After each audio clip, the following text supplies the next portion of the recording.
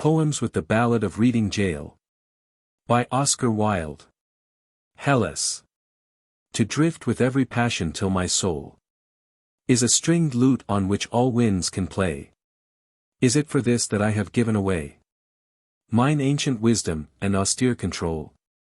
Methinks my life is a twice-written scroll, scrawled over on some boyish holiday, with idle songs for pipe and virelay, which do but mar the secret of the whole.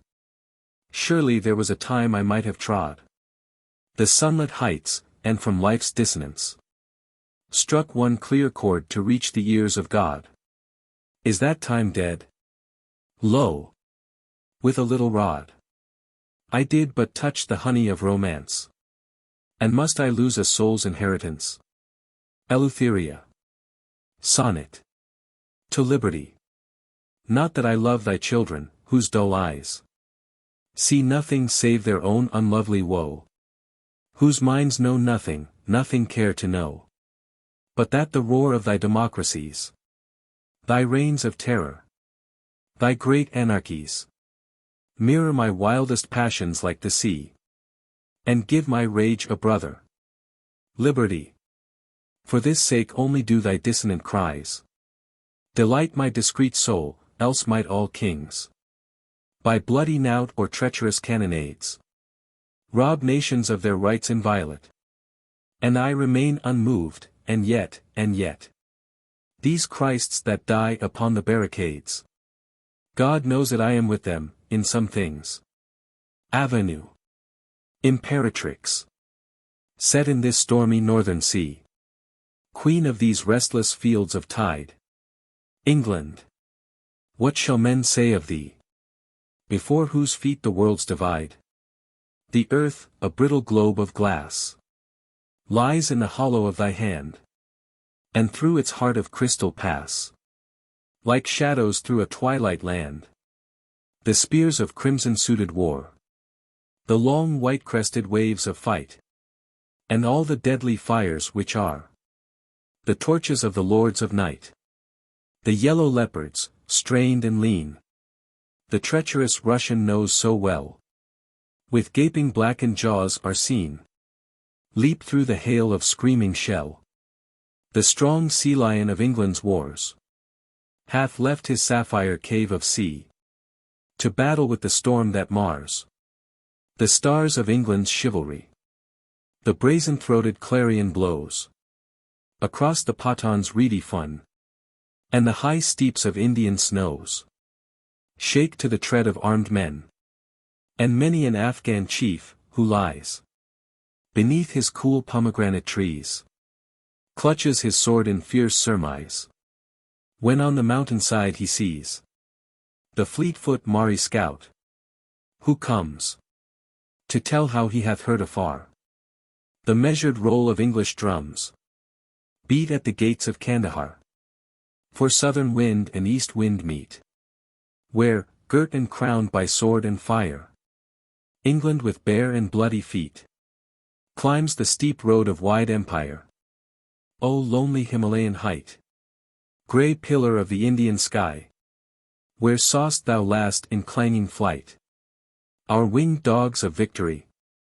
The almond groves of Samarkand, Bokhara, where red lilies blow, and Oxus, by whose yellow sand the grave white-turbaned merchants go, and on from thence to Ispahan, the gilded garden of the sun, whence the long dusty caravan brings cedar wood and vermilion, and that dread city of Kabul, set at the mountain's scarped feet, whose marble tanks are ever full with water for the noonday heat, where through the narrow straight bazaar a little maid Circassian is led, a present from the Tsar, unto some old and bearded Khan. Here have our wild war eagles flown, and flapped wide wings in fiery fight. But the sad dove, that sits alone in England, she hath no delight. In vain the laughing girl will lean to greet her love with love-lit eyes. Down in some treacherous black ravine, clutching his flag, the dead boy lies. And many a moon and sun will see. The lingering wistful children wait to climb upon their father's knee. And in each house made desolate, pale women who have lost their lord will kiss the relics of the slain. Some tarnished epaulet, some sword. Poor toys to soothe such anguished pain. For not in quiet English fields are these, our brothers, lain to rest, where we might deck their broken shields with all the flowers the dead love best. For some are by the Delhi walls, and many in the Afghan land, and many where the Ganges falls through 7 mouths of shifting sand. And some in Russian waters lie, and others in the seas which are the portals to the east, or by the wind-swept heights of Trafalgar. O wandering graves! O restless sleep! O silence of the sunless day! O still ravine! O stormy deep! Give up your prey! Give up your prey! And thou whose wounds are never healed, whose weary race is never won, O Cromwell's England! Must thou yield for every inch of ground a son? Go! Crown with thorns thy gold-crowned head. Change thy glad song to song of pain. Wind and wild wave have got thy dead, and will not yield them back again. Wave and wild wind and foreign shore possess the flower of English land. Lips that thy lips shall kiss no more. Hands that shall never clasp thy hand.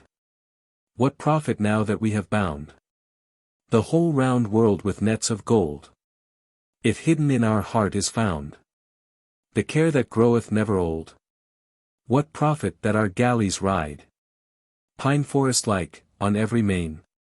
Ruin and wreck are at our side, grim warders of the house of pain. Where are the brave, the strong, the fleet? Where is our English chivalry? Wild grasses are their burial sheet, and sobbing waves their threnody. O loved ones lying far away, what word of love can dead lips send? O wasted dust! O senseless clay! Is this the end? Is this the end? Peace, peace! We wrong the noble dead, to vex their solemn slumber so. Though childless, and with thorn-crowned head, up the steep road must England go. Yet when this fiery web is spun, her watchmen shall descry from far the young republic like a sun rise from these crimson seas of war. 2. Milton. Milton, I think thy spirit hath passed away from these white cliffs and high embattled towers. This gorgeous fiery-colored world of ours seems fallen into ashes dull and grey, and the age changed unto a mimic play, wherein we waste our else too crowded hours. For all our pomp and pageantry and powers, we are but fit to delve the common clay. Seeing this little isle on which we stand, this England, this sea lion of the sea, by ignorant demagogues is held in fee, who love her not, dear God. Is this the land which bare a triple empire in her hand? When Cromwell spake the word democracy, Louis, Napoleon, eagle of Austerlitz, where were thy wings?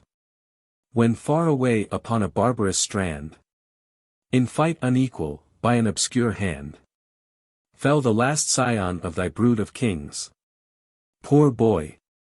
Thou shalt not flaunt thy cloak of red, or ride in state through Paris in the van of thy returning legions, but instead, thy mother France, free and republican, shall on thy dead and crownless forehead place the better laurels of a soldier's crown, that not dishonored should thy soul go down, to tell the mighty sire of thy race, that France hath kissed the mouth of liberty, and found it sweeter than his honeyed bees, and that the giant wave democracy breaks on the shores where kings lay couched at ease. Sonnet. On the massacre of the Christians in Bulgaria. Christ, dost thou live indeed? Or are thy bones still straightened in their rock-hewn sepulchre?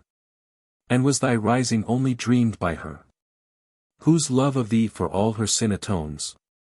For here the air is horrid with men's groans. The priests who call upon thy name are slain. Dost thou not hear the bitter wail of pain from those whose children lie upon the stones? Come down, O Son of God. Incestuous gloom curtains the land, and through the starless night over thy cross a crescent moon I see. If thou in very truth didst burst the tomb, come down, O Son of Man, and show thy might, lest Mahomet be crowned instead of thee. Quantum mutata. There was a time in Europe long ago when no man died for freedom anywhere, but England's lion leaping from its lair laid hands on the oppressor. It was so. While England could a great republic show, witnessed the men of Piedmont, chiefest care of Cromwell, when with impotent despair the pontiff in his painted portico trembled before our stern ambassadors. How comes it then that from such high estate we have thus fallen, save that luxury with barren merchandise piles up the gate, where noble thoughts and deeds should enter by? Else might we still be Milton's heritors, Libertatis Sacra fames, albeit nurtured in democracy, and liking best that state republican, where every man is kinglike and no man is crowned above his fellows. Yet I see, spite of this modern fret for liberty, better the rule of one whom all obey, than to let clamorous demagogues betray our freedom with the kiss of anarchy.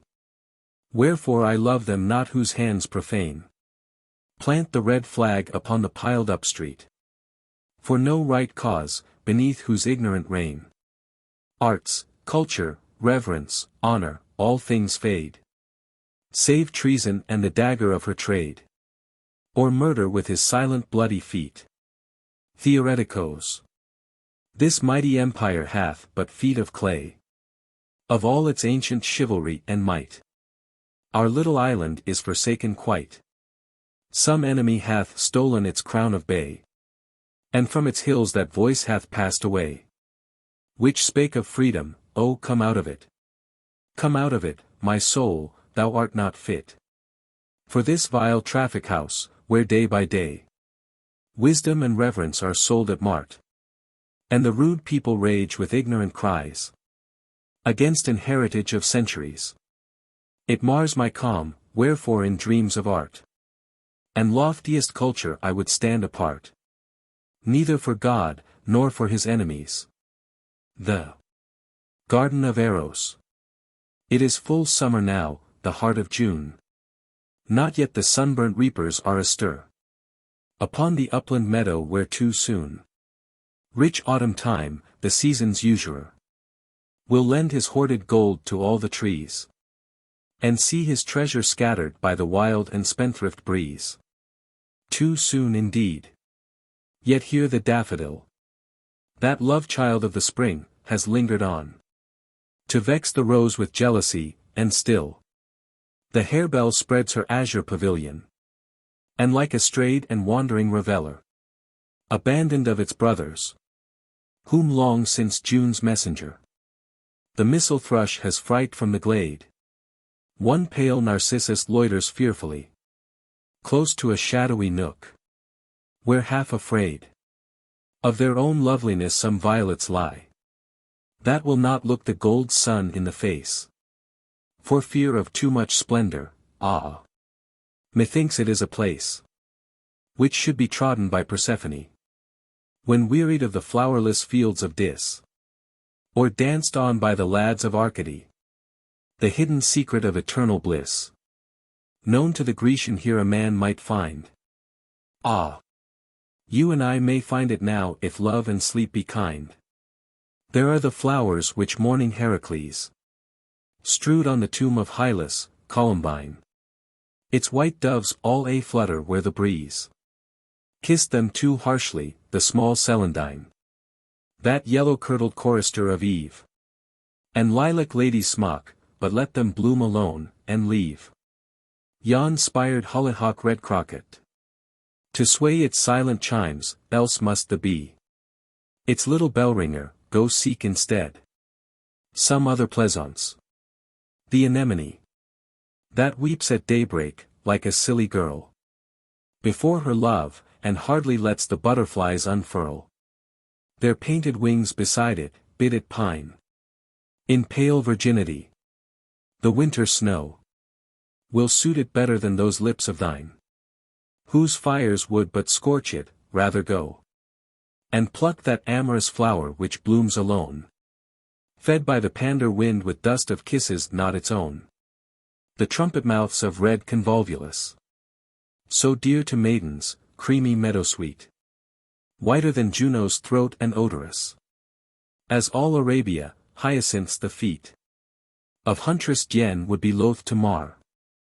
For any dappled fawn, pluck these and those fond flowers which are fairer than what Queen Venus trod upon beneath the pines of Ida, Eucharis, that morning star which does not dread the sun, and budding marjoram which but to kiss would sweeten Cytherea's lips and make Adonis jealous. These for thy head, and for thy girdle take yon curving spray of purple clematis, whose gorgeous dye outflames the Tyrian king, and foxgloves with their nodding chalices.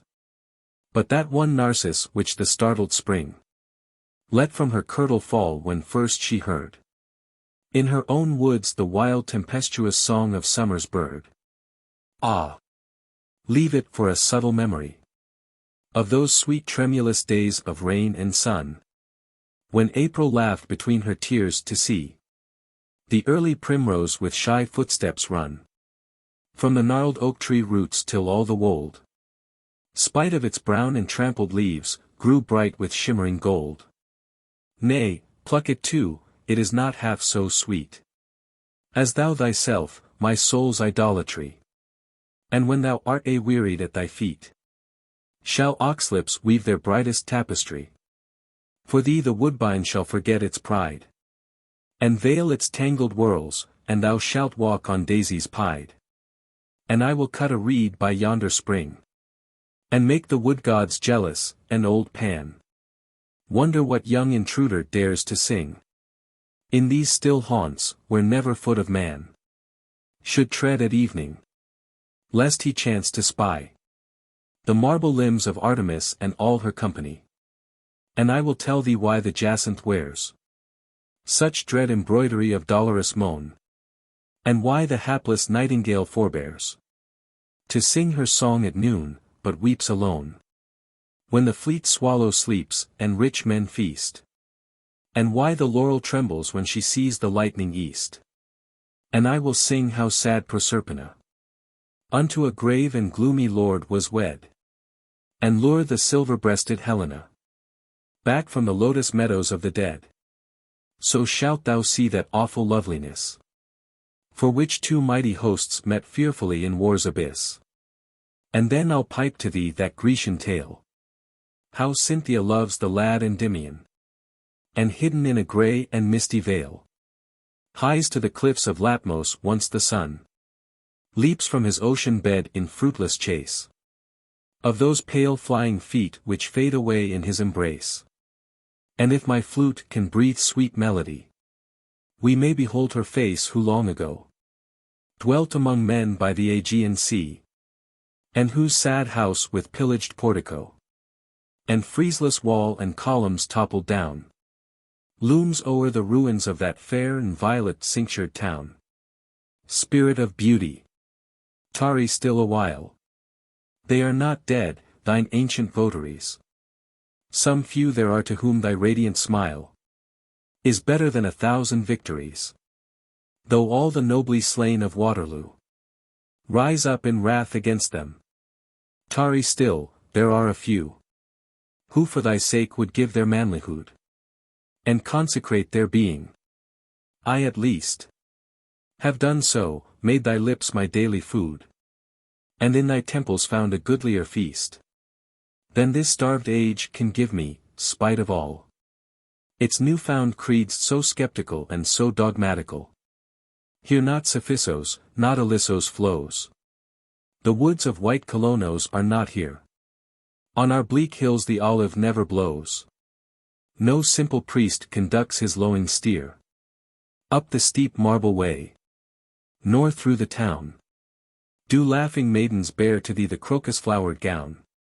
Yet tarry for the boy who loved thee best, whose very name should be a memory, to make thee linger, sleeps in silent rest beneath the Roman walls, and melody still mourns her sweetest lyre.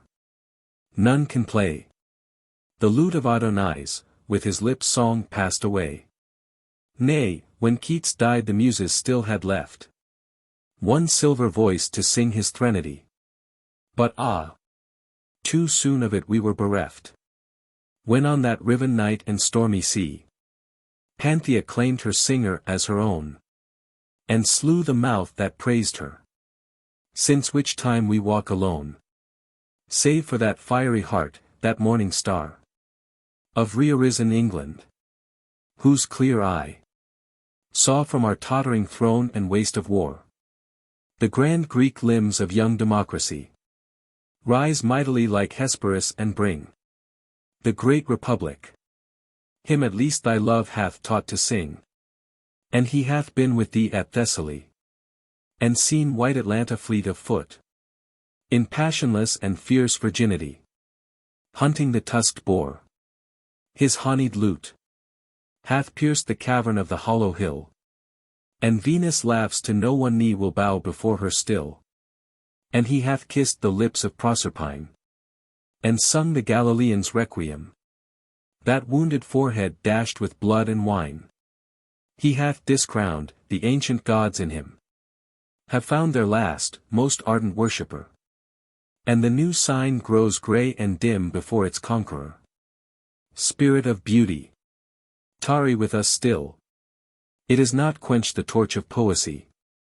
The star that shook above the eastern hill holds unassailed its argent armory from all the gathering gloom and fretful fight.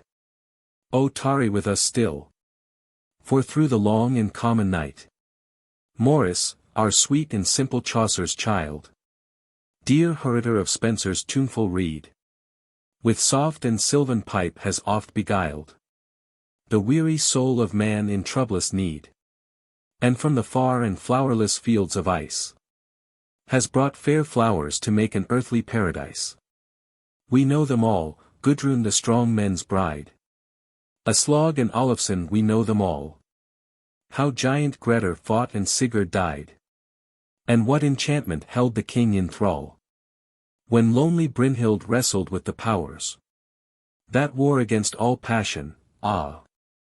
How oft through summer hours, long listless summer hours, when the noon, being enamored of a damask rose, forgets to journey westward, till the moon, the pale usurper of its tribute, grows from a thin sickle to a silver shield, and chides its loitering car. How oft, in some cool grassy field, far from the cricket ground and noisy ate, at Bagley, where the rustling bluebells come, almost before the blackbird finds a mate, and overstay the swallow, and the hum of many murmuring bees flits through the leaves, have I lain poring on the dreamy tales his fancy weaves, and through their unreal woes and mimic pain, wept for myself, and so was purified, and in their simple mirth grew glad again.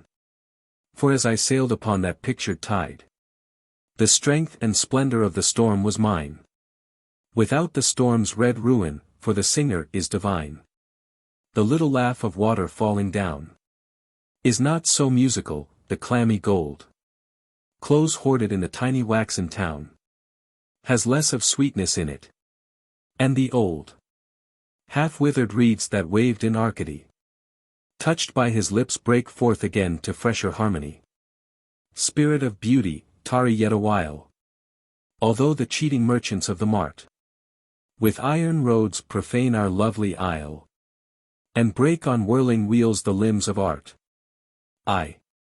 Though the crowded factories beget the blindworm ignorance that slays the soul, O tarry yet. For one at least there is, he bears his name. From Dante and the seraph Gabriel, whose double laurels burn with deathless flame, to light thine altar. He too loves thee well, who saw old Merlin lured in Vivian's snare, and the white feet of angels coming down the golden stair.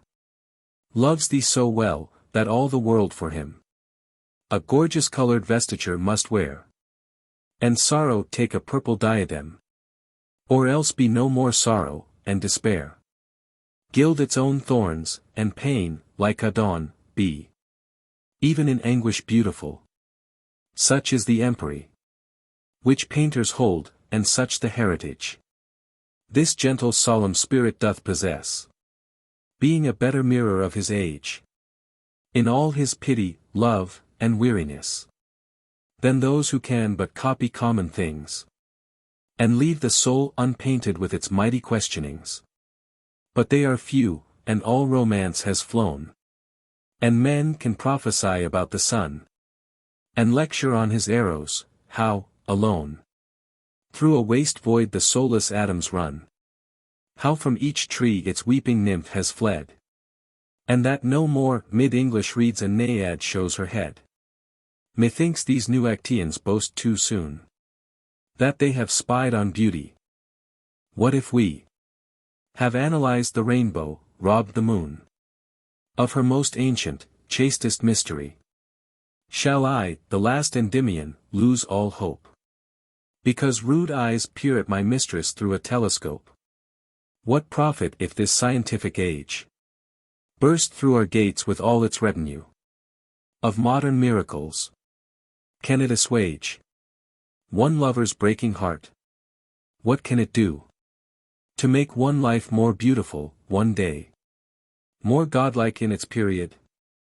But now the age of clay returns in horrid cycle, and the earth hath born again a noisy progeny of ignorant titans, whose ungodly birth hurls them against the august hierarchy which sat upon Olympus. To the dust they have appealed, and to that barren arbiter they must repair for judgment. Let them, if they can, from natural warfare and insensate chance, create the new ideal rule for man. Methinks that was not my inheritance, for I was nurtured otherwise. My soul passes from higher heights of life to a more supreme goal. Lo! While we spake the earth did turn away her visage from the god, and Hecate's boat rose silver-laden, till the jealous day blew all its torches out. I did not note the waning hours. To young Endymions, time's palsied fingers count in vain his rosary of suns. Mark how the yellow iris wearily leans back its throat, as though it would be kissed by its false chamberer, the dragonfly, who, like a blue vein on a girl's white wrist, sleeps on that snowy primrose of the night, which gins to flush with crimson shame, and die beneath the light. Come, let us go against the pallid shield of the wan sky. The almond blossoms gleam, the corncrake nested in the unmown field answers its mate across the misty stream. On fitful wing the startled curlews fly, and in his sedgy bed the lark, for joy that day is nigh, scatters the pearl dew from off the grass, in tremulous ecstasy to greet the sun, who soon in gilded panoply will pass forth from yon orange-curtained pavilion. Hung in the burning east, see the red rim o'ertops the expectant hills. It is the god. For love of him, already the shrill lark is out of sight, flooding with waves of song this silent dell. Ah! There is something more in that bird's flight than could be tested in a crucible. But the air freshens, let us go. Why soon the woodman will be here. How we have lived this night of June. Rosa Mystica. Requiescat. Tread lightly, she is near. Under the snow. Speak gently, she can hear. The daisies grow. All her bright golden hair tarnished with rust. She that was young and fair, fallen to dust. Lily-like, white as snow. She hardly knew she was a woman, so sweetly she grew. Coffin board, heavy stone, lie on her breast. I vex my heart alone. She is at rest. Peace, peace, she cannot hear lyre or sonnet. All my life's buried here. Heap earth upon it. Avignon. Sonnet. On approaching Italy, I reached the Alps, the soul within me burned. Italia, my Italia, at thy name. And when from out the mountain's heart I came, and saw the land for which my life had yearned, I laughed as one who some great prize had earned. And musing on the marvel of thy fame, I watched the day, till marked with wounds of flame, the turquoise sky to burnished gold was turned. The pine trees waved as waves a woman's hair. And in the orchards every twining spray was breaking into flakes of blossoming foam. But when I knew that far away at Rome, in evil bonds a second Peter lay, I wept to see the land so very fair. Turin. Sin. Miniato. See, I have climbed the mountain side, up to this holy house of God, where once that angel painter trod, who saw the heavens opened wide, and throned upon the crescent moon, the virginal white Queen of Grace. Mary, could I but see thy face, death could not come at all too soon. O, crowned by God with thorns and pain, Mother of Christ. O mystic wife. My heart is weary of this life, and over sad to sing again. O, crowned by God with love and flame. O, crowned by Christ the Holy One. O, listen ere the searching sun show to the world my sin and shame. Avenue. Maria Grazia Plena. Was this his coming? I had hoped to see a scene of wondrous glory, as was told of some great god who in a reign of gold broke open bars and fell on Danae. Or a dread vision as when Semele, sickening for love and unappeased desire, prayed to see God's clear body, and the fire caught her brown limbs and slew her utterly. With such glad dreams I sought this holy place, and now with wondering eyes and heart I stand before this supreme mystery of love. Some kneeling girl with passionless pale face, an angel with a lily in his hand, and over both the white wings of a dove. Florence. Italia. Italia. Thou art fallen, though with sheen of battle spears thy clamorous armies stride, from the North Alps to the Sicilian tide. Aye. Fallen, though the nations hail thee queen, because rich gold in every town is seen, and on thy sapphire lake in tossing pride of wind-filled vans thy myriad galleys ride, beneath one flag of red and white and green. O fair and strong! O strong and fair in vain! Look southward where Rome's desecrated town lies mourning for her God-anointed king. Look heavenward. Shall God allow this thing? Nay. But some flame-girt Raphael shall come down, and smite the spoiler with the sword of pain. Venice. Sonnet. Written in Holy Week at Genoa. I wandered through Scoglietto's far retreat. The oranges on each o'erhanging spray burned as bright lamps of gold to shame the day. Some startled bird with fluttering wings and fleet made snow of all the blossoms, at my feet. Like silver moons the pale narcissi lay, and the curved waves that streaked the great green bay. Laughed I, the sun, and life seemed very sweet. Outside the young boy priest passed singing clear. Jesus the Son of Mary has been slain. Oh, come and fill his sepulchre with flowers. Ah, God! Ah, God! Those dear Hellenic hours had drowned all memory of thy bitter pain. The cross, the crown, the soldiers, and the spear. Rome. Unvisited.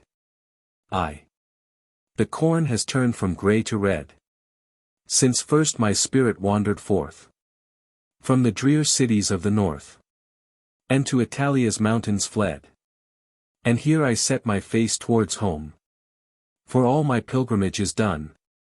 Although, methinks, yon blood-red sun marshals the way to holy Rome. O blessed Lady, who dost hold upon the 7 hills thy reign. O Mother without blot or stain, crowned with bright crowns of triple gold. O Roma, Roma, at thy feet I lay this barren gift of song. For, ah! the way is steep and long that leads unto thy sacred street. 2.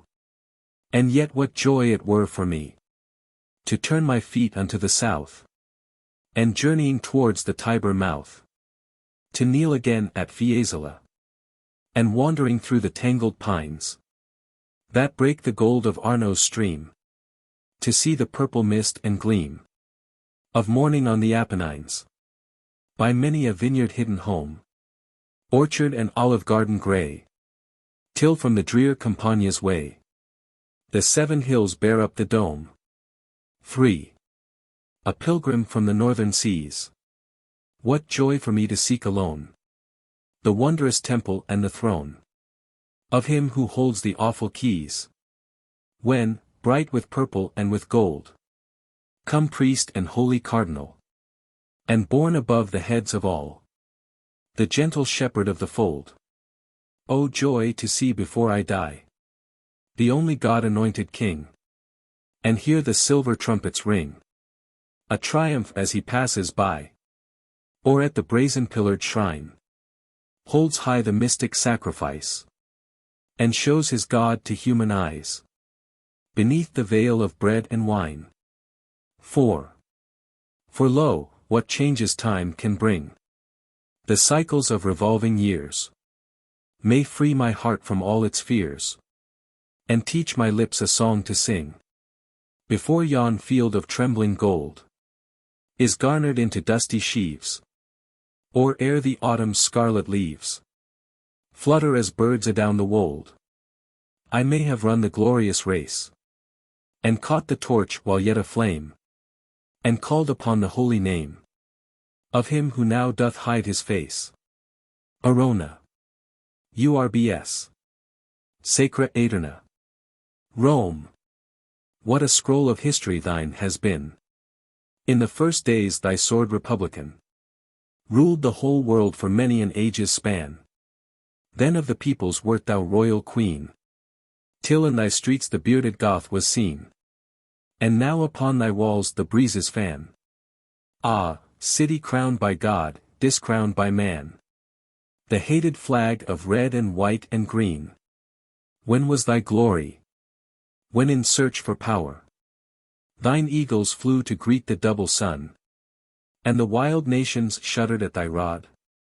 Nay, but thy glory tarried for this hour, when pilgrims kneel before the Holy One, the prisoned shepherd of the Church of God. Montemario. Sonnet. On hearing the Dies Irae sung in the Sistine Chapel. Nay, Lord, not thus. White lilies in the spring, sad olive groves, or silver-breasted dove, teach me more clearly of thy life and love than terrors of red flame and thundering. The hillside vines dear memories of thee bring. A bird at evening flying to its nest tells me of one who had no place of rest. I think it is of thee the sparrows sing. Come rather on some autumn afternoon, when red and brown are burnished on the leaves, and the fields echo to the gleaner's song. Come when the splendid fullness of the moon looks down upon the rows of golden sheaves, and reap thy harvest, we have waited long. Easter Day. The silver trumpets rang across the dome. The people knelt upon the ground with awe. And borne upon the necks of men I saw, like some great god, the holy Lord of Rome. Priest-like, he wore a robe more white than foam. And, king-like, swathed himself in royal red. 3 crowns of gold rose high upon his head. In splendor and in light the Pope passed home. My heart stole back across wide wastes of years, to one who wandered by a lonely sea, and sought in vain for any place of rest. Foxes have holes, and every bird its nest. I, only I, must wander wearily, and bruise my feet, and drink wine salt with tears. Tenebris. Come down, O Christ, and help me. Reach thy hand. For I am drowning in a stormier sea than Simon on thy lake of Galilee. The wine of life is spilt upon the sand. My heart is as some famine-murdered land, whence all good things have perished utterly. And well I know my soul in hell must lie, if I this night before God's throne should stand. He sleeps perchance, or rideth to the chase, like Baal, when his prophets howled that name, from morn to noon on Carmel's smitten height. Nay, peace, I shall behold, before the night, the feet of brass, the robe more white than flame, the wounded hands, the weary human face. Vita Nuova. I stood by the unvintageable sea, till the wet waves drenched face and hair with spray. The long red fires of the dying day burned in the west, the wind piped drearily, and to the land the clamorous gulls did flee. Alas! I cried, my life is full of pain, and who can garner fruit or golden grain from these waste fields which travail ceaselessly? My nets gaped wide with many a break and flaw. Nathless I threw them as my final cast into the sea, and waited for the end. When lo! A sudden glory! And I saw, from the black waters of my tortured past, the argent splendor of white limbs ascend. Madonna mia!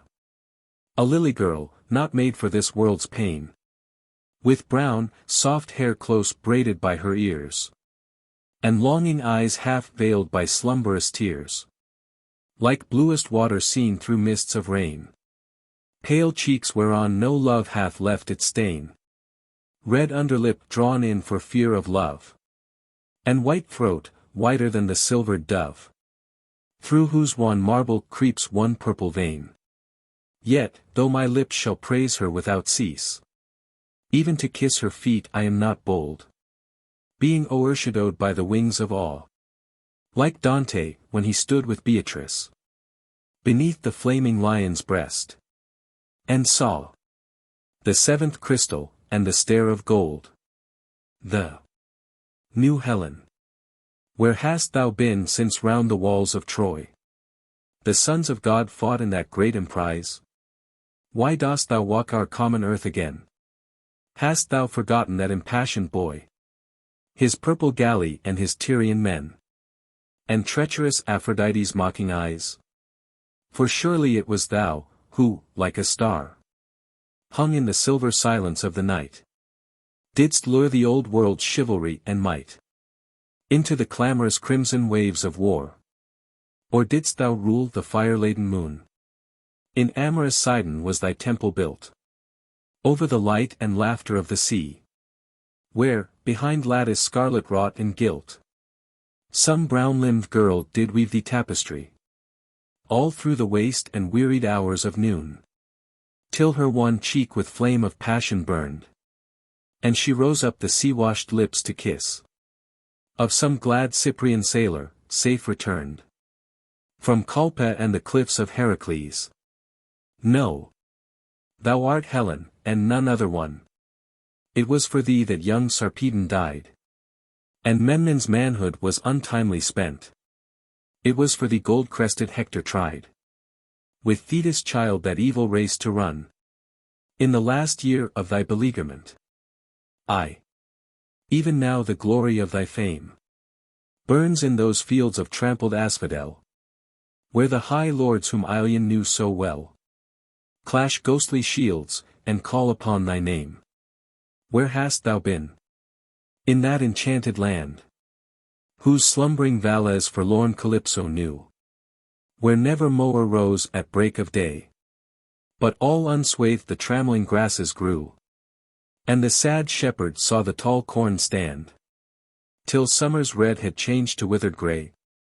Didst thou lie there by some Lethean stream, deep brooding on thine ancient memory? The crash of broken spears, the fiery gleam from shivered helm, the Grecian battle cry? Nay, thou wert hidden in that hollow hill, with one who is forgotten utterly, that discrowned queen men call the Erycine, hidden away that never mightst thou see the face of her, before whose mouldering shrine today at Rome the silent nations kneel, who gat from love no joyous gladdening, but only love's intolerable pain, only a sword to pierce her heart in twain, only the bitterness of childbearing. The lotus leaves which heal the wounds of death lie in thy hand. Oh, be thou kind to me, while yet I know the summer of my days, for hardly can my tremulous lips draw breath to fill the silver trumpet with thy praise. So bowed am I before thy mystery, so bowed and broken on love's terrible wheel, that I have lost all hope and heart to sing. Yet care I not what ruin time may bring, if in thy temple thou wilt let me kneel. Alas, alas, thou wilt not tarry here, but, like that bird, the servant of the sun, who flies before the north wind and the night, so wilt thou fly our evil land and drear, back to the tower of thine old delight, and the red lips of young Euphorion. Nor shall I ever see thy face again, but in this poisonous garden close must stay, crowning my brows with the thorn crown of pain, till all my loveless life shall pass away. O Helen! Helen! Helen! Yet a while, yet for a little while, oh, tarry here, till the dawn cometh and the shadows flee. For in the gladsome sunlight of thy smile, of heaven or hell I have no thought or fear, seeing I know no other God but thee, no other God save him, before whose feet in nets of gold the tired planets move, the incarnate spirit of spiritual love, who in thy body holds his joyous seat. Thou wert not born as common women are, but, girt with silver splendor of the foam, didst from the depths of sapphire seas arise, and at thy coming some immortal star, bearded with flame, blazed in the eastern skies, and waked the shepherds on thine island home.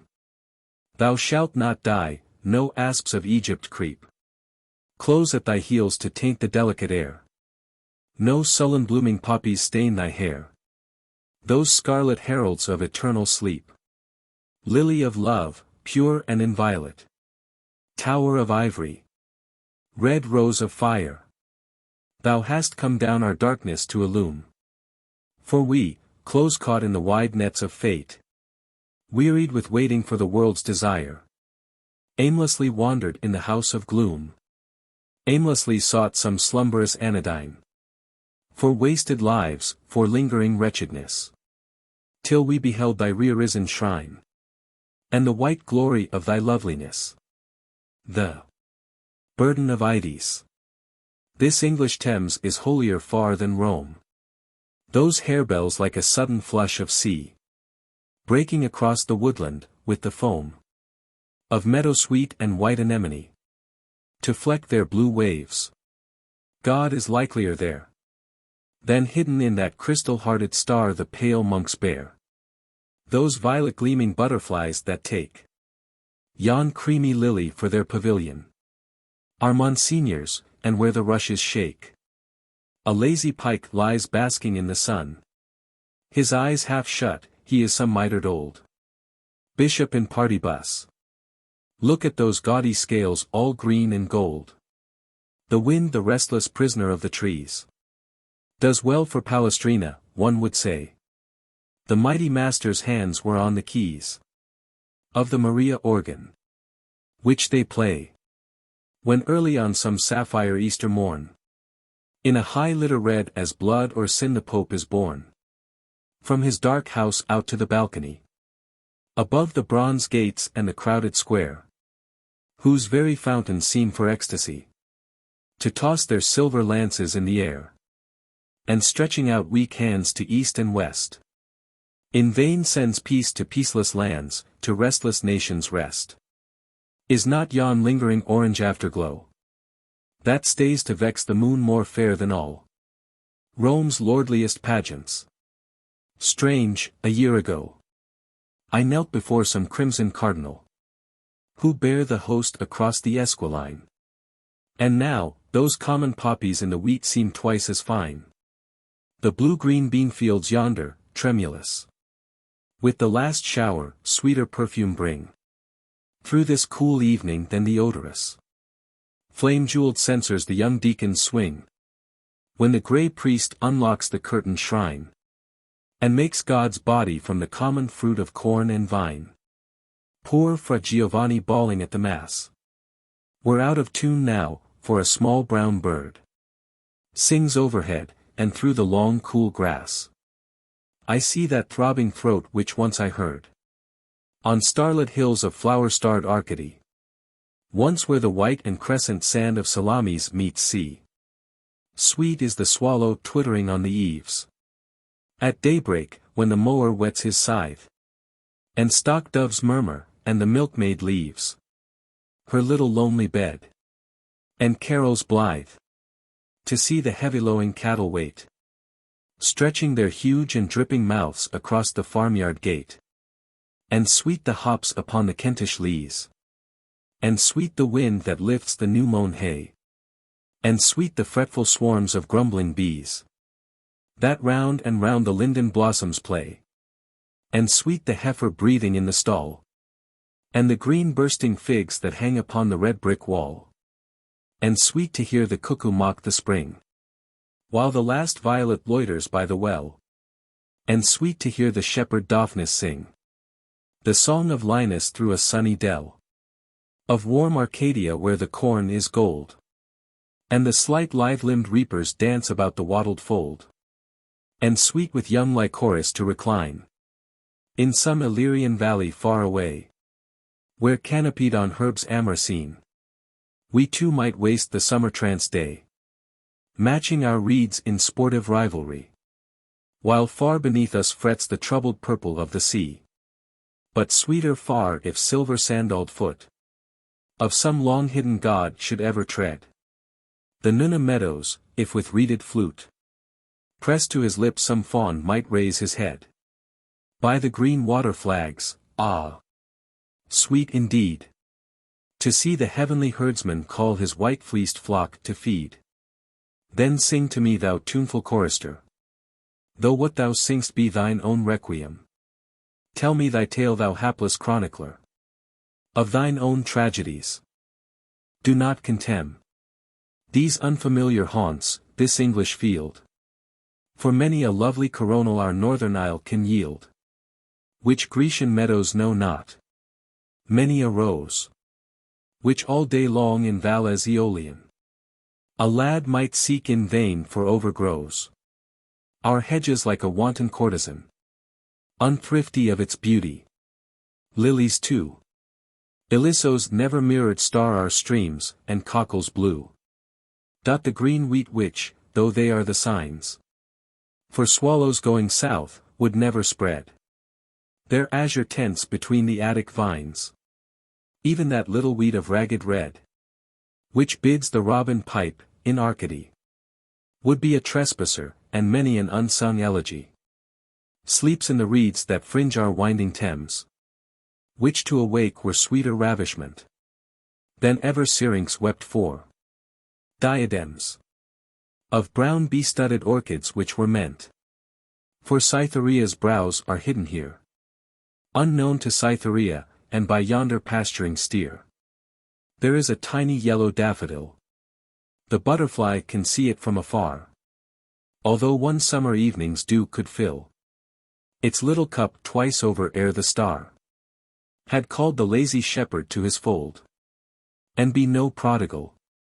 Each leaf is flecked with spotted gold, as if Jove's gorgeous leman Danae, hot from his gilded arms, had stooped to kiss the trembling petals. Or young Mercury, low flying to the dusky ford of Dis, had with one feather of his pinions just brushed them. The slight stem which bears the burden of its sons is hardly thicker than the gossamer, or poor Arachne's silver tapestry. Men say it bloomed upon the sepulchre of one I sometime worshipped. But to me, it seems to bring diviner memories of fawn-loved Heliconian glades and blue nymph-haunted seas, of an untrodden vale at Tempe where, on the clear river's marge, Narcissus lies, the tangle of the forest in his hair, the silence of the woodland in his eyes, wooing that drifting imagery which is no sooner kissed than broken. Memories of Salmachus, who is not boy nor girl and yet is both, fed by two fires and unsatisfied, through their excess, each passion being loath, for love's own sake, to leave the other's side, yet killing love by staying. Memories of Oreads peeping through the leaves of silent moonlit trees, of lonely Ariadne on the wharf at Naxos, when she saw the treacherous crew far out at sea, and waved her crimson scarf, and called false Theseus back again, nor knew that Dionysus on an amber pard was close behind her. Memories of what Maeonia's bard with sightless eyes beheld, the wall of Troy, Queen Helen lying in the ivory room, and at her side an amorous red-lipped boy, trimming with dainty hand his helmet's plume. And far away the moil, the shout, the groan, as Hector shielded off the spear and Ajax hurled the stone, of winged Perseus with his flawless sword, cleaving the snaky tresses of the witch. And all those tales imperishably stored in little Grecian urns, freightage more rich than any gaudy galleon of Spain, bear from the Indies ever. These at least bring back again, for well I know they are not dead at all, the ancient gods of Grecian poesy. They are asleep, and when they hear thee call, will wake and think, T is very Thessaly. This Thames the Daulian waters, this cool glade, the yellow-irised mead where once young Ides laughed and played. If it was thou, dear jasmine-cradled bird, who from the leafy stillness of thy throne sang to the wondrous boy, until he heard the horn of Atlanta faintly blown across the Cumnor hills, and wandering through Bagley Wood at evening found the Attic poet spring. Ah! Tiny sober-suited advocate, that pleadest for the moon against the day, if thou didst make the shepherd seek his mate on that sweet questing, when Proserpina forgot it was not Sicily and leant across the mossy Sandford stile in ravished wonderment, light-winged and bright-eyed miracle of the wood. If ever thou didst soothe with melody one of that little clan, that brotherhood, which loved the morning star of Tuscany more than the perfect son of Raphael, and is immortal, sing to me, for I too love thee well. Sing on. Sing on. Let the dull world grow young. Let elemental things take form again, and the old shapes of beauty walk among the simple garths and open crofts, as when the son of Leto bare the willow rod, and the soft sheep and shaggy goats followed the boyish god. Sing on. Sing on. And Bacchus will be here, astride upon his gorgeous Indian throne, and over whimpering tigers shake the spear, with yellow ivy crowned and gummy cone, while at his side the wanton Basarid will throw the lion by the mane and catch the mountain kid. Sing on. And I will wear the leopard skin, And steal the mooned wings of Ashtaroth, upon whose icy chariot we could win Scythian in an hour ere the froth has overbrimmed the wine-vat or the fawn ceased from the treading. Aye, before the flickering lamp of dawn has scared the hooting owlet to its nest, and warned the bat to close its filmy vans. Some Maenad girl with vine leaves on her breast will filch their beech nuts from the sleeping pans, so softly that the little nested thrush will never wake, and then with shrilly laugh and leap will rush down the green valley where the fallen dew lies thick beneath the elm and count her store, till the brown satyrs in a jolly crew trample the loosestrife down along the shore, and where their horned master sits in state bring strawberries and bloomy plums upon a wicker crate. Sing on. And soon with passion-wearied face through the cool leaves Apollo's lad will come, the Tyrian prince his bristled boar will chase adown the chestnut copses all a-bloom, and ivory-limbed, grey-eyed, with look of pride, after yon velvet-coated deer the virgin maid will ride. Sing on.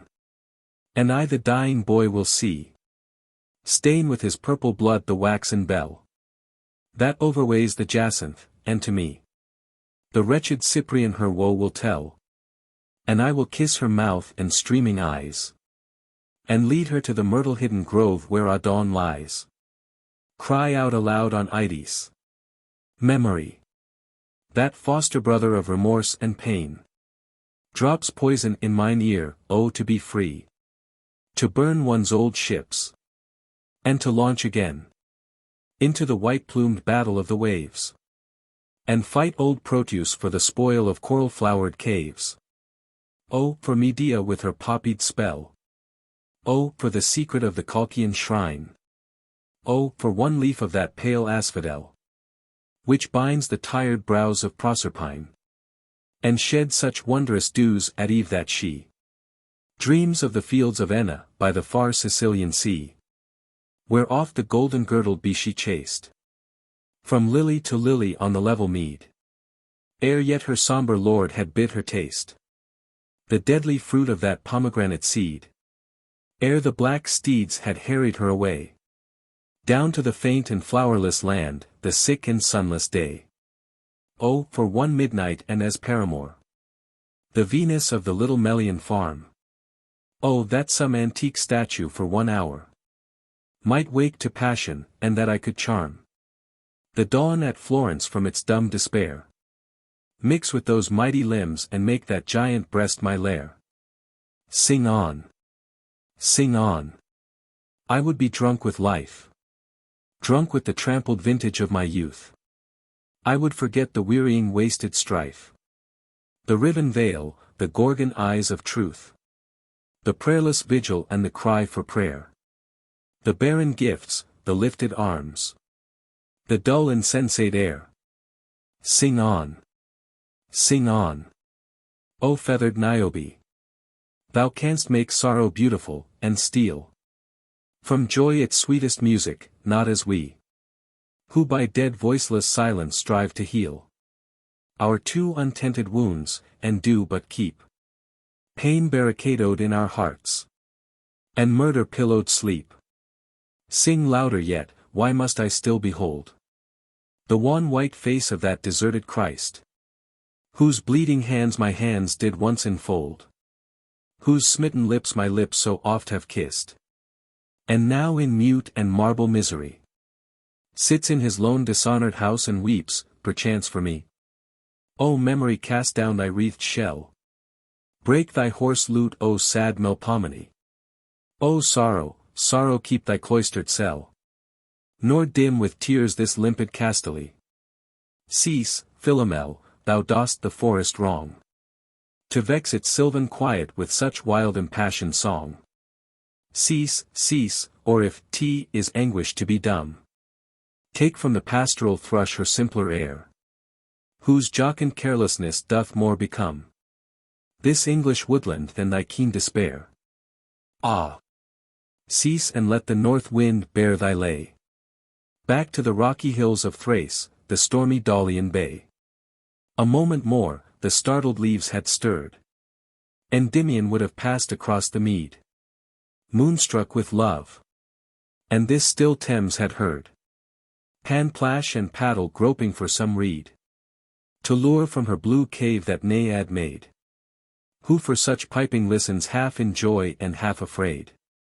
A moment more, the waking dove had cooed, the silver daughter of the silver sea, with the fond gyves of clinging hands had wooed her wanton from the chase. And Dryope had thrust aside the branches of her oak, to see the lusty gold-haired lad rein in his snorting yoke. A moment more, the trees had stooped to kiss pale Daphne just awakening from the swoon of tremulous laurels. Lonely Salmachus had bared his barren beauty to the moon, and through the veil with sad voluptuous smile Antinous had wandered, the red lotus of the Nile, down leaning from his black and clustering hair, to shade those slumberous eyelids caverned bliss. Or else on yonder grassy slope with bare high-tunicked limbs unravished Artemis had bade her hounds give tongue, and roused the deer from his green ambuscade with shrill halloo and pricking spear. Lie still, O passionate heart, lie still. O melancholy, fold thy raven wing. O sobbing Dryad, from thy hollow hill come not with such despondent answering. No more thou winged Marsyas complain. Apollo loveth not to hear such troubled songs of pain. It was a dream, the glade is tenantless. No soft Ionian laughter moves the air. The Thames creeps on in sluggish leadenness, and from the copse left desolate and bare, fled is young Bacchus with his revelry.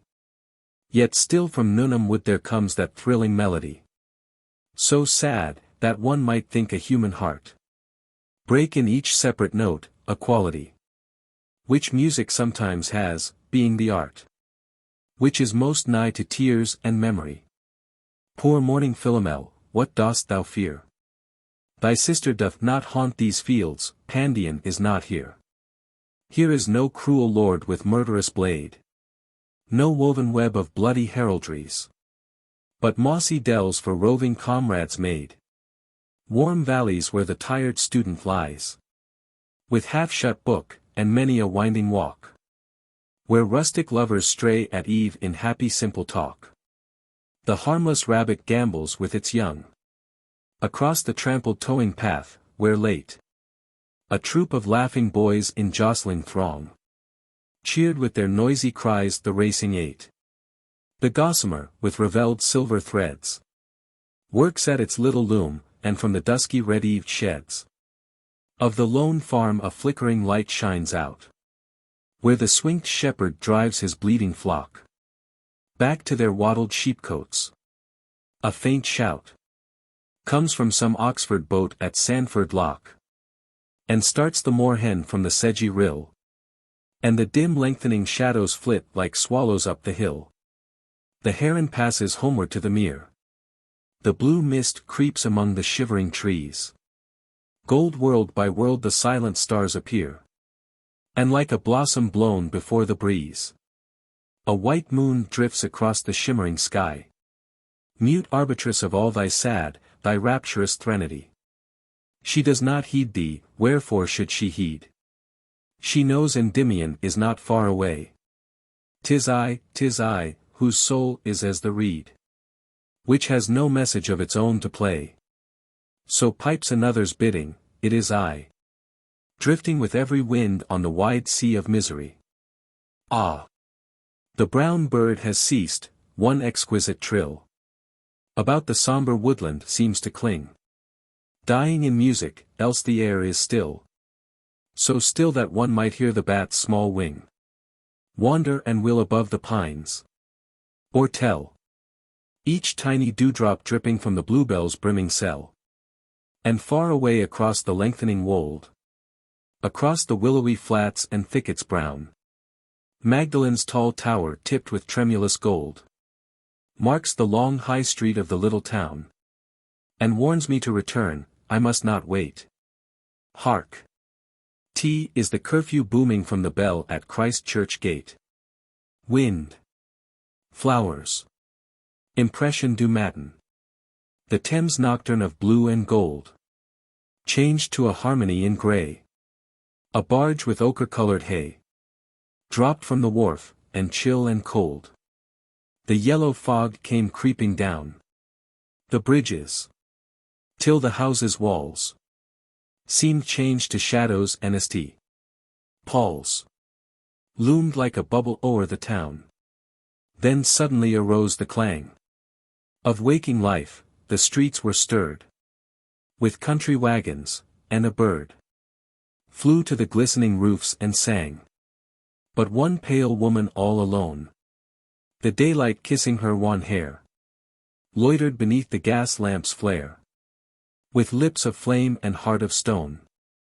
Magdalene walks. The little white clouds are racing over the sky. And the fields are strewn with the gold of the flower of March. The daffodil breaks underfoot, and the tasseled larch sways and swings as the thrush goes hurrying by. A delicate odor is borne on the wings of the morning breeze. The odor of deep wet grass, and of brown new furrowed earth. The birds are singing for joy of the spring's glad birth. Hopping from branch to branch on the rocking trees. And all the woods are alive with the murmur and sound of spring.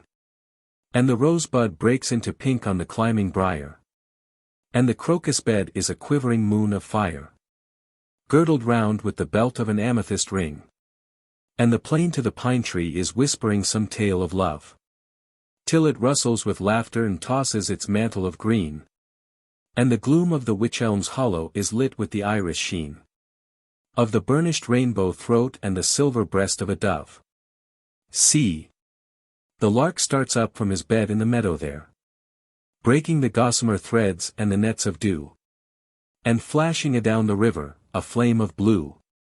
The kingfisher flies like an arrow, and wounds the air. Athanasia. To that gaunt house of art which lacks for naught. Of all the great things men have saved from time, the withered body of a girl was brought. Dead ere the world's glad youth had touched its prime. And seen by lonely Arabs lying hid in the dim womb of some black pyramid. But when they had unloosed the linen band, which swathed the Egyptian's body, lo! Was found, closed in the wasted hollow of her hand, a little seed, which sown in English ground, did wondrous snow of starry blossoms bear, and spread rich odors through our springtide air. With such strange arts this flower did allure, that all forgotten was the asphodel, and the brown bee, the lily's paramour, forsook the cup where he was wont to dwell, for not a thing of earth it seemed to be, but stolen from some heavenly Arcady. In vain the sad narcissus, wan and white, at its own beauty, hung across the stream. The purple dragonfly had no delight, with its gold dust to make his wings gleam. Ah! No delight the jasmine bloom to kiss, or brush the rain pearls from the eucharis. For love of it the passionate nightingale forgot the hills of Thrace, the cruel king, and the pale dove no longer cared to sail through the wet woods at time of blossoming, but round this flower of Egypt sought to float, with silvered wing and amethystine throat. While the hot sun blazed in his tower of blue, a cooling wind crept from the land of snows, and the warm south with tender tears of dew drenched its white leaves when Hesperos uprose, amid those sea-green meadows of the sky, on which the scarlet bars of sunset lie. But when o'er wastes of lily-haunted field, the tired birds had stayed their amorous tune, and broad and glittering like an argent shield, high in the sapphire heavens hung the moon. Did no strange dream or evil memory make each tremulous petal of its blossoms shake? Ah no! To this bright flower 1,000 years seemed but the lingering of a summer's day. It never knew the tide of cankering fears, which turn a boy's gold hair to withered grey. The dread desire of death it never knew, or how all folk that they were born must rue. For we to death with pipe and dancing go, nor would we pass the ivory gate again, as some sad river wearied of its flow. Through the dull plains, the haunts of common men, leaps lover-like into the terrible sea, and counts it gain to die so gloriously. We mar our lordly strength in barren strife, with the world's legions led by clamorous care. It never feels decay but gathers life from the pure sunlight and the supreme air. We live beneath time's wasting sovereignty. It is the child of all eternity. Serenade. For music.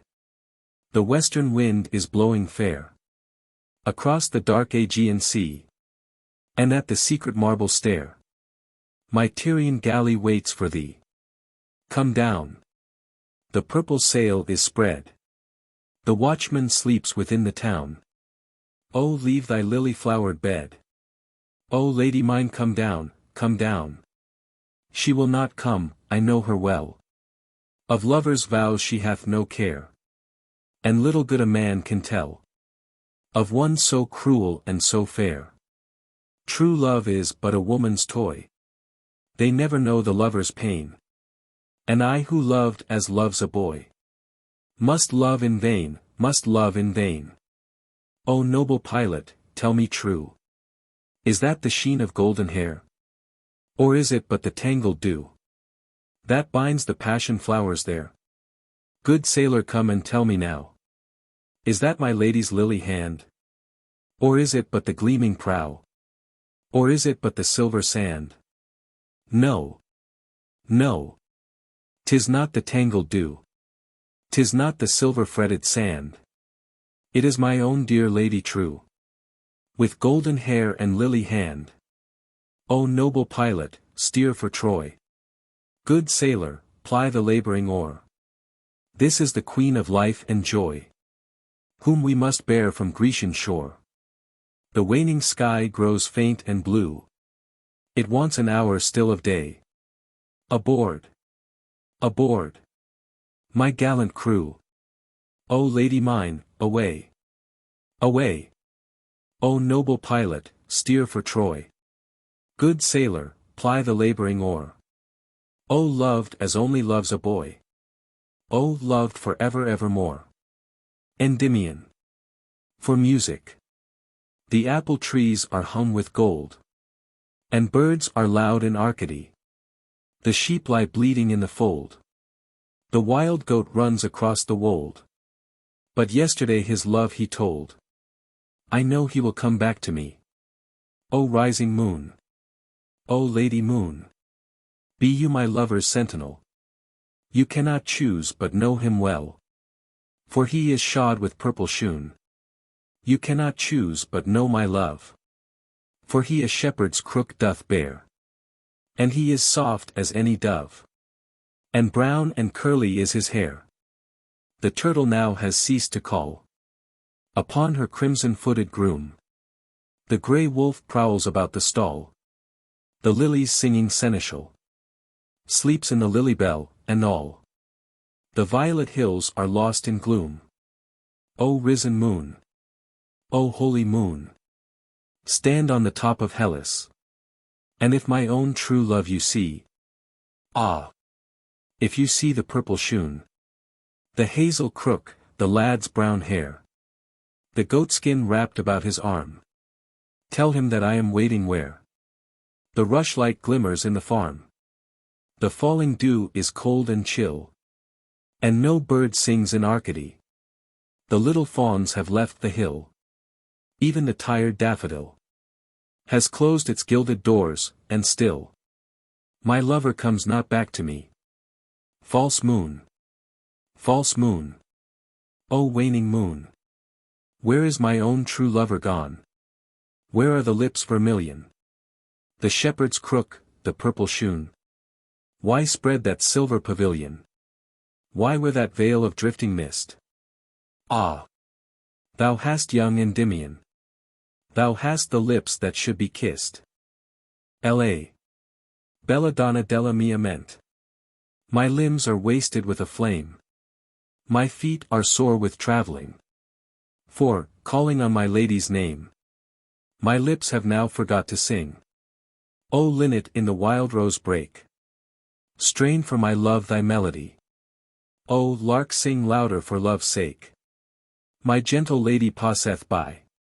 She is too fair for any man to see or hold his heart's delight. Fairer than queen or courtesan, or moonlit water in the night.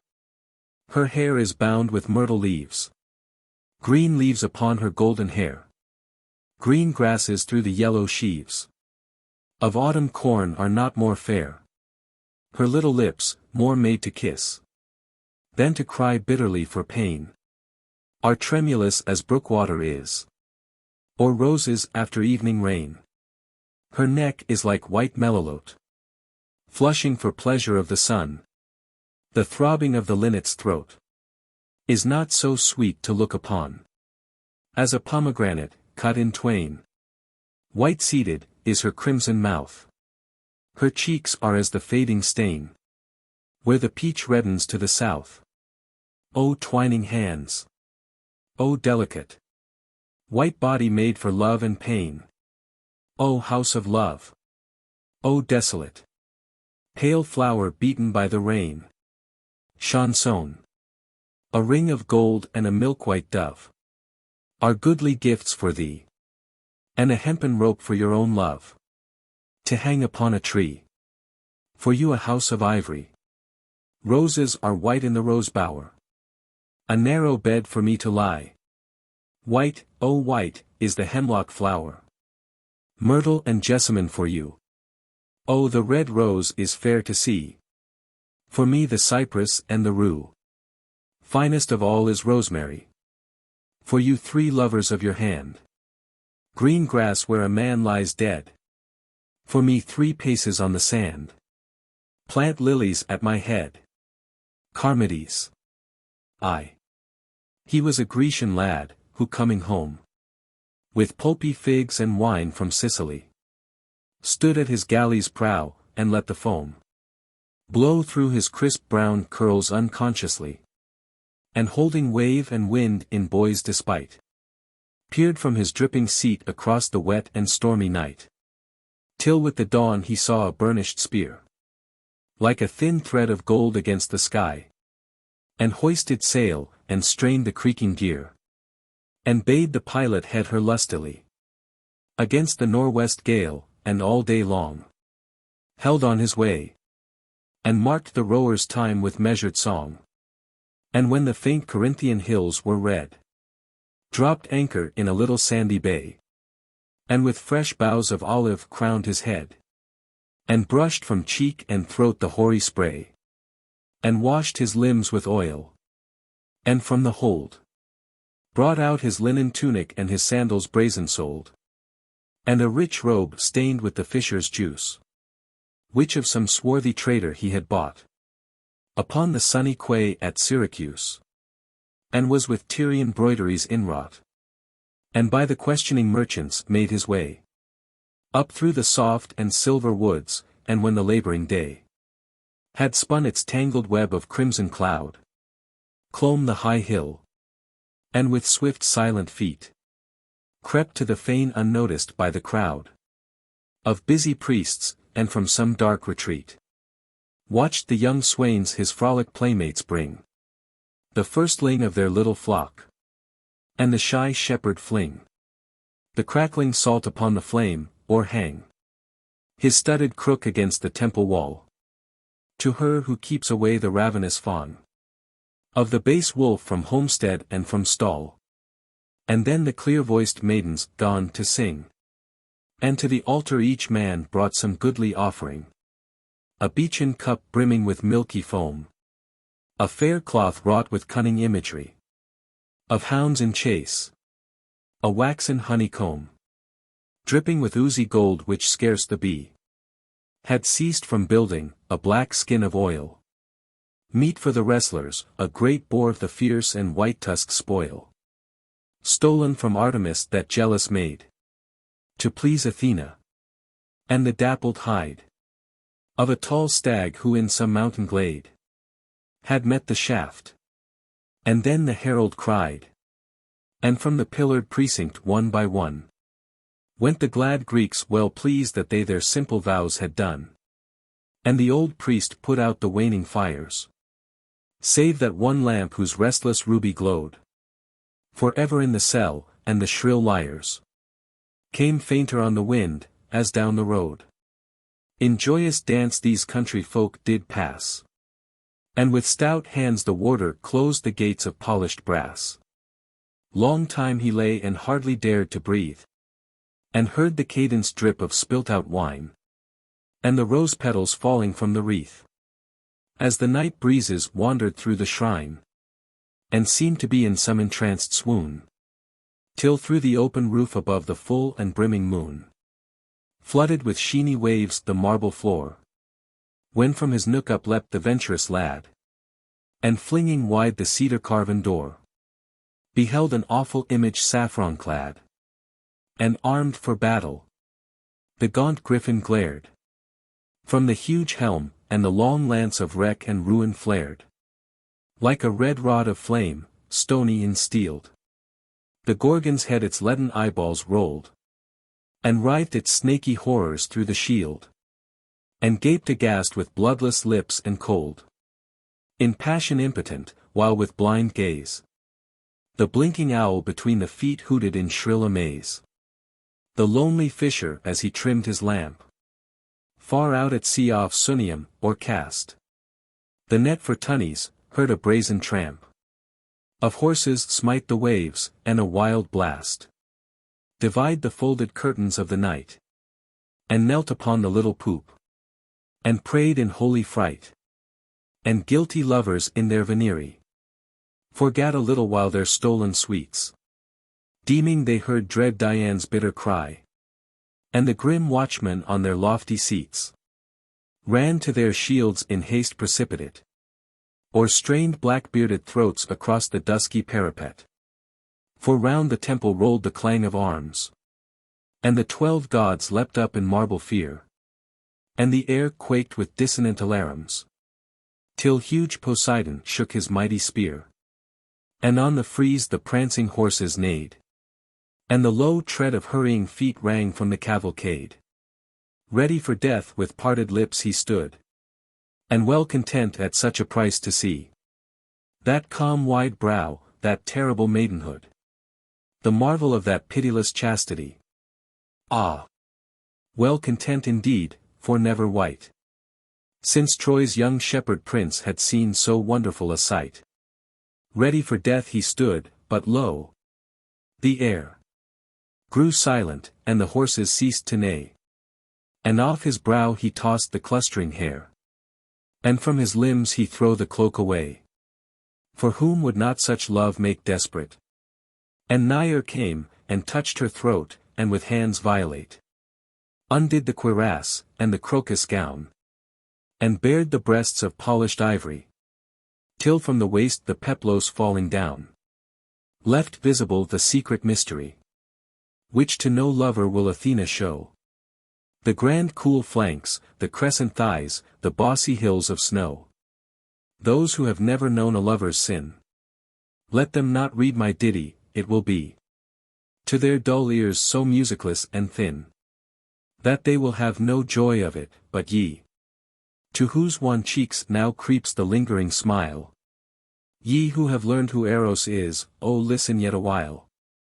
A little space he let his greedy eyes rest on the burnished image, till mere sight half swooned for surfeit of such luxuries. And then his lips in hungering delight fed on her lips, and round the towered neck he flung his arms, nor cared at all his passion's will to check. Never I ween did lover hold such tryst, for all night long he murmured honeyed word, and saw her sweet unravished limbs, and kissed her pale and argent body undisturbed, and paddled with the polished throat, and pressed his hot and beating heart upon her chill and icy breast. It was as if Numidian javelins pierced through and through his wild and whirling brain. And his nerves thrilled like throbbing violins, in exquisite pulsation. And the pain was such sweet anguish that he never drew his lips from hers till overhead the lark of warning flew. They who have never seen the daylight peer into a darkened room, and drawn the curtain, and with dull eyes and wearied from some dear and worshipped body risen, they for certain will never know of what I try to sing. How long the last kiss was, how fond and late his lingering. The moon was girdled with a crystal rim, the sign which shipmen say is ominous of wrath in heaven. The wan stars were dim, and the low lightning east was tremulous with the faint fluttering wings of flying dawn, ere from the silent sombre shrine his lover had withdrawn. Down the steep rock with hurried feet and fast clomb the brave lad, and reached the cave of Pan, and heard the goat-foot snoring as he passed, and leapt upon a grassy knoll and ran, like a young fawn unto an olive wood, which in a shady valley by the well-built city stood, and sought a little stream, which well he knew, for oftentimes with boyish careless shout, the green and crested grebe he would pursue, or snare in woven net the silver trout. And down amid the startled reeds he lay, panting in breathless sweet affright, and waited for the day. On the green bank he lay, and let one hand dip in the cool dark eddies listlessly. And soon the breath of morning came and fanned his hot flushed cheeks, or lifted wantonly the tangled curls from off his forehead, while he on the running water gazed with strange and secret smile. And soon the shepherd in rough woolen cloak, with his long crook undid the wattled coats, and from the stack a thin blue wreath of smoke curled through the air across the ripening oats. And on the hill the yellow house-dog bayed, as through the crisp and rustling fern the heavy cattle strayed. And when the light-foot mower went afield, across the meadows laced with threaded dew, and the sheep bleated on the misty weald, and from its nest the waking corncrake flew, some woodman saw him lying by the stream, and marvelled much that any lad so beautiful could seem, nor deemed him born of mortals. And one said, "It is young Hylas, that false runaway, who with a naiad now would make his bed, forgetting Heracles." But others, "Nay, it is Narcissus, his own paramour. Those are the fond and crimson lips no woman can allure." And when they nearer came a third one cried, "It is young Dionysus who has hid his spear and fawnskin by the river side, weary of hunting with the base arid. And wise indeed were we away to fly. They live not long who on the gods immortal come to spy." So turned they back, and feared to look behind, and told the timid swain how they had seen amid the reeds some woodland god reclined, and no man dared to cross the open green. And on that day no olive tree was slain, nor rushes cut, but all deserted was the fair domain, save when the neatherd's lad, his empty pail well slung upon his back, with leap and bound raced on the other side, and stopped to hail, hoping that he some comrade new had found, and gat no answer. And then half afraid, passed on his simple way, or down the still and silent glade. A little girl ran laughing from the farm, not thinking of love's secret mysteries. And when she saw the white and gleaming arm, and all his manlyhood, with longing eyes, whose passion mocked her sweet virginity, watched him awhile, and then stole back sadly and wearily. Far off he heard the city's hum and noise, and now and then the shriller laughter where the passionate purity of brown-limbed boys wrestled or raced in the clear healthful air. And now and then a little tinkling bell, as the shorn wether led the sheep down to the mossy well. Through the grey willows danced the fretful gnat. The grasshopper chirped idly from the tree. In sleek and oily coat the water rat breasting the little ripples manfully. Made for the wild duck's nest. From bough to bough hopped the shy finch, and the huge tortoise crept across the slough. On the faint wind floated the silky seeds. As the bright scythe swept through the waving grass, the ouzel-cock splashed circles in the reeds, and flecked with silver whirls the forest's glass, which scarce had caught again its imagery, ere from its bed the dusky tench leapt at the dragonfly. But little care had he for anything, though up and down the beach the squirrel played, and from the copse the linnet gone to sing to its brown mate its sweetest serenade. Ah! Little care indeed, for he had seen the breasts of Pallas and the naked wonder of the queen. But when the herdsman called his straggling goats with whistling pipe across the rocky road, and the shard beetle with its trumpet notes boomed through the darkening woods and seemed to bode of coming storm, and the belated crane passed homeward like a shadow, and the dull big drops of rain fell on the pattering fig leaves, up he rose, and from the gloomy forest went his way, past sombre homestead and wet orchard close, and came at last unto a little quay, and called his mates aboard, and took his seat on the high poop, and pushed from land, and loosed the dripping sheet, and steered across the bay. And when 9 suns passed down the long and laddered way of gold, and 9 pale moons had breathed their orisons to the chaste stars their confessors, or told their dearest secret to the downy moth that will not fly at noonday, through the foam and surging froth came a great owl with yellow sulphureous eyes, and lit upon the ship, whose timbers creaked, as though the lading of 3 argosies were in the hold, and flapped its wings and shrieked. And darkness straightway stole across the deep. Sheathed was Orion's sword, dread Mars himself fled down the steep, and the moon hid behind a tawny mask of drifting cloud, and from the ocean's marge rose the red plume, the huge and horned casque, the 7-cubit spear, the brazen targe, and clad in bright and burnished panoply, Athena strode across the stretch of sick and shivering sea. To the dull sailor's sight her loosened looks seemed like the jagged storm rack, and her feet only the spume that floats on hidden rocks. And, marking how the rising waters beat against the rolling ship, the pilot cried to the young helmsman at the stern to luff to windward side. But he, the overbold adulterer, a dear profaner of great mysteries, an ardent amorous idolater, when he beheld those grand relentless eyes, laughed loud for joy, and crying out, "I come," leapt from the lofty poop into the chill and churning foam. Then fell from the high heaven one bright star.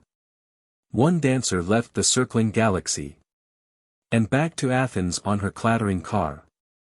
In all the pride of venged divinity, pale Pallas swept with shrill and steely clank, and a few gurgling bubbles rose where her boy-lover sank. And the mast shuddered as the gaunt owl flew, with mocking hoots after the wrathful queen.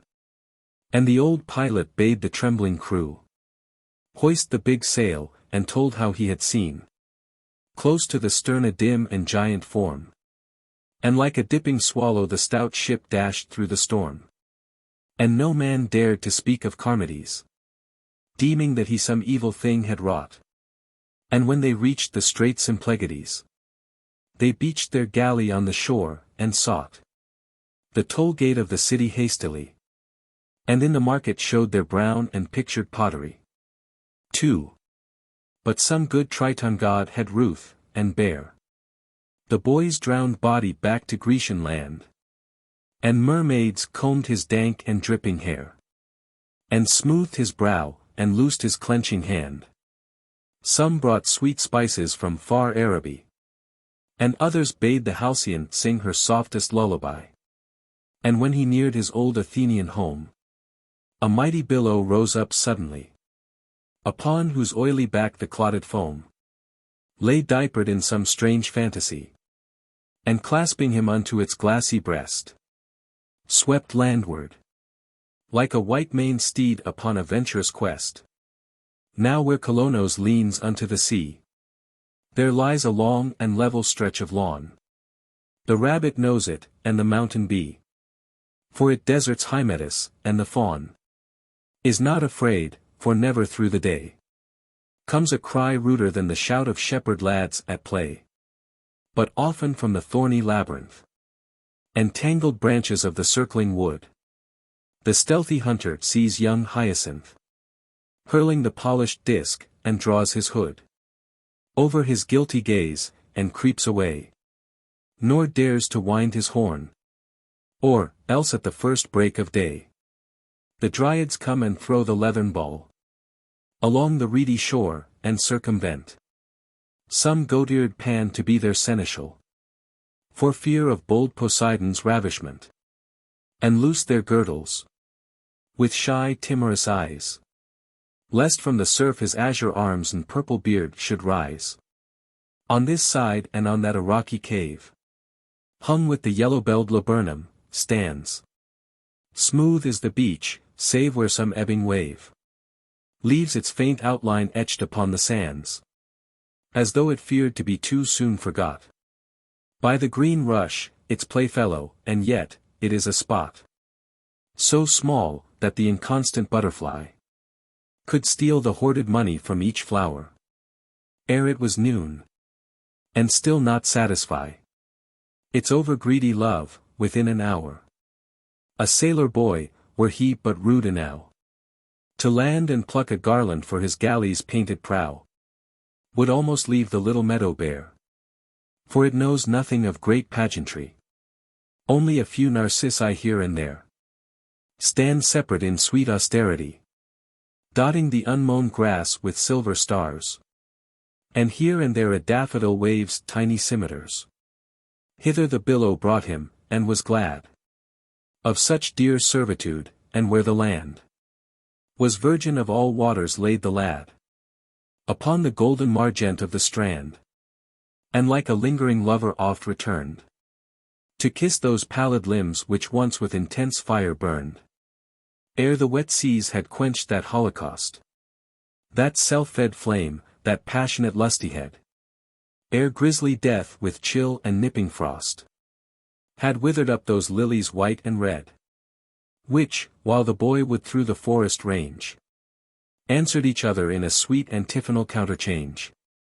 And when at dawn the wood nymphs, hand in hand, threaded the bosky dell, their satyr spied the boy's pale body stretched upon the sand, and feared Poseidon's treachery, and cried, and like bright sunbeams flitting through a glade, each startled dryad sought some safe and leafy ambuscade, save one white girl, who deemed it would not be so dread a thing to feel a sea-god's arms crushing her breasts in amorous tyranny, and longed to listen to those subtle charms insidious lovers weave when they would win some fenced fortress, and stole back again, nor thought it sin to yield her treasure unto one so fair, and lay beside him, thirsty with love's drouth, called him soft names, played with his tangled hair, and with hot lips made havoc of his mouth, afraid he might not wake, and then afraid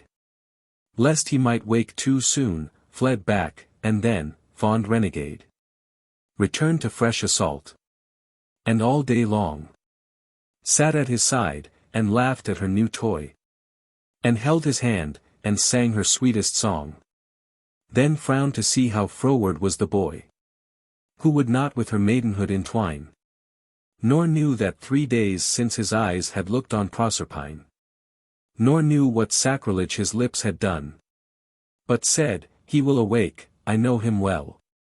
He will awake at evening when the sun hangs his red shield on Corinth's citadel. This sleep is but a cruel treachery, to make me love him more, and in some cavern of the sea, deeper than ever falls the fisher's line, already a huge Triton blows his horn, and weaves a garland from the crystalline, and drifting ocean tendrils to adorn the emerald pillars of our bridal bed.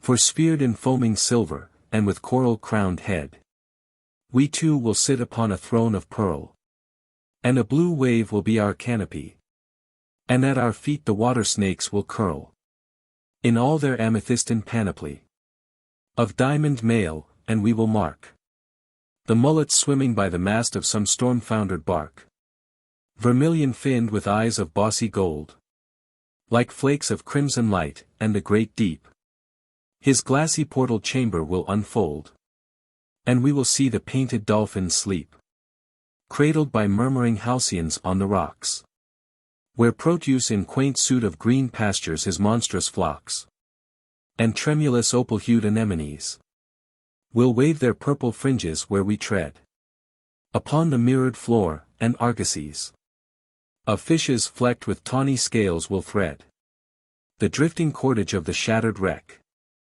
and honey-colored amber beads our twining limbs will deck.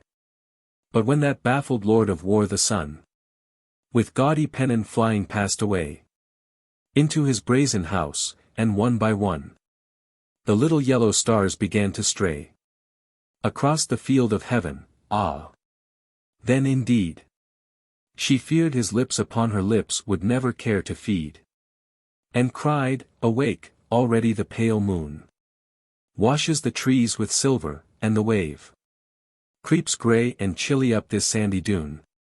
The croaking frogs are out, and from the cave the nightjar shrieks, the fluttering bats repass, and the brown stoat with hollow flanks creeps through the dusky grass. Nay, though thou art a god, be not so coy, for in yon stream there is a little reed that often whispers how a lovely boy lay with her once upon a grassy mead, who when his cruel pleasure he had done, spread wings of rustling gold and soared aloft into the sun. Be not so coy, the laurel trembles still with great Apollo's kisses, and the fir, whose clustering sisters fringed the seaward hill, hath many a tale of that bold ravisher, whom men call Boreas. And I have seen the mocking eyes of Hermes through the poplar's silvery sheen. Even the jealous naiads call me fair, and every morn a young and ruddy swain woos me with apples and with locks of hair, and seeks to soothe my virginal disdain by all the gifts the gentle wood nymphs love. But yesterday he brought to me an iris-plumaged dove, with little crimson feet, which with its store of 7 spotted eggs the cruel lad had stolen from the lofty sycamore at daybreak, when her amorous comrade had flown off in search of buried juniper, which most they love. The fretful wasp, that earliest vintager of the blue grapes, hath not persistency so constant as this simple shepherd boy.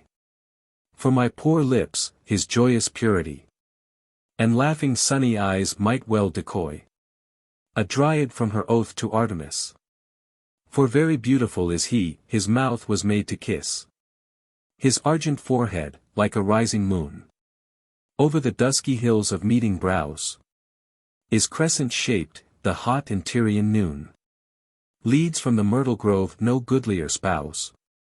For Cytherea, the first silky down fringes his blushing cheeks, and his young limbs are strong and brown, and he is rich, and fat and fleecy herds of bleating sheep upon his meadows lie, and many an earthen bowl of yellow curds is in his homestead for the thievish fly to swim and drown in. The pink clover mead keeps its sweet store for him, and he can pipe on oaten reed.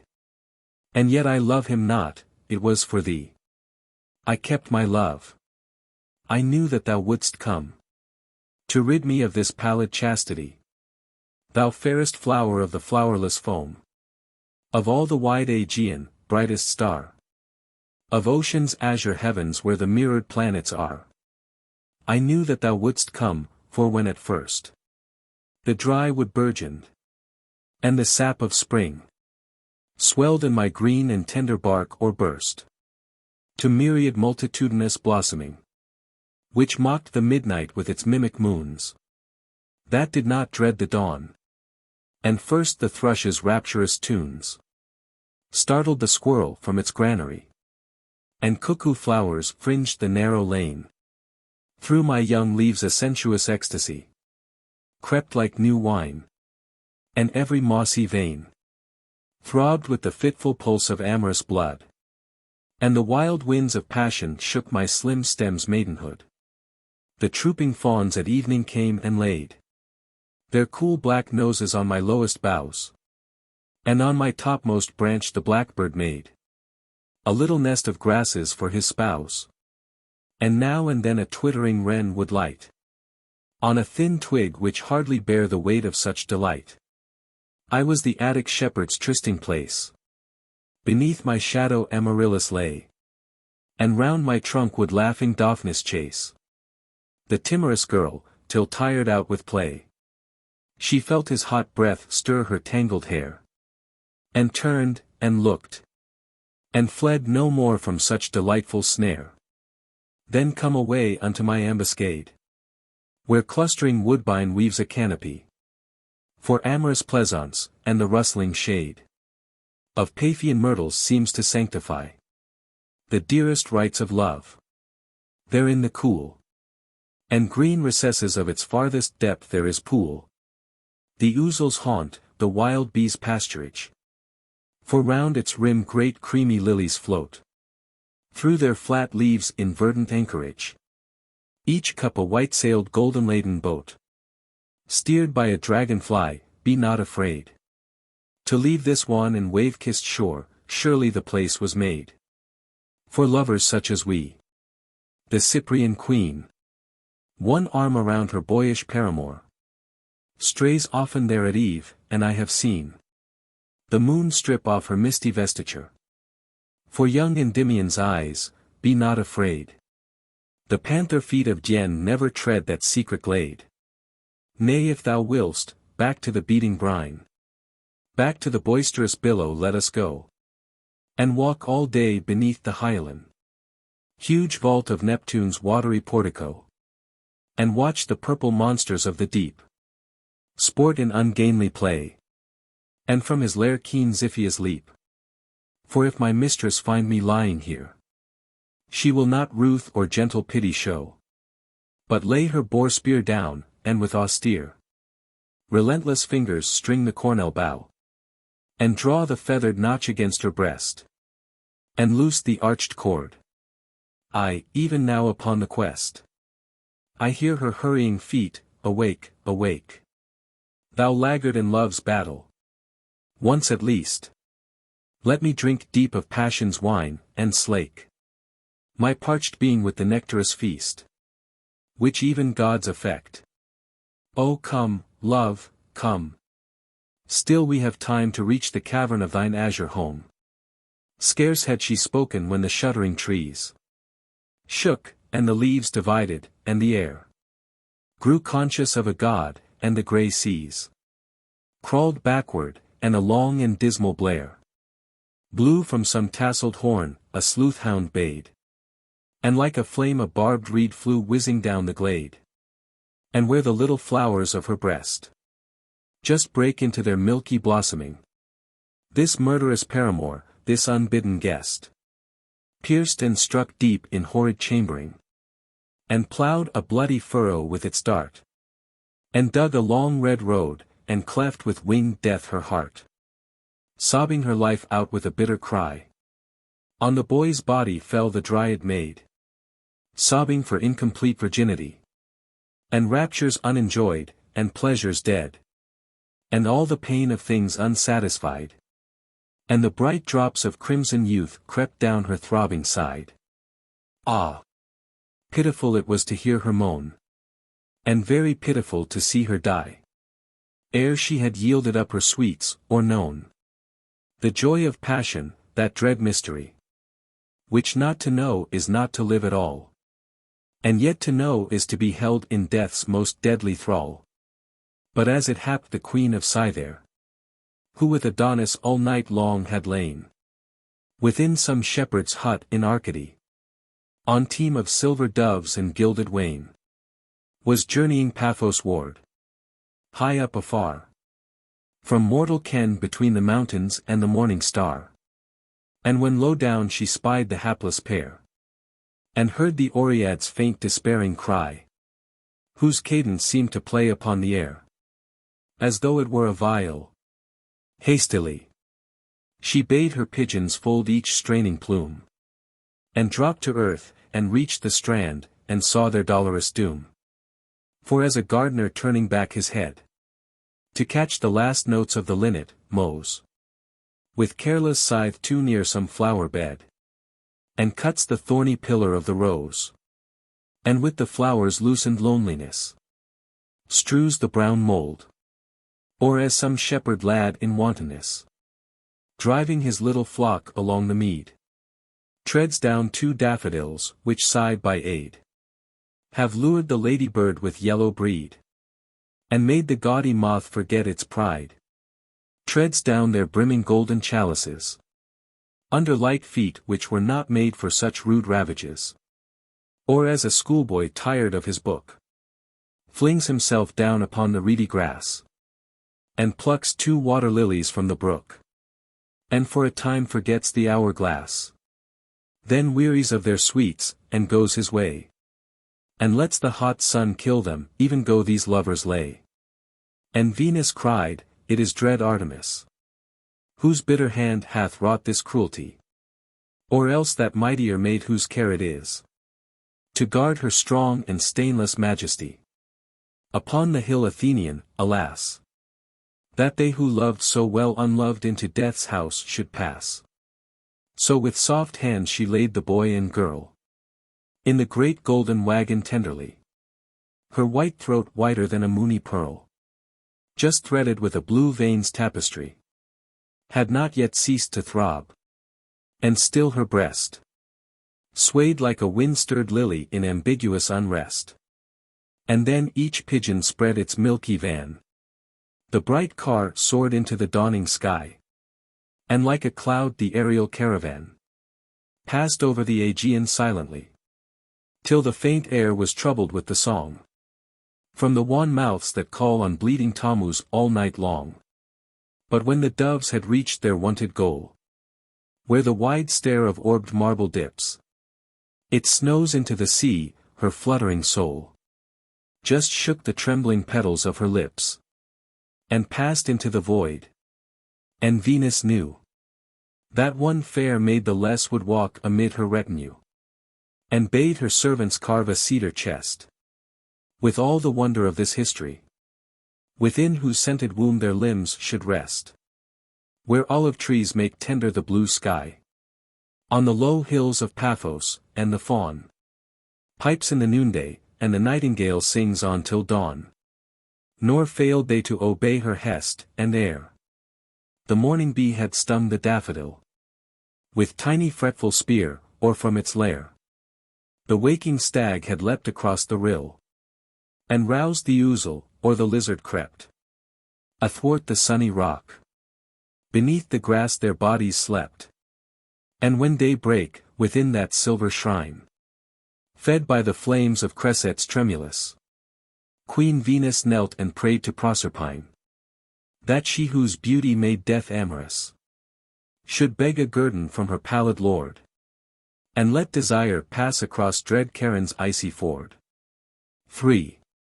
In melancholy moonless Acheron, farm for the goodly earth and joyous day, where no spring ever buds, nor ripening sun weighs down the apple trees, nor flowery May checkers with chestnut blooms the grassy floor, where thrushes never sing, and piping linnets mate no more. There by a dim and dark Lethean well, young Charmides was lying.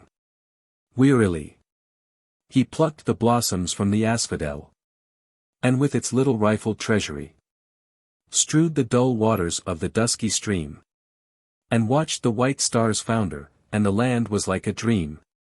When as he gazed into the watery glass, and through his brown hair's curly tangles scanned His own wan face, a shadow seemed to pass across the mirror, and a little hand stole into his, and warm lips timidly brushed his pale cheeks, and breathed their secret forth into a sigh.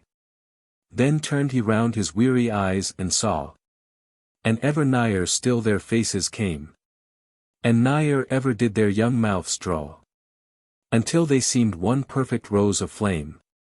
And longing arms around her neck he cast, and felt her throbbing bosom, and his breath came hot and fast. And all his hoarded sweets were hers to kiss, and all her maidenhood was his to slay, and limb to limb in long and rapturous bliss.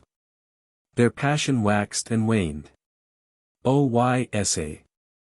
To pipe again of love, too venturous reed. Enough, enough that Eros laughed upon that flowerless mead. Too venturous poesy, O.Y.S.A. To pipe again of passion.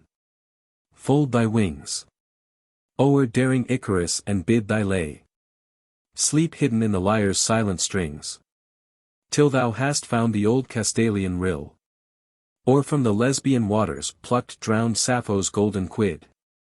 Enough, enough that he whose life had been a fiery pulse of sin, a splendid shame, could in the loveless land of Hades glean one scorching harvest from those fields of flame, where passion walks with naked unshod feet, and is not wounded. Ah!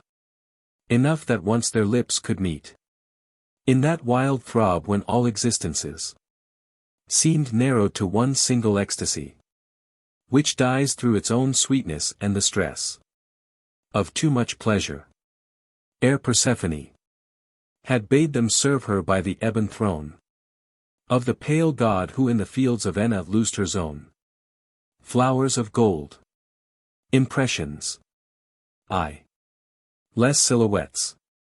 The sea is flecked with bars of grey. The dull dead wind is out of tune, and like a withered leaf the moon is blown across the stormy bay. Etched clear upon the pallid sand lies the black boat, a sailor boy clambers aboard in careless joy, with laughing face and gleaming hand.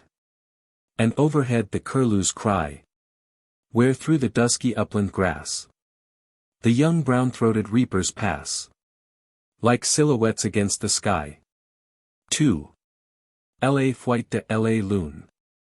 To outer senses there is peace, a dreamy peace on either hand. Deep silence in the shadowy land. Deep silence where the shadows cease, save for a cry that echoes shrill from some lone bird disconsolate, a corncrake calling to its mate, the answer from the misty hill. And suddenly the moon withdraws her sickle from the lightning skies, and to her somber cavern flies, wrapped in a veil of yellow gauze. The grave of Keats. Rid of the world's injustice, and his pain, he rests at last beneath God's veil of blue, taken from life when life and love were new. The youngest of the martyrs here is lain, fair as Sebastian, and as early slain. No cypress shades his grave, no funeral yew, but gentle violets weeping with the dew weave on his bones an ever-blossoming chain. O proudest heart that broke for misery! O sweetest lips since those of Mitylene! O poet-painter of our English land! Thy name was writ in water, it shall stand, and tears like mine will keep thy memory green, as Isabella did her basil tree. Rome. Theocritus. A villanelle. O singer of Persephone! In the dim meadows desolate, dost thou remember Sicily? Still through the ivy flits the bee, where Amaryllis lies in state. O singer of Persephone! Semitha calls on Hecate, and hears the wild dogs at the gate. Dost thou remember Sicily? Still by the light and laughing sea, poor Polypheme bemoans his fate. O singer of Persephone! And still in boyish rivalry, young Daphnis challenges his mate. Dost thou remember Sicily? Slim Lacon keeps a goat for thee. For thee the jocund shepherds wait. O singer of Persephone! Dost thou remember Sicily? In the gold room. A harmony. Her ivory hands on the ivory keys. Strayed in a fitful fantasy.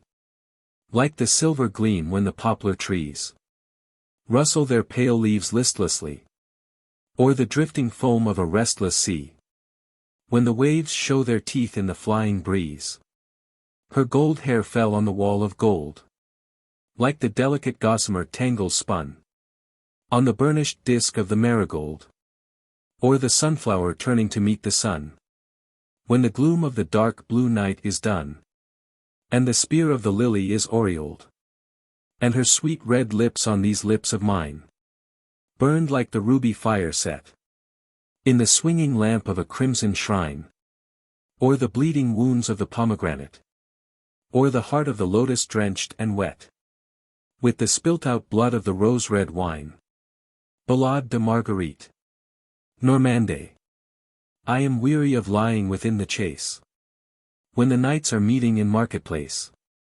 Nay, go not thou to the red-roofed town. Lest the hoofs of the war-horse tread thee down. But I would not go where the squires ride. I would only walk by my lady's side. Alack! And alack! Thou art overbold. A forester's son may not eat off gold. Will she love me the less that my father is seen? Each Martinmas day in a doublet green. Perchance she is sewing at tapestry. Spindle and loom are not meet for thee. Ah, if she is working the arras bright. I might revel the threads by the firelight. Perchance she is hunting of the deer. How could you follow o'er hill and mere? Ah, if she is riding with the court. I might run beside her and win the mort. Perchance she is kneeling in Saint Denis. On her soul may Our Lady have gramercy. Ah, if she is praying in lone chapelle. I might swing the censer and ring the bell. Come in, my son, for you look assay pale. The father shall fill thee a stoup of ale. But who are these knights in bright array? Is it a pageant the rich folks play? Is the King of England from oversea, who has come unto visit our fair country.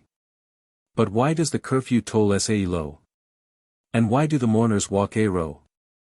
Oh, is Hugh of Amiens my sister's son? Who is lying stark, for his day is done. Nay, nay, for I see white lilies clear. It is no strong man who lies on the bier. Oh, is old Dame Jeanette that kept the hall. I knew she would die at the autumn fall. Dame Jeanette had not that gold-brown hair. Old Jeanette was not a maiden fair. Oh, is none of our kith and none of our kin. Her soul may Our Lady assoil from sin. But I hear the boy's voice chanting sweet. El est mort, la Marguerite. Come in, my son, and lie on the bed. And let the dead folk bury their dead. O mother, you know I loved her true. O mother, hath one grave room for two? The dole of the king's daughter. Breton. 7 stars in the still water. And 7 in the sky. 7 sins on the king's daughter. Deep in her soul to lie. Red roses are at her feet. Roses are red in her red gold hair. And oh, where her bosom and girdle meet. Red roses are hidden there. Fair is the knight who lieth slain. Amid the rush and reed. See the lean fishes that are fain upon dead men to feed. Sweet is the page that lieth there. Cloth of gold is goodly prey. See the black ravens in the air. Black, oh black as the night are they. What do they there so stark and dead? There is blood upon her hand. Why are the lilies flecked with red? There is blood on the river sand. There are 2 that ride from the south and east. And 2 from the north and west. For the black raven a goodly feast. For the king's daughter rest. There is one man who loves her true. Red, oh red, is the stain of gore. He hath dug gen a grave by the darksome yew. One grave will do for four. No moon in the still heaven. In the black water none. The sins on her soul are 7. The sin upon his is 1. Amor. Intellectualis. Oft have we trod the valleys of Castelli, and heard sweet notes of sylvan music blown from antique reeds to common folk unknown, and often launched our bark upon that sea, which the 9 muses hold in empery, and ploughed free furrows through the wave and foam, nor spread reluctant sail for more safe home, till we had freighted well our argosy, of which despoiled treasures these remain. Sordello's passion, and the honeyed line of young Endymion, lordly Tamburlaine, driving his pampered jades, and more than these, the sevenfold vision of the Florentine, and grave-browed Milton's solemn harmonies. Santa Decca. The gods are dead, no longer do we bring to grey-eyed Pallas crowns of olive leaves.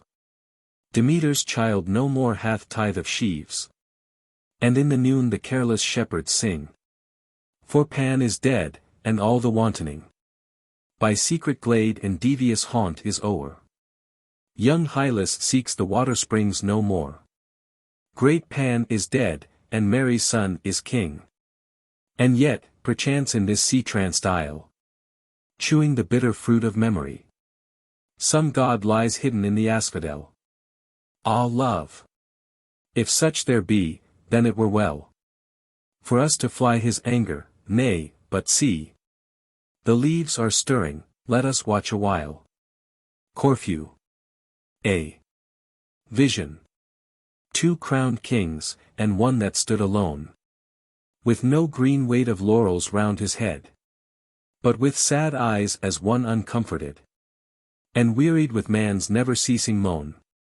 For sins no bleeding victim can atone, and sweet long lips with tears and kisses fed. Girt was he in a garment black and red, and at his feet I marked a broken stone, which sent up lilies, dove-like, to his knees. Now at their sight, my heart being lit with flame, I cried to Beatrice, who are these? And she made answer, knowing well each name. Aeschylus first, the second Sophocles, and last, wide stream of tears, Euripides. Impression de voyage. The sea was sapphire-colored, and the sky burned like a heated opal through the air. We hoisted sail, the wind was blowing fair, for the blue lands that to the eastward lie. From the steep prow I marked with quickening eye Zakynthos, every olive grove and creek, Ithaca's cliff, Lycaon's snowy peak, and all the flower-strewn hills of Arcady. The flapping of the sail against the mast, the ripple of the water on the side, the ripple of girls' laughter at the stern, the only sounds, went gone the west to burn, and a red sun upon the seas to ride. I stood upon the soil of Greece at last. Catacolo. The grave of Shelley. Like burnt-out torches by a sick man's bed. Gaunt cypress trees stand round the sun-bleached stone. Here doth the little night owl make her throne, and the slight lizard show his jeweled head. And, where the chaliced poppies flame to red, in the still chamber of yon pyramid, surely some old-world sphinx lurks darkly hid, grim warder of this pleasaunce of the dead. Ah! Sweet indeed to rest within the womb of earth, great mother of eternal sleep, but sweeter far for thee a restless tomb, in the blue cavern of an echoing deep, or where the tall ships founder in the gloom, against the rocks of some wave-shattered steep. Rome. By the Arno. The oleander on the wall grows crimson in the dawning light, though the grey shadows of the night lie yet on Florence like a pall. The dew is bright upon the hill, and bright the blossoms overhead. But ah! The grasshoppers have fled. The little attic song is still. Only the leaves are gently stirred by the soft breathing of the gale. And in the almond-scented vale, the lonely nightingale is heard. The day will make thee silent soon. O nightingale, sing on for love, while yet upon the shadowy grove splinter the arrows of the moon. Before across the silent lawn, in sea-green vest the morning steals, and to love's frightened eyes reveals the long white fingers of the dawn, fast climbing up the eastern sky, to grasp and slay the shuddering night, all careless of my heart's delight. Or if the nightingale should die. Impressions de Theatre. Fabien de Franchi. To my friend Henry Irving. The silent room, the heavy creeping shade. The dead that travel fast, the opening door. The murdered brother rising through the floor. The ghost's white fingers on thy shoulders laid. And then the lonely duel in the glade. The broken swords, the stifled scream, the gore. Thy grand revengeful eyes when all is o'er. These things are well enough. But thou wert made for more august creation. Frenzied Lear should at thy bidding wander on the heath, with the shrill fool to mock him, Romeo. For thee should lure his love, and desperate fear pluck Richard's recreant dagger from its sheath. Thou trumpet set for Shakespeare's lips to blow. Vdre. To Sarah Bernhard. How vain and dull this common world must seem to such a one as thou, who shouldst have talked at Florence with Mirandola, or walked through the cool olives of the Academe. Thou shouldst have gathered reeds from a green stream for Goatfoot Pan's shrill piping, and have played with the white girls in that Phaeacian glade, where grave Odysseus wakened from his dream. Ah! Surely once some urn of Attic clay held thy wan dust, and thou hast come again back to this common world so dull and vain.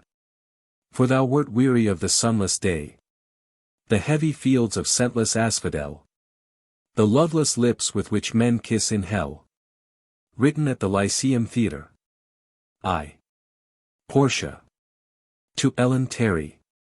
I marvel not Bassanio was so bold to peril all he had upon the lead, or that proud Aragon bent low his head, or that Morocco's fiery heart grew cold. For in that gorgeous dress of beaten gold, which is more golden than the golden sun, no woman Veronese looked upon was half so fair as thou whom I behold.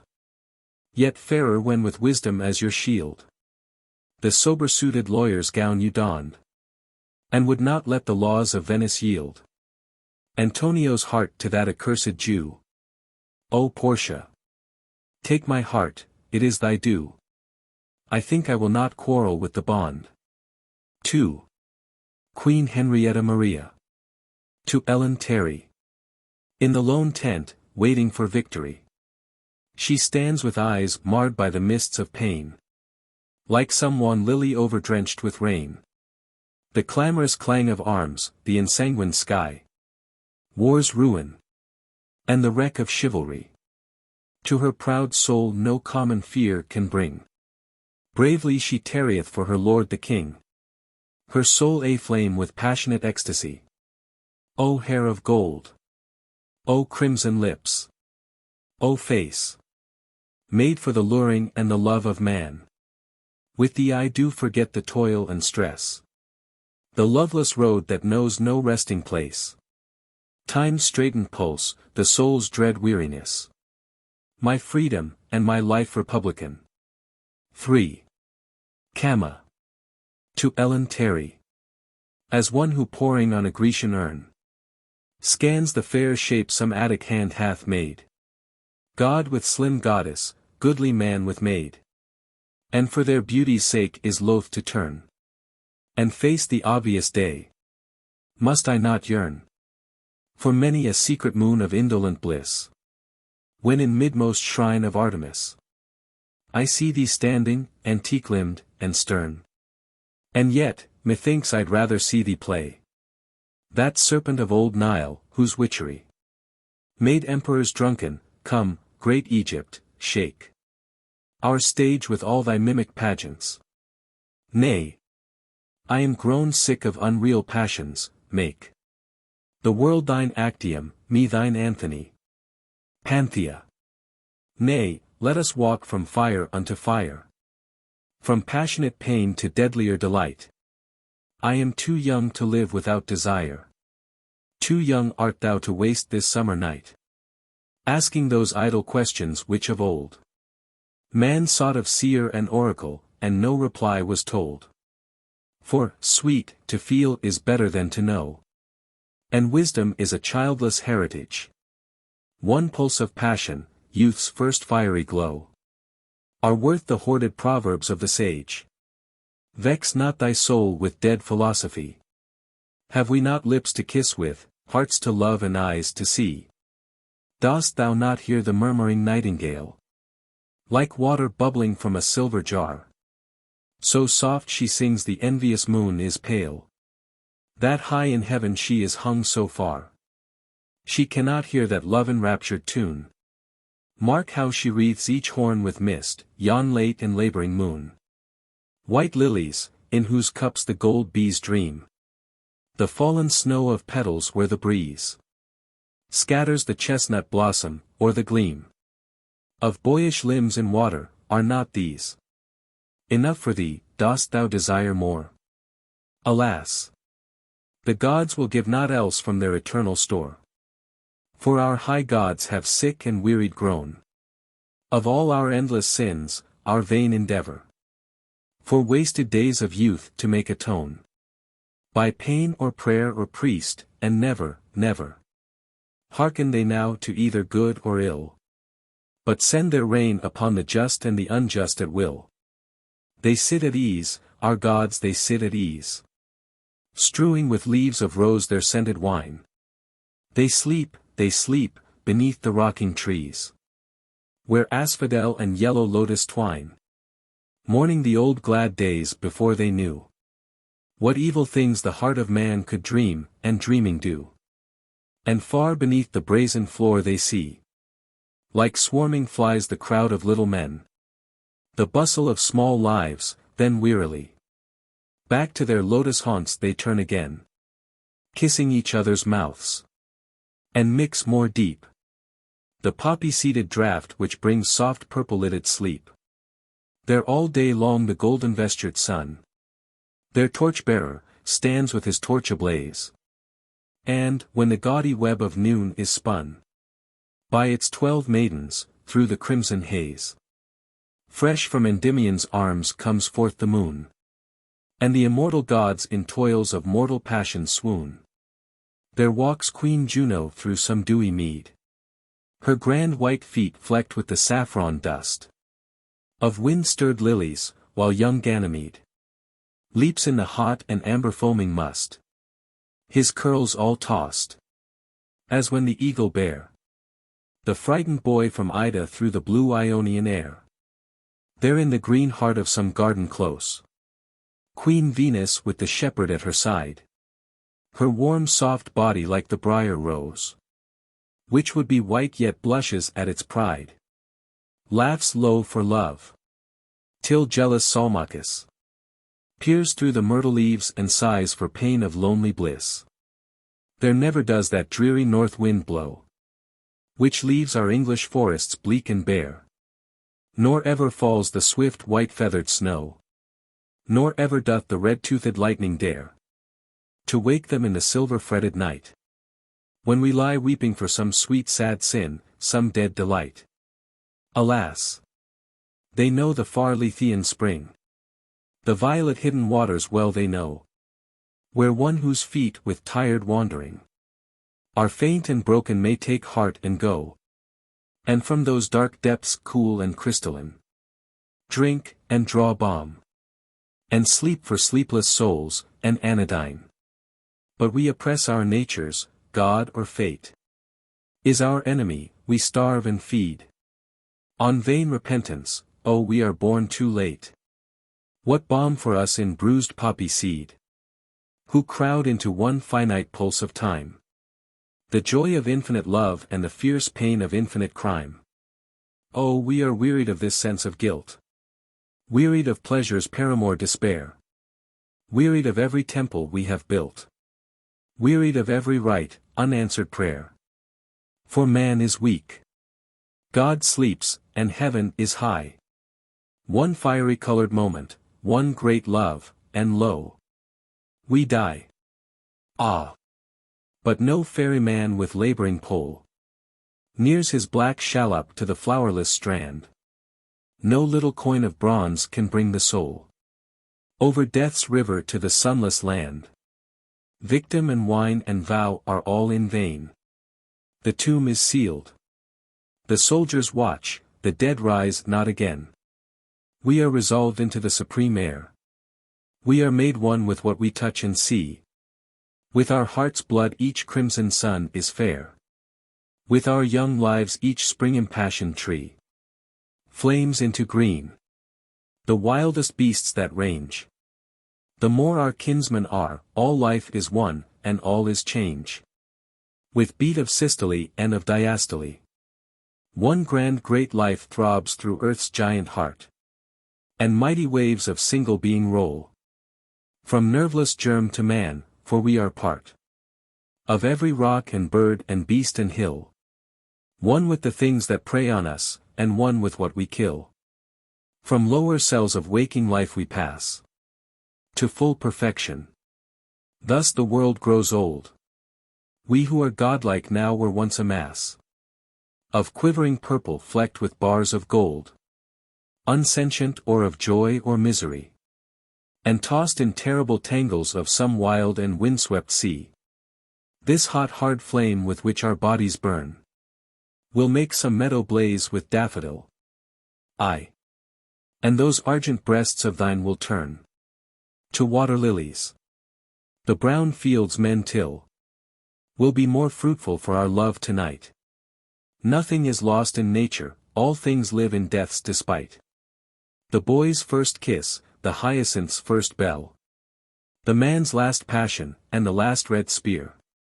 That from the lily leaps, the asphodel, which will not let its blossoms blow for fear of too much beauty. And the timid shame of the young bridegroom at his lover's eyes, these with the same one sacrament are consecrate, the earth. Not we alone hath passion's hymeneal. The yellow buttercups that shake for mirth. At daybreak know a pleasure not less real than we do, when in some fresh blossoming wood we draw the spring into our hearts, and feel that life is good. So when men bury us beneath the yew, thy crimson-stained mouth a rose will be, and thy soft eyes lush bluebells dimmed with dew. And when the white narcissus wantonly kisses the wind its playmate some faint joy will thrill our dust, and we will be again fond maid and boy. And thus without life's conscious torturing pain, in some sweet flower we will feel the sun, and from the linnet's throat will sing again. And as two gorgeous mailed snakes will run over our graves, or as two tigers creep through the hot jungle where the yellow-eyed huge lions sleep, and give them battle. How my heart leaps up to think of that grand living after death. In beast and bird and flower, when this cup, being filled too full of spirit, bursts for breath. And with the pale leaves of some autumn day, the soul earth's earliest conqueror becomes earth's last great prey. Oh, think of it. We shall inform ourselves into all sensuous life, the goat-foot fawn, the centaur, or the merry bright-eyed elves, that leave their dancing rings to spite the dawn, upon the meadows, shall not be more near than you and I to nature's mysteries, for we shall hear the thrush's heart beat, and the daisies grow, and the wan snowdrop sighing for the sun. On sunless days in winter, we shall know by whom the silver gossamer is spun, who paints the diapered fritillaries, on what wide wings from shivering pine to pine the eagle flies. Aye. Had we never loved at all, who knows? If yonder daffodil had lured the bee into its gilded womb, or any rose had hung with crimson lamps its little tree, methinks no leaf would ever bud in spring.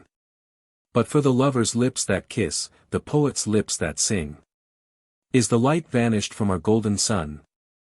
Or is this daedal-fashioned earth less fair? That we are nature's heritors, and one with every pulse of life that beats the air. Rather new suns across the sky shall pass. New splendor come unto the flower, new glory to the grass. And we two lovers shall not sit afar, critics of nature, but the joyous sea shall be our raiment, and the bearded star shoot arrows at our pleasure. We shall be part of the mighty universal whole, and through all eons mix and mingle with the cosmic soul. We shall be notes in that great symphony, whose cadence circles through the rhythmic spheres. And all the live world's throbbing heart shall be one with our heart. The stealthy creeping years have lost their terrors now, we shall not die. The universe itself shall be our immortality. The fourth movement. Impression. Le Réveillon. The sky is laced with fitful red. The circling mists and shadows flee. The dawn is rising from the sea, like a white lady from her bed. And jagged brazen arrows fall athwart the feathers of the night. And a long wave of yellow light breaks silently on tower and hall, and spreading wide across the wold, wakes into flight some fluttering bird. And all the chestnut tops are stirred, and all the branches streaked with gold. At Verona, how steep the stairs within kings' houses are, for exile-wearied feet as mine to tread. And oh, how salt and bitter is the bread which falls from this hound's table, better far that I had died in the red ways of war, or that the gate of Florence bear my head, than to live thus, by all things comrade, which seek the essence of my soul to mar. Curse God and die, what better hope than this? He hath forgotten thee in all the bliss of his gold city, and eternal day. Nay, peace, behind my prison's blinded bars. I do possess what none can take away. My love, and all the glory of the stars. Apologia. Is it thy will that I should wax and wane? Barter my cloth of gold for hodden grey, and at thy pleasure weave that web of pain, whose brightest threads are each a wasted day? Is it thy will, love, that I love so well, that my soul's house should be a tortured spot, wherein, like evil paramours, must dwell the quenchless flame, the worm that dieth not? Nay, if it be thy will I shall endure, and sell ambition at the common mart, and let dull failure be my vestiture, and sorrow dig its grave within my heart. Perchance it may be better so, at least. I have not made my heart a heart of stone, nor starved my boyhood of its goodly feast, nor walked where beauty is a thing unknown. Many a man hath done so, sought to fence in straitened bonds the soul that should be free, trodden the dusty road of common sense, while all the forest sang of liberty, not marking how the spotted hawk in flight passed on wide pinion through the lofty air, to where some steep untrodden mountain height caught the last tresses of the sun god's hair. Or how the little flower he trod upon, the daisy, that white-feathered shield of gold, followed with wistful eyes the wandering sun, content if once its leaves were aureoled. But surely it is something to have been the best beloved for a little while, to have walked hand in hand with love, and seen his purple wings flit once across thy smile. I, though the gorged asp of passion feed on my boy's heart, yet have I burst the bars, stood face to face with beauty, known indeed, the love which moves the sun and all the stars. Qa. Multum amavi. Dear heart, I think the young impassioned priest, when first he takes from out the hidden shrine his God imprisoned in the Eucharist, and eats the bread, and drinks the dreadful wine, feels not such awful wonder as I felt when first my smitten eyes beat full on thee, and all night long before thy feet I knelt, till thou wert wearied of idolatry. Ah! Hadst thou liked me less and loved me more, through all those summer days of joy and rain, I had not now been sorrow's heritor, or stood a lackey in the house of pain. Yet, though remorse, youth's white-faced seneschal, tread on my heels with all his retinue, I am most glad I loved thee. Think of all the suns that go to make one speedwell blue, silentium amoris, as oftentimes the too resplendent sun hurries the pallid and reluctant moon back to her sombre cave, ere she hath won a single ballad from the nightingale. So doth thy beauty make my lips to fail, and all my sweetest singing out of tune. And as at dawn across the level mead, on wings impetuous some wind will come, and with its too harsh kisses break the reed, which was its only instrument of song. So my too stormy passions work me wrong, and for excess of love my love is dumb. But surely unto thee mine eyes did show why I am silent, and my lute unstrung. Else it were better we should part, and go, thou to some lips of sweeter melody, and I to nurse the barren memory of unkissed kisses, and songs never sung. Her voice, the wild bee reels from bough to bough, with his furry coat and his gauzy wing, now in a lily cup, and now setting a jacinth bell a swing. In his wandering, sit closer love, it was here I trow I made that vow, swore that two lives should be like one, as long as the seagull loved the sea, as long as the sunflower sought the sun. It shall be, I said, for eternity, twixt you and me. Dear friend, those times are over and done. Love's web is spun. Look upward where the poplar trees sway and sway in the summer air. Here in the valley never a breeze scatters the thistledown, but there great winds blow fair from the mighty murmuring mystical seas, and the wave-lashed leas. Look upward where the white gull screams. What does it see that we do not see? Is that a star? Or the lamp that gleams on some outward voyaging argosy? Ah! Can it be? We have lived our lives in a land of dreams.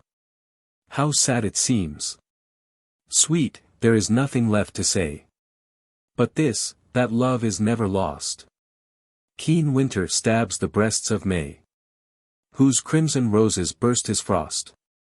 Ships tempest-tossed will find a harbor in some bay, and so we may. And there is nothing left to do but to kiss once again, and part. Nay, there is nothing we should rue. I have my beauty, you your art. Nay, do not start. One world was not enough for two, like me and you. My voice within this restless, hurried, modern world. We took our heart's full pleasure, you and I. And now the white sails of our ship are furled, and spent the lading of our argosy. Wherefore my cheeks before their time are wan, for very weeping is my gladness fled. Sorrow has paled my young mouth's vermilion, and ruin draws the curtains of my bed. But all this crowded life has been to thee no more than lyre, or lute, or subtle spell of viols, or the music of the sea that sleeps, a mimic echo, in the shell. Tedium vitae. To stab my youth with desperate knives, to wear this paltry age's gaudy livery, to let each base hand filch my treasury, to mesh my soul within a woman's hair, and be mere fortune's lackeyed groom, I swear. I love it not.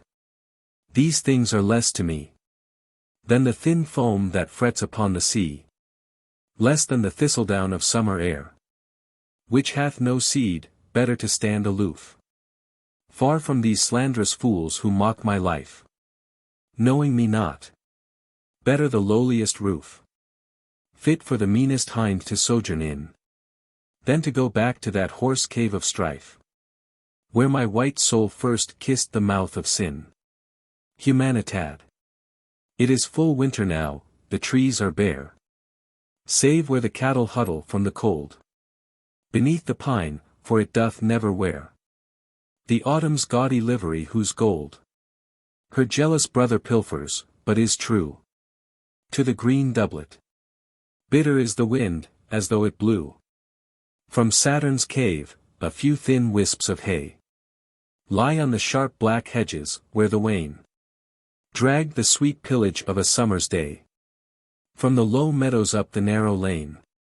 Upon the half-thawed snow the bleating sheep press close against the hurdles, and the shivering house-dogs creep from the shut stable to the frozen stream, and back again disconsolate, and miss the bawling shepherds and the noisy team, and overhead in circling listlessness the cawing rooks whirl round the frosted stack, or crowd the dripping boughs, and in the fun the ice pools crack, where the gaunt bittern stalks among the reeds, and flaps his wings, and stretches back his neck, and hoots to see the moon. Across the meads limps the poor frightened hare, a little speck, and a stray sea-mew with its fretful cry flits like a sudden drift of snow against the dull grey sky. Full winter, and the lusty goodman brings his load of faggots from the chilly byre, and stamps his feet upon the hearth, and flings the sappy billets on the waning fire, and laughs to see the sudden lightning scare his children at their play. And yet, the spring is in the air. Already the slim crocus stirs the snow, and soon yon blanched fields will bloom again, with nodding cowslips for some lad to mow. For with the first warm kisses of the rain, the winter's icy sorrow breaks to tears, and the brown thrush's mate, and with bright eyes the rabbit peers from the dark warren where the fir cones lie, and treads one snowdrop under foot, and runs over the mossy knoll, and blackbirds fly across our path at evening, and the suns stay longer with us. Ah! How good to see grass-girdled spring in all her joy of laughing greenery dance through the hedges till the early rose, that sweet repentance of the thorny briar, burst from its sheath emerald and disclose the little quivering disk of golden fire, which the bees know so well, for with it come pale boys' love, sops in wine, and daffodillies all in bloom. Then up and down the field the sower goes, while close behind the laughing younker scares with shrilly whoop the black and thievish crows. And then the chestnut tree its glory wears, and on the grass the creamy blossom falls in odorous excess, and faint half-whispered madrigals steal from the bluebell's nodding carillons each breezy morn. And then white jessamine, that star of its own heaven, snapdragons with lolling crimson tongues, and eglantine in dusty velvets clad usurp the bed, and woodland empery. And when the lingering rose hath shed red leaf by leaf its folded panoply, and pansies close their purple-lidded eyes, chrysanthemums from gilded argosy unload their gaudy scentless merchandise, and violets getting overbold withdraw from their shy nooks, and scarlet berries dot the leafless hull. O happy field! And O thrice happy tree! Soon will your queen in daisy-flowered smock and crown of flower-de-luce trip down the lea. Soon will the lazy shepherds drive their flock back to the pasture by the pool. And soon through the green leaves will float the hum of murmuring bees at noon. Soon will the glade be bright with bel amour, the flower which wantons love, and those sweet nuns veil lilies in their snowy vestiture. will tell their beaded pearls, and carnations. With mitred dusky leaves will scent the wind. And straggling travelers joy each hedge with yellow stars will bind. Dear bride of nature and most bounteous spring, that canst give increase to the sweet-breathed kine, and to the kid its little horns, and bring the soft and silky blossoms to the vine. Where is that old nepenthe which of yore man got from poppy root and glossy-berried mandragore? There was a time when any common bird could make me sing in unison, a time when all the strings of boyish life were stirred to quick response or more melodious rhyme. By every forest idol, do I change? Or rather doth some evil thing through thy fair pleasaunce range? Nay, nay, thou art the same, 'tis I who seek to vex with sighs thy simple solitude. And because fruitless tears bedew my cheek, would have thee weep with me in brotherhood. Fool! Shall each wronged and restless spirit dare to taint such wine with the salt poison of own despair? Thou art the same, 'tis I whose wretched soul takes discontent to be its paramour, and gives its kingdom to the rude control of what should be its servitor, for sure. Wisdom is somewhere, though the stormy sea contain it not. And the huge deep answer, 'tis not in me to burn with one clear flame, to stand erect in natural honor, not to bend the knee in profitless prostrations whose effect is by itself condemned. What alchemy can teach me this? What herb Medea brewed will bring the unexultant peace of essence not subdued? The minor chord which ends the harmony, and for its answering brother waits in vain, sobbing for incomplete melody, dies a swan's death. But I the heir of pain, a silent Memnon with blank lidless eyes, wait for the light and music of those suns which never rise. The quenched-out torch, the lonely cypress gloom, the little dust stored in the narrow urn, the gentle chi alpha iota rho epsilon of the Attic tomb. Were not these better far than to return to my old fitful restless malady, or spend my days within the voiceless cave of misery? Nay, for perchance that poppy-crowned God is like the watcher by a sick man's bed, who talks of sleep but gives it not.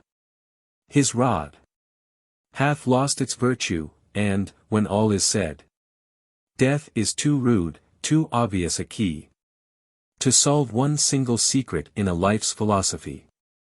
And love, that noble madness, whose august and inextinguishable might can slay the soul with honeyed drugs, alas!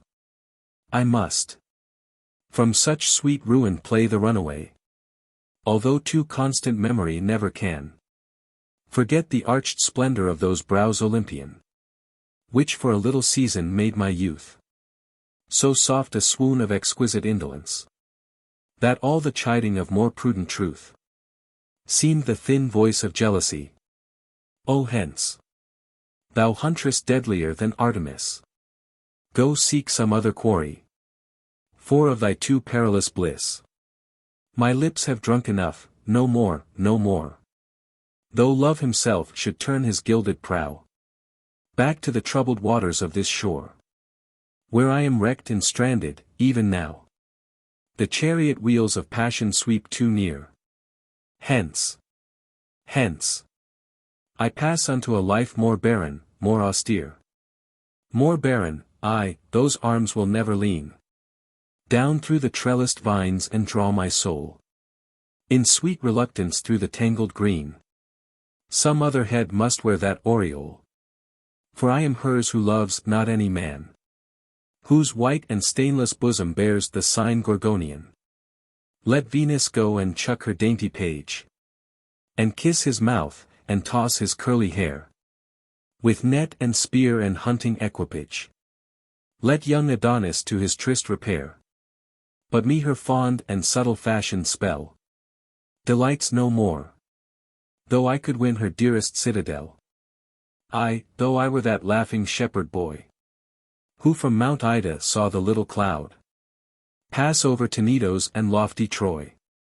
And knew the coming of the queen, and bowed in wonder at her feet. Not for the sake of a new Helen would I bid her hand the apple take. Then rise supreme Athena argent-limbed. And, if my lips be musicless, inspire. At least my life, was not thy glory hymned by one who gave to thee his sword and lyre, like Aeschylus at well-fought Marathon, and died to show that Milton's England still could bear a son. And yet I cannot tread the portico, and live without desire, fear and pain, or nurture that wise calm which long ago the grave Athenian master taught to men, self-poised, self-centered, and self-comforted, to watch the world's vain fantasies go by with unbowed head. Alas! That serene brow, those eloquent lips, those eyes that mirrored all eternity, rest in their own Colonos, an eclipse hath come on wisdom, and Mnemosyne is childless in the night which she had made. For lofty secure flight Athena's owlet self hath strayed. Nor much with science do I care to climb, although by strange and subtle witchery she drew the moon from heaven, the muse Time unrolls her gorgeous-colored tapestry to no less eager eyes. Often indeed, in the great epic of Polymnia's scroll I love to read how Asia sent her myriad hosts to war against a little town, and panoplied in gilded mail with jeweled scimitar, white-shielded, purple-crested, rode the mead between the waving poplars and the sea, which men call Artemisium, till he saw Thermopylae, its steep ravine spanned by a narrow wall, and on the nearer side a little brood of careless lions holding festival, and stood amazed at such hardihood, and pitched his tent upon the reedy shore, and stayed 2 days to wonder, and then crept at midnight o'er some unfrequented height, and coming down the autumn forests treacherously slew what Sparta held most dear and was the crown of far Eurotas, and passed on, nor knew how God had staked an evil net for him in the small bay at Salamis. And yet, the page grows dim. Its cadenced Greek delights me not, I feel, with such a goodly time too out of tune to love it much, for like the dial's wheel that from its blinded darkness strikes the noon, yet never sees the sun, so do my eyes restlessly follow that which from my cheated vision flies. Oh, for one grand unselfish simple life, to teach us what is wisdom. Speak ye hills of lone Helvellyn, for this note of strife shunned your untroubled crags and crystal rills. Where is that spirit which living blamelessly yet dared to kiss the smitten mouth of his own century? Speak ye Redalian laurels, where is he whose gentle head ye sheltered, that pure soul whose gracious days of uncrowned majesty through lowliest conduct touched the lofty goal, where love and duty mingle? Him at least the most high laws were glad of, he had sat at wisdom's feast. But we are learning's changelings, know by rote the clarion watchword of each Grecian school, and follow none, the flawless sword which smote the pagan hydra is an effete tool, which we ourselves have blunted. What man now shall scale the august ancient heights and to old reverence bow? One such indeed I saw, but, Ichabod, gone is that last dear son of Italy, who being man died for the sake of God, and whose unrisen bones sleep peacefully. Oh, guard him well, my Giotto's tower, thou marble lily of the lily town. Let not the lour of the rude tempest vex his slumber, or the Arno with its tawny troubled gold o'erleap its marge. No mightier conqueror clomb the high Capitol in the days of old, when Rome was indeed Rome. For liberty walked like a bride beside him, at which sight pale mystery fled shrieking to her farthest somberest cell.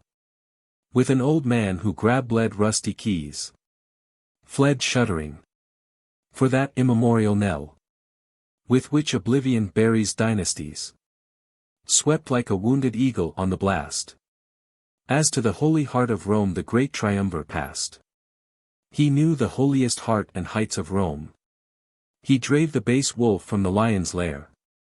And now lies dead by that imperial dome. Which overtops Valdarno hung in air. By Brunelleschi, O Melpomene. Breathe through thy melancholy pipe thy sweetest threnody. Breathe through the tragic stop such melodies. That joy's self may grow jealous, and the nine forget a while their discreet emperies. Mourning for him who on Rome's lordliest shrine lit for men's lives the light of Marathon. And bare to sun-forgotten fields the fire of the sun. O guard him well, my Giotto's tower.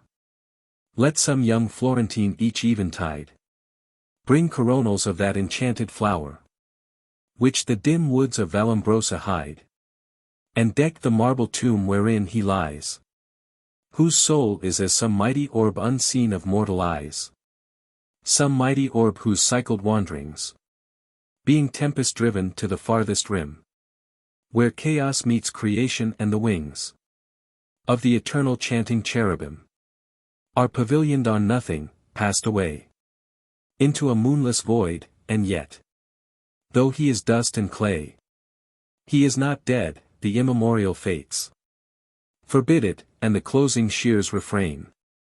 Lift up your heads ye everlasting gates. Ye argent clarions, sound a loftier strain. For the vile thing he hated lurks within its somber house, alone with God and memories of sin. Still what avails it that she sought her cave? That murderous mother of red harlotries. At Munich on the marble architrave. The Grecian boys die smiling, but the seas, which wash Aegina fret in loneliness, not mirroring their beauty. So our lives grow colorless. For lack of our ideals, if one star flame torch-like in the heavens the unjust, swift daylight kills it, and no trump of war can wake to passionate voice the silent dust, which was Mazzini once. Rich Niobe, for all her stony sorrows hath her sons, but Italy, what Easter day shall make her children rise, who were not gods yet suffered? What sure feet shall find their grave clothes folded? What clear eyes shall see them bodily? Oh, it were meet to roll the stone from off the sepulchre, and kiss the bleeding roses of their wounds, in love of her. Our Italy, our mother visible, most blessed among nations and most sad, for whose dear sake the young Calabrian fell that day at Aspremont and was glad that in an age when God was bought and sold, one man could die for liberty. But we, burnt out and cold, see honor smitten on the cheek and gyves, bind the sweet feet of mercy. Poverty creeps through our sunless lanes and with sharp knives cuts the warm throats of children stealthily.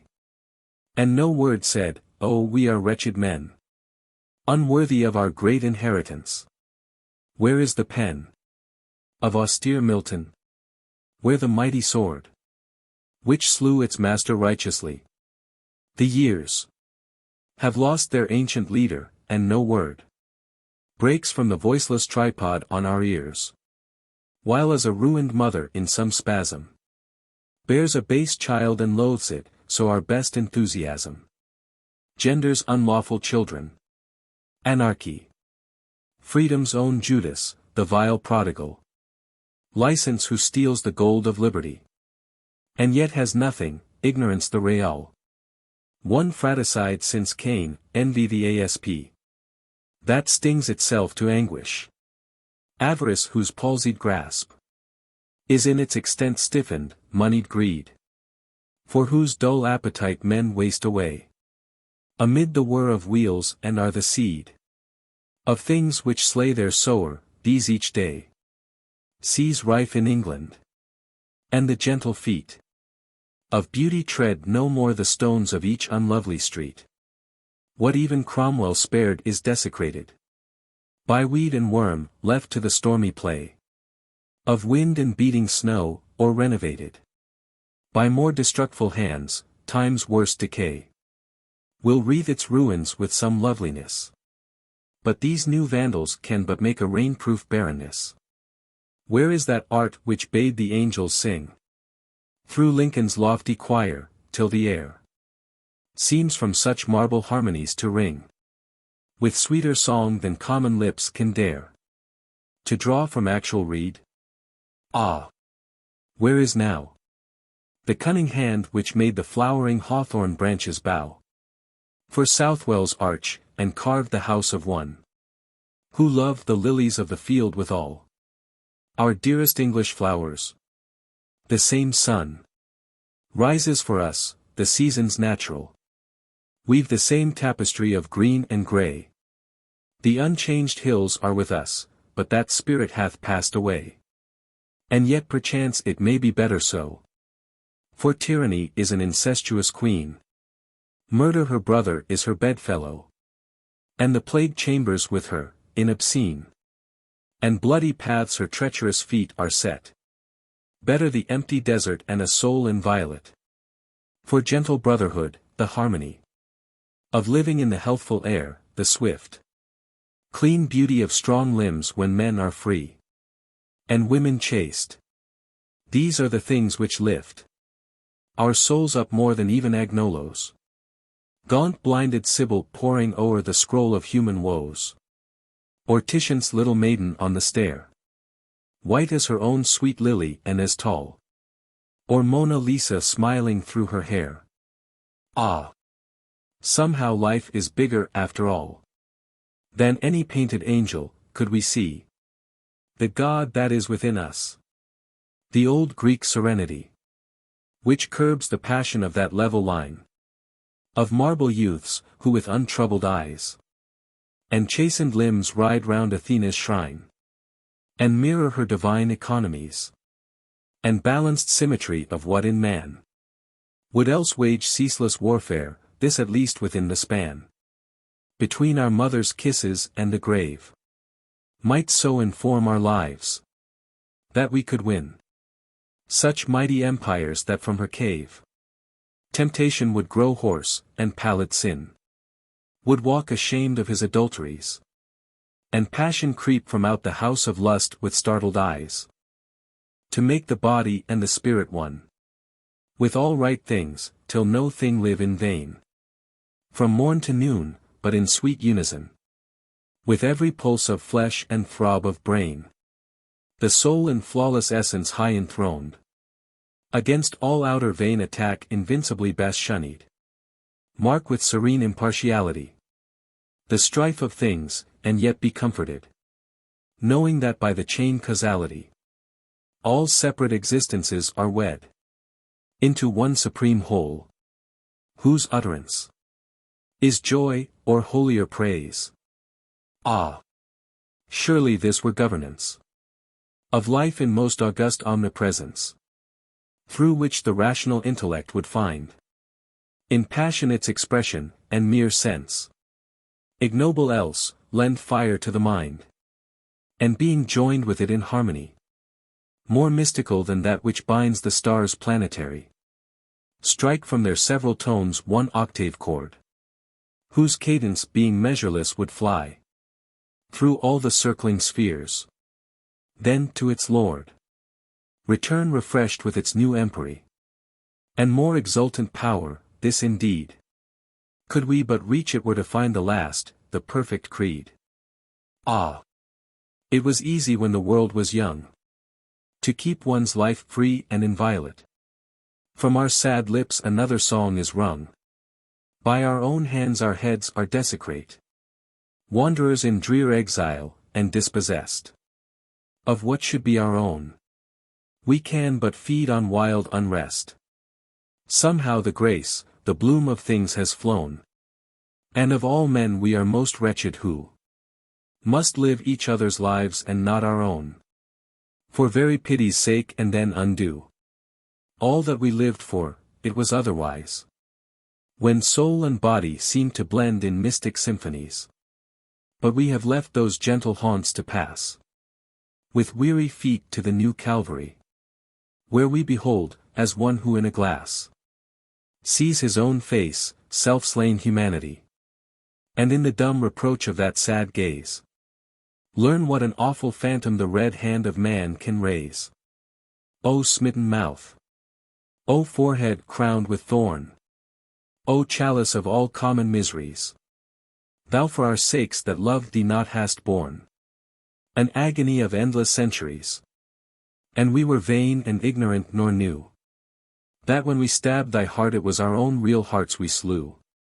Being ourselves the sours and the seeds, the night that covers and the lights that fade, the spear that pierces and the side that bleeds, the lips betraying and the life betrayed.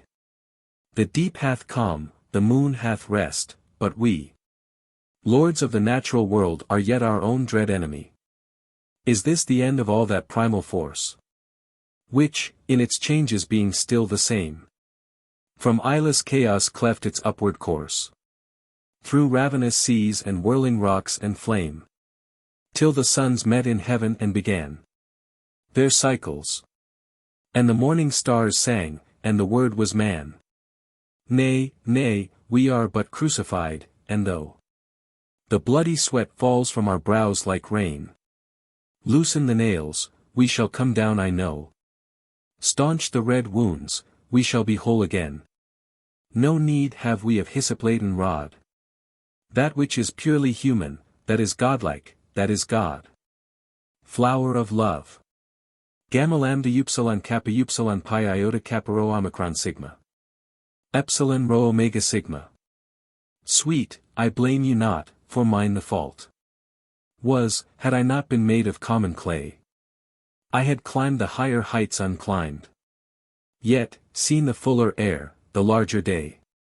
From the wildness of my wasted passion I had struck a better, clearer song. Lit some lighter light of freer freedom, battled with some hydra-headed wrong. Had my lips been smitten into music by the kisses that but made them bleed. You had walked with Bice and the angels on that verdant and enamelled mead.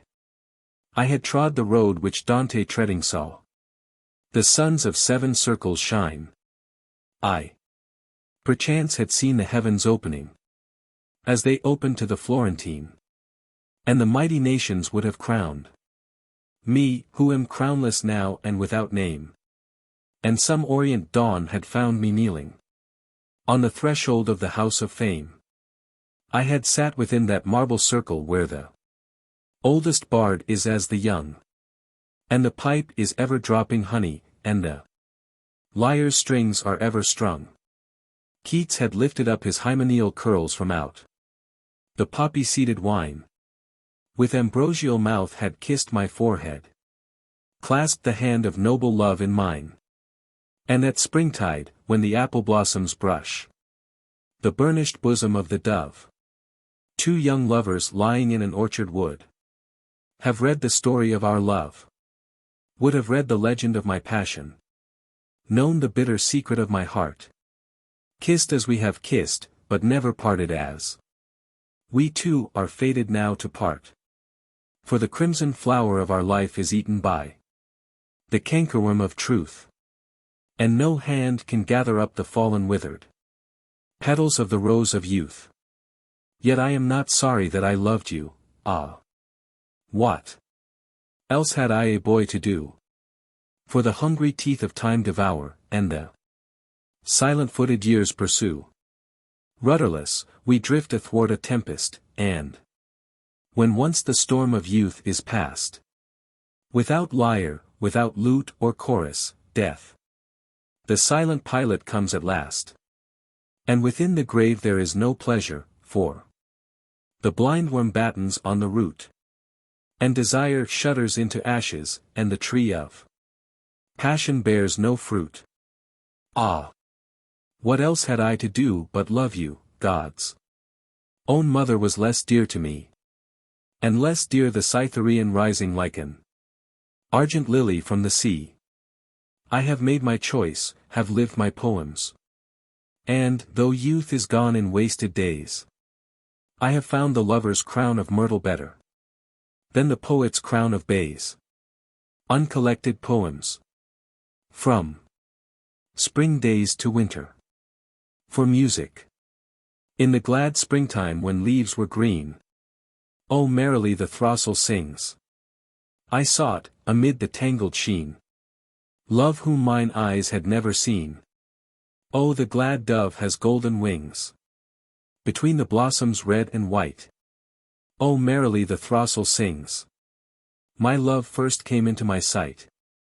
Oh, perfect vision of delight. Oh, the glad dove has golden wings. The yellow apples glowed like fire. Oh, merrily the throstle sings. Oh, love too great for lip or lyre. Blown rose of love and of desire. Oh, the glad dove has golden wings. But now with snow the tree is grey. Ah, sadly now the throstle sings. My love is dead, ah. Well-a-day. See at her silent feet I lay. A dove with broken wings. Ah, love. Ah, love. That thou wert slain. Fond dove, return again. Tristit. Alpha lambda iota nu omicron nu, alpha lambda iota nu omicron nu epsilon pi, tau delta epsilon nu iota kappa tau omega. Oh, well for him who lives at ease, with garnered gold in wide domain, nor heeds the splashing of the rain, the crashing down of forest trees. Oh, well for him who ne'er hath known the travail of the hungry years, a father grey with grief and tears, a mother weeping all alone. But well for him whose foot hath trod the weary road of toil and strife, yet from the sorrows of his life builds ladders to be nearer God. The true knowledge. Nu alpha y kappa alpha omega delta chi epsilon iota. Beta omicron nu theta epsilon rho zeta epsilon iota nu sigma tau epsilon kappa rho pi iota mu omicron nu sigma tau chi upsilon nu. Kappa alpha tau nu y nu epsilon nu alpha iota tau nu delta y. Thou knowest all, I seek in vain. What lands to till or sow with seed? The land is black with briar and weed, nor cares for falling tears or rain. Thou knowest all, I sit and wait, with blinded eyes and hands that fail, till the last lifting of the veil, and the first opening of the gate. Thou knowest all, I cannot see. I trust one shall not live in vain. I know that we shall meet again, in some divine eternity. Impressions. I. Le Jardin. The lily's withered chalice falls around its rod of dusty gold, and from the beech trees on the wold the last wood pigeon coos and calls. The gaudy leonine sunflower hangs black and barren on its stalk, and down the windy garden walk the dead leaves scatter, hour by hour. Pale privet petals white as milk are blown into a snowy mass. The roses lie upon the grass, like little shreds of crimson silk. 2. La Mer. A white mist drifts across the shrouds. A wild moon in this wintry sky gleams like an angry lion's eye. Out of a mane of tawny clouds, the muffled steersman at the wheel is but a shadow in the gloom. And in the throbbing engine room leap the long rods of polished steel. The shattered storm has left its trace upon this huge and heaving dome, for the thin threads of yellow foam float on the waves like ravelled lace. Under the balcony, O beautiful star with the crimson mouth, O moon with the brows of gold, rise up, from the odorous south, and light for my love her way, lest her little feet should stray on the windy hill and the wold.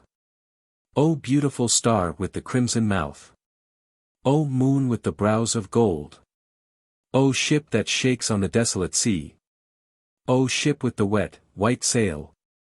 Put in, to the port to me. For my love and I would go. To the land where the daffodils blow. In the heart of a violet dale. O ship that shakes on the desolate sea. O ship with the wet, white sail. O rapturous bird with the low, sweet note. O bird that sits on the spray. Sing on, from your soft brown throat. And my love in her little bed will listen, and lift her head from the pillow, and come my way. O rapturous bird with the low, sweet note. O bird that sits on the spray. O blossom that hangs in the tremulous air. O blossom with lips of snow. Come down, for my love to wear. You will die on her head in a crown. You will die in a fold of her gown. To her little light heart you will go. O blossom that hangs in the tremulous air. O blossom with lips of snow. The harlot's house. We caught the tread of dancing feet. We loitered down the moonlit street. And stopped beneath the harlot's house. Inside, above the din and fray, we heard the loud musicians play. The Treus Liebes Hers of Strauss. Like strange mechanical grotesques. Making fantastic arabesques. The shadows raced across the blind. We watched the ghostly dancers spin. To sound of horn and violin. Like black leaves wheeling in the wind. Like wire-pulled automatons. Slim silhouetted skeletons. Went sidling through the slow quadrille. Then took each other by the hand. And danced a stately saraband. Their laughter echoed thin and shrill. Sometimes a clockwork puppet pressed a phantom lover to her breast. Sometimes they seemed to try to sing. Sometimes a horrible marionette came out, and smoked its cigarette upon the steps like a live thing. Then, turning to my love, I said, the dead are dancing with the dead. The dust is whirling with the dust. But she heard the violin. And left my side, and entered in. Love passed into the house of lust. Then suddenly the tune went false. The dancers wearied of the waltz. The shadows ceased to wheel and whirl. And down the long and silent street, the dawn, with silver sandaled feet, crept like a frightened girl. Elie. Jardin de Tuileries. This winter air is keen and cold. And keen and cold this winter sun. But round my chair the children run. Like little things of dancing gold. Sometimes about the painted kiosk. The mimic soldiers strut and stride. Sometimes the blue-eyed brigands hide in the bleak tangles of the bosque. And sometimes, while the old nurse cons her book, they steal across the square. And launch their paper navies where huge Triton writhes in greenish bronze. And now in mimic flight they flee. And now they rush, a boisterous band. And, tiny hand on tiny hand, climb up the black and leafless tree. Ah! Cruel tree! If I were you. And children climbed me, for their sake. Though it be winter I would break into spring blossoms white and blue. On the sale by auction of Keats' love letters. These are the letters which Endymion wrote to one he loved in secret and apart. And now the brawlers of the auction mart bargain and bid for each poor blotted note. I for each separate pulse of passion quote the merchant's price. I think they love not art, who break the crystal of a poet's heart, that small and sickly eyes may glare and gloat. Is it not said that many years ago, in a far eastern town, some soldiers ran with torches through the midnight, and began to wrangle for mean raiment, and to throw dice for the garments of a wretched man, not knowing the god's wonder, or his woe, the new remorse. The sin was mine, I did not understand. So now is music prisoned in her cave. Save where some ebbing desultory wave frets with its restless whirls this meager strand. And in the withered hollow of this land hath summer dug herself so deep a grave that hardly can the leaden willow crave one silver blossom from keen winter's hand. But who is this who cometh by the shore? Nay, love, look up and wonder. Who is this? Who cometh in dyed garments from the south? It is thy new-found lord, and he shall kiss the yet unravished roses of thy mouth. And I shall weep and worship, as before, fantasies decoratives. I. Lupano. Under the rose-tree's dancing shade there stands a little ivory girl, pulling the leaves of pink and pearl, with pale green nails of polished jade. The red leaves fall upon the mold.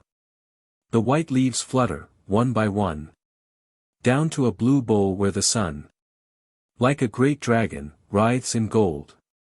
The white leaves float upon the air. The red leaves flutter idly down. Some fall upon her yellow gown, and some upon her raven hair. She takes an amber lute and sings. And as she sings a silver crane begins his scarlet neck to strain, and flap his burnished metal wings. She takes a lute of amber bright, and from the thicket where he lies, her lover, with his almond eyes, watches her movements in delight. And now she gives a cry of fear, and tiny tears begin to start. A thorn has wounded with its dart the pink-veined seashell of her ear. And now she laughs a merry note. There has fallen a petal of the rose, just where the yellow satin shows the blue-veined flower of her throat, with pale green nails of polished jade, pulling the leaves of pink and pearl. There stands a little ivory girl, under the rose-tree's dancing shade. 2. Less balance. Against these turbid turquoise skies, the light and luminous balloons dip and drift like satin moons, drift like silken butterflies, reel with every windy gust, rise and reel like dancing girls, float like strange transparent pearls, fall and float like silver dust. Now to the low leaves they cling, each with coy fantastic pose, each a petal of a rose, straining at a gossamer string. Then to the tall trees they climb, like thin globes of amethyst, wandering opals keeping tryst with the rubies of the lime. Canzonet. I have no store of griffin-guarded gold. Now, as before, bare is the shepherd's fold. Rubies nor pearls have I to gem thy throat. Yet woodland girls have loved the shepherd's note. Then pluck a reed, and bid me sing to thee, for I would feed thine ears with melody. Who art more fair than fairest fleur-de-lis, more sweet and rare than sweetest ambergris? What dost thou fear? Young Hyacinth is slain. Pan is not here, and will not come again. No horned fawn treads down the yellow leas. No god at dawn steals through the olive trees. Hylas is dead, nor will he e'er divine those little red, rose-petaled lips of thine. On the high hill no ivory dryads play. Silver and still sinks the sad autumn day. Symphony in yellow. An omnibus across the bridge crawls like a yellow butterfly, and, here and there, a passer-by shows like a little restless midge. Big barges full of yellow hay are moored against the shadowy wharf, and, like a yellow silken scarf, the thick fog hangs along the quay. The yellow leaves begin to fade and flutter from the temple elms, and at my feet the pale green Thames lies like a rod of rippled jade. I in the forest Out of the midwood's twilight. Into the meadow's dawn. Ivory-limbed and brown-eyed. Flashes my fawn. He skips through the copses singing. And his shadow dances along. And I know not which I should follow. Shadow or song. O hunter, snare me his shadow. O nightingale, catch me his strain. Else moonstruck with music and madness, I track him in vain. 2. My wife. With a copy of my poems. I can write no stately proem. As a prelude to my lay. From a poet to a poem. I would dare to say. For if of these fallen petals, one to you seem fair, love will waft it till it settles on your hair. And when wind and winter harden all the loveless land, it will whisper of the garden. You will understand. With a copy of A House of Pomegranates. Go, little book. To him who, on a lute with horns of pearl, sang of the white feet of the golden girl. And bid him look into thy pages, it may hap that he may find that golden maidens dance through thee. Roses and rue. To L. Could we dig up this long-buried treasure? Were it worth the pleasure? We never could learn love's song. We are parted too long. Could the passionate past that is fled call back its dead? Could we live it all over again? Were it worth the pain? I remember we used to meet by an ivied seat, and you warbled each pretty word with the air of a bird.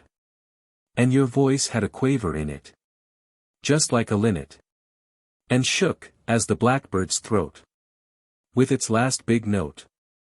And your eyes, they were green and gray, like an April day, but lit into amethyst, when I stooped and kissed. And your mouth, it would never smile, for a long, long while. Then it rippled all over with laughter. 5 minutes after. You were always afraid of a shower. Just like a flower. I remember you started and ran when the rain began. I remember I never could catch you, for no one could match you. You had wonderful, luminous, fleet little wings to your feet. I remember your hair, did I tie it? For it always ran riot, like a tangled sunbeam of gold. These things are old. I remember so well the room, and the lilac bloom, that beat at the dripping pane, in the warm June rain. And the color of your gown, it was amber brown, and 2 yellow satin bows from your shoulders rose. And the handkerchief of French lace, which you held to your face, had a small tear left a stain. Or was it the rain on your hand as it waved adieu? There were veins of blue in your voice as it said goodbye. Was a petulant cry.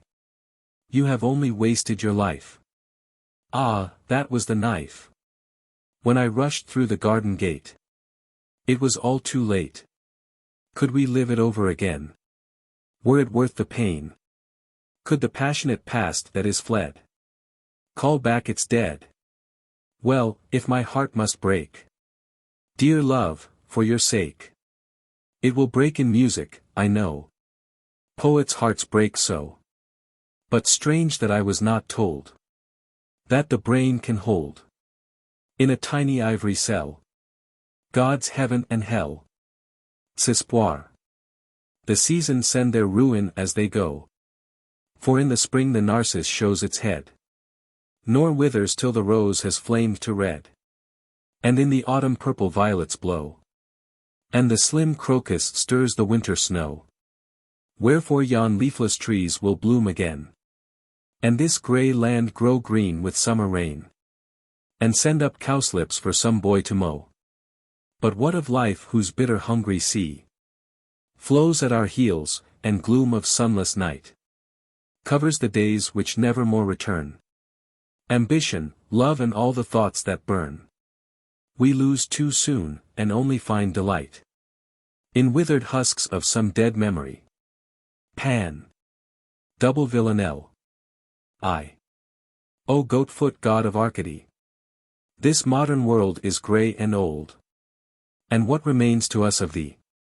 No more the shepherd lads in glee throw apples at thy wattled fold. O goatfoot god of Arcady! Nor through the laurels can one see thy soft brown limbs, thy beard of gold. And what remains to us of thee? And dull and dead our Thames would be, for here the winds are chill and cold. O goatfoot god of Arcady! Then keep the tomb of Hellas, thine olive woods, thy vine-clad wold. And what remains to us of thee? Though many an unsung elegy sleeps in the reeds our rivers hold. O goatfoot god of Arcady! Ah, what remains to us of thee? 2. Ah, leave the hills of Arcady, thy satyrs and their wanton play. This modern world hath need of thee. No nymph or faun indeed have we, for faun and nymph are old and grey. Ah, leave the hills of Arcady. This is the land where liberty lit grave-browed Milton on his way. This modern world hath need of thee. A land of ancient chivalry, where gentle Sidney saw the day. Ah, leave the hills of Arcady. This fierce sea lion of the sea. This England lacks some stronger lay. This modern world hath need of thee. Then blow some trumpet loud and free, and give thine oaten pipe away. Ah, leave the hills of Arcady. This modern world hath need of thee. The Sphinx. 2. Marcel Schwab. In friendship and in admiration. The Sphinx. In a dim corner of my room for longer than my fancy thinks, a beautiful and silent Sphinx has watched me through the shifting gloom. Inviolate and immobile she does not rise, she does not stir. For silver moons are not to her, and not to her the suns that reel. Red follows grey across the air, the waves of moonlight ebb and flow. But with the dawn she does not go, and in the nighttime she is there. Dawn follows dawn and nights grow old, and all the while this curious cat lies couching on the Chinese mat with eyes of satin rimmed with gold. Upon the mat she lies and leers, and on the tawny throat of her flutters the soft and silky fur, or ripples to her pointed ears. Come forth, my lovely seneschal, so somnolent, so statuesque. Come forth, you exquisite grotesque, half woman and half animal. Come forth, my lovely languorous Sphinx, and put your head upon my knee, and let me stroke your throat and see your body spotted like the lynx. And let me touch those curving claws of yellow ivory and grasp the tail that like a monstrous asp coils round your heavy velvet paws. 1,000 weary centuries are thine while I have hardly seen some 20 summers cast their green for autumn's gaudy liveries. But you can read the hieroglyphs on the great sandstone obelisks. And you have talked with basilisks, and you have looked on hippogriffs. Oh, tell me, were you standing by when Isis to Osiris knelt? And did you watch the Egyptian melt her union for Antony, and drink the jewel-drunken wine and bend her head in mimic awe, to see the huge proconsul draw the salted tunny from the brine? And did you mark the Cyprian kiss white Adon on his catafalque? And did you follow Amonach, the god of Heliopolis? And did you talk with Thoth, and did you hear the moon-horned Io weep?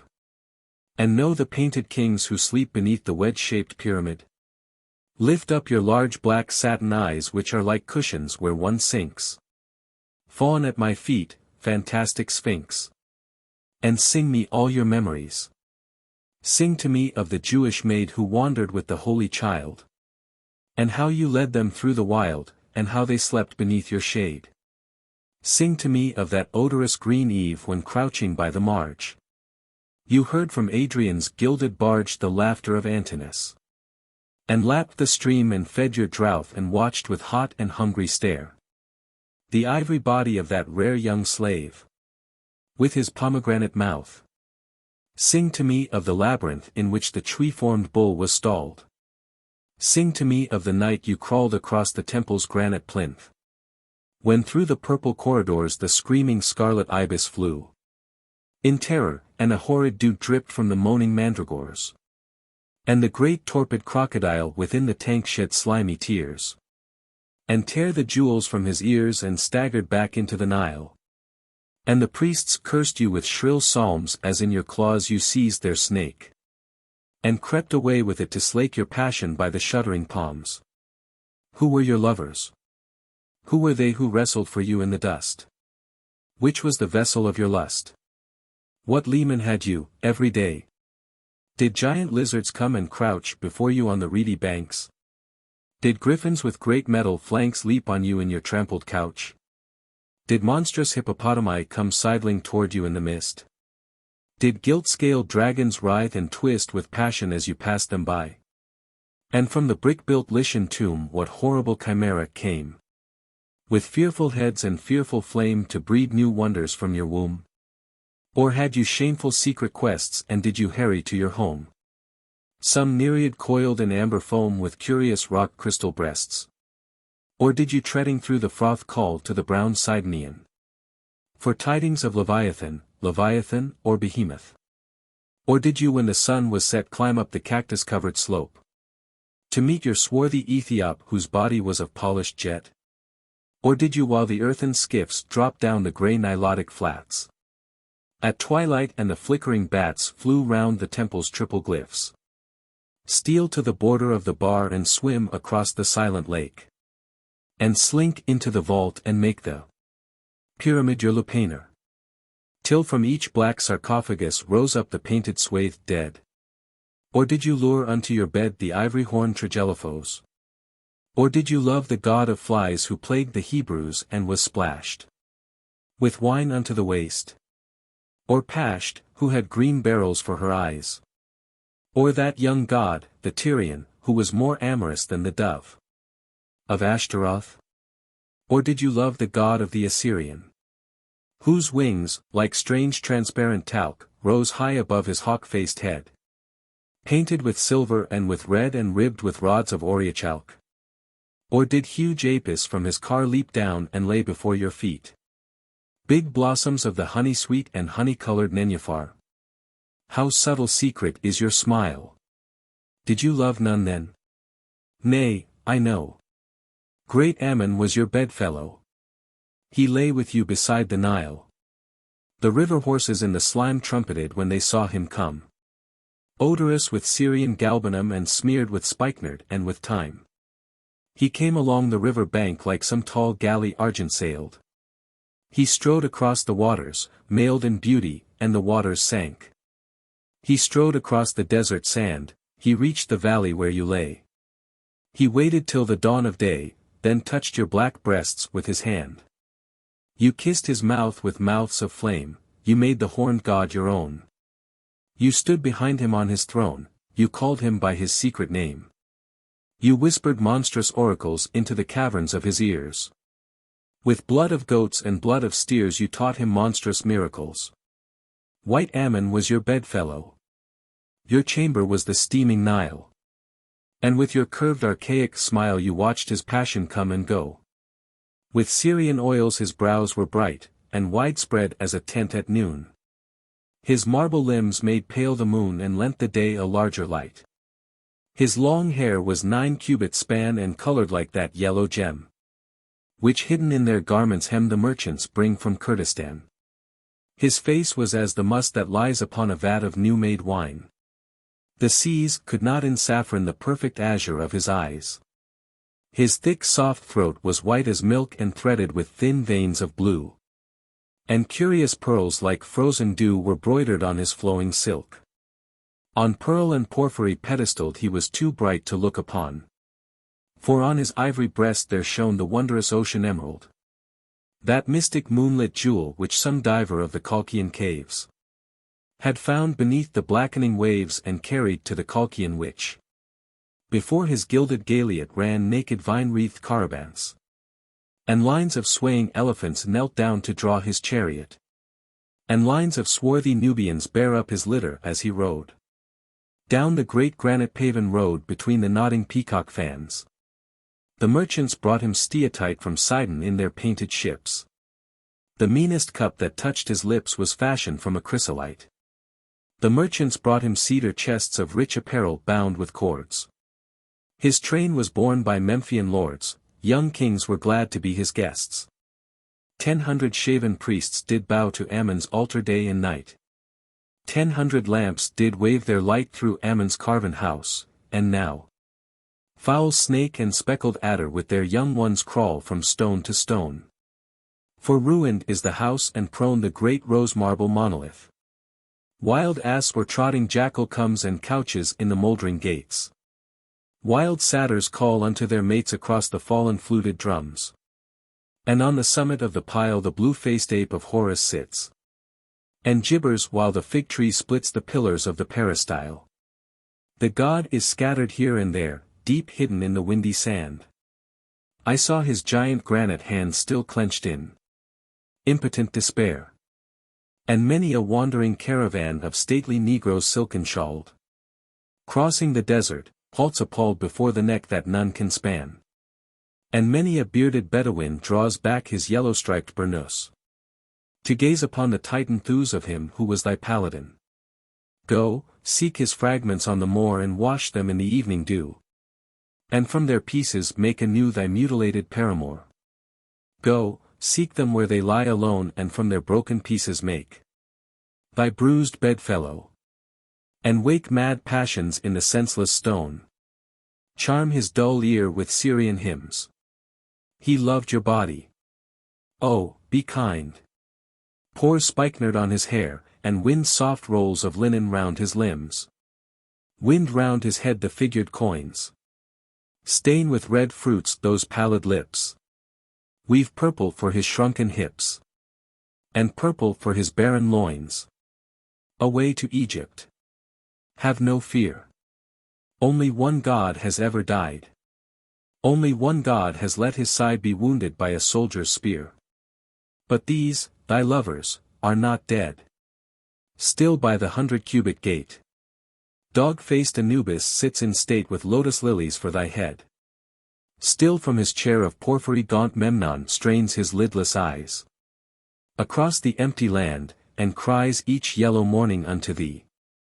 And Nilus with his broken horn lies in his black and oozy bed. Until thy coming will not spread his waters on the withering corn. Your lovers are not dead, I know. They will rise up and hear your voice. And clash their cymbals and rejoice and run to kiss your mouth. And so, set wings upon your argosies. Set horses to your ebon car. Back to your Nile. Or if you are grown sick of dead divinities, follow some roving lion's spoor across the copper-colored plain. Reach out and hail him by the mane and bid him be your paramour. Couch by his side upon the grass and set your white teeth in his throat. And when you hear his dying note lash your long flanks of polished brass. And take a tiger for your mate, whose amber sides are flecked with black. And ride upon his gilded back in triumph through the Theban gate. And toy with him in amorous jests, and when he turns, and snarls, and gnaws. Oh, smite him with your jasper claws. And bruise him with your agate breasts. Why are you tarrying? Get hence. I weary of your sullen ways. I weary of your steadfast gaze, your somnolent magnificence. Your horrible and heavy breath makes the light flicker in the lamp. And on my brow I feel the damp and dreadful dews of night and death. Your eyes are like fantastic moons that shiver in some stagnant lake. Your tongue is like a scarlet snake that dances to fantastic tunes. Your pulse makes poisonous melodies. And your black throat is like the hole left by some torch or burning coal on Saracenic tapestries. Away! The sulphur-colored stars are hurrying through the western gate. Away! Or it may be too late to climb their silent silver cars. See, the dawn shivers round the grey gilt-dialed towers, and the rain streams down each diamond pane and blurs with tears the wannish day. What snake-tressed fury fresh from hell, with uncouth gestures and unclean, stole from the poppy-drowsy queen and led you to a student's cell? What songless tongueless ghost of sin crept through the curtains of the night, and saw my taper burning bright, and knocked, and bade you enter in? Are there not others more accursed, whiter with leprosies than I? Are Abana and Farfar dry that you come here to slake your thirst? Get hence, you loathsome mystery! Hideous animal, get hence! You wake in me each bestial sense, you make me what I would not be. You make my creed a barren sham, you wake foul dreams of sensual life. And Hades with his blood-stained knife were better than the thing I am. False Sphinx! False Sphinx! By reedy Styx old Charon, leaning on his oar, waits for my coin. Go thou before, and leave me to my crucifix, whose pallid burden, sick with pain, watches the world with wearied eyes, and weeps for every soul that dies, and weeps for every soul in vain. The Ballad of Reading Gaol. In Memoriam. C. T. W. Sometime trooper of the Royal Horse Guards. Obiad H.M. Prison, Reading, Berkshire. July 7, 1896. The Ballad of Reading Gaol. I. He did not wear his scarlet coat, for blood and wine are red, and blood and wine were on his hands, when they found him with the dead, the poor dead woman whom he loved, and murdered in her bed. He walked amongst the trial men, in a suit of shabby grey. A cricket cap was on his head, and his step seemed light and gay. But I never saw a man who looked so wistfully at the day. I never saw a man who looked with such a wistful eye upon that little tent of blue, which prisoners call the sky, and at every drifting cloud that went with sails of silver by. I walked, with other souls in pain, within another ring, and was wondering if the man had done a great or little thing, when a voice behind me whispered low, "That fellow's got to swing." Dear Christ! The very prison walls suddenly seemed to reel, and the sky above my head became like a cask of scorching steel. And, though I was a soul in pain, my pain I could not feel. I only knew what hunted thought quickened his step, and why he looked upon the garish day with such a wistful eye. The man had killed the thing he loved, and so he had to die. Yet each man kills the thing he loves. By each let this be heard. Some do it with a bitter look, some with a flattering word. The coward does it with a kiss, the brave man with a sword. Some kill their love when they are young, and some when they are old. Some strangle with the hands of lust, some with the hands of gold. The kindest use a knife, because the dead so soon grow cold. Some love too little, some too long. Some sell, and others buy. Some do the deed with many tears, and some without a sigh. For each man kills the thing he loves. Yet each man does not die. He does not die a death of shame, on a day of dark disgrace, nor have a noose about his neck, nor a cloth upon his face, nor drop feet foremost through the floor into an empty space. He does not sit with silent men, who watch him night and day, who watch him when he tries to weep, and when he tries to pray, who watch him lest himself should rob the prison of its prey. He does not wake at dawn to see dread figures throng his room, the shivering chaplain robed in white, the sheriff stern with gloom, and the governor all in shiny black, with the yellow face of doom. He does not rise in piteous haste to put on convict clothes, while some coarse-mouthed doctor gloats and notes each new and nerve-twitched pose, fingering a watch whose little ticks are like horrible hammer blows. He does not know that sickening thirst that sands one's throat, before the hangman with his gardener's gloves slips through the padded door and binds one with 3 leathern thongs, that the throat may thirst no more. He does not bend his head to hear the burial office read, nor, while the terror of his soul tells him he is not dead, cross his own coffin, as he moves into the hideous shed. He does not stare upon the air through a little roof of glass. He does not pray with lips of clay for his agony to pass, nor feel upon his shuddering cheek the kiss of Caiaphas. 2. 6 weeks our guardsman walked the yard in the suit of shabby grey. His cricket cap was on his head, and his step seemed light and gay. But I never saw a man who looked so wistfully at the day. I never saw a man who looked with such a wistful eye upon that little tent of blue, which prisoners call the sky, and at every wandering cloud that trailed its ravelled fleeces by. He did not wring his hands, as do those witless men who dare to try to rear the changeling hope in the cave of black despair. He only looked upon the sun and drank the morning air. He did not wring his hands nor weep, nor did he peak or pine, but he drank the air as though it held some healthful anodyne. With open mouth he drank the sun, as though it had been wine. And I and all the souls in pain, who tramp the other ring, forgot if we ourselves had done a great or little thing, and watched with gaze of dull amaze the man who had to swing.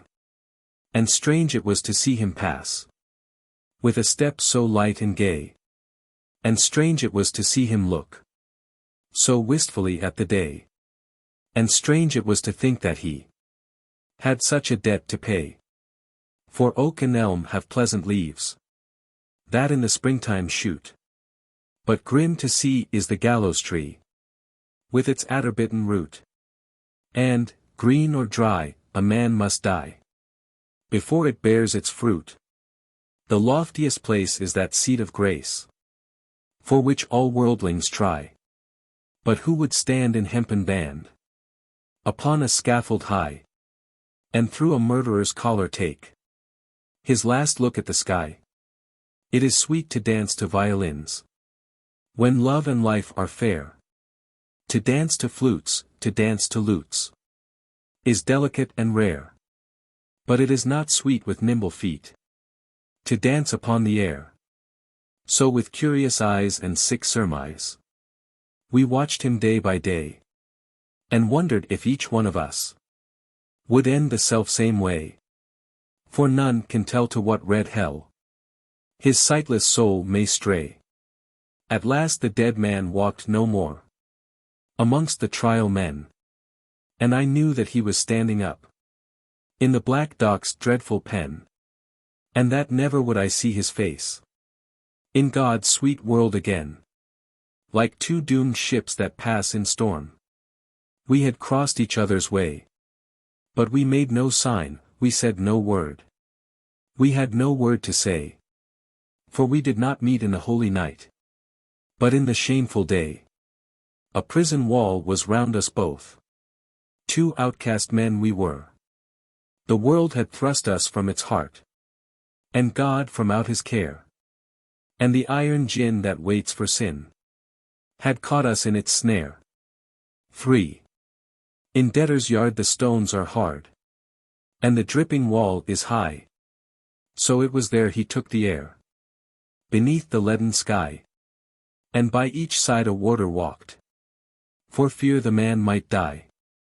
Or else he sat with those who watched his anguish night and day, who watched him when he rose to weep, and when he crouched to pray, who watched him lest himself should rob their scaffold of its prey. The governor was strong upon the regulations act. The doctor said that death was but a scientific fact. And twice a day the chaplain called, and left a little tract. And twice a day he smoked his pipe, and drank his quart of beer.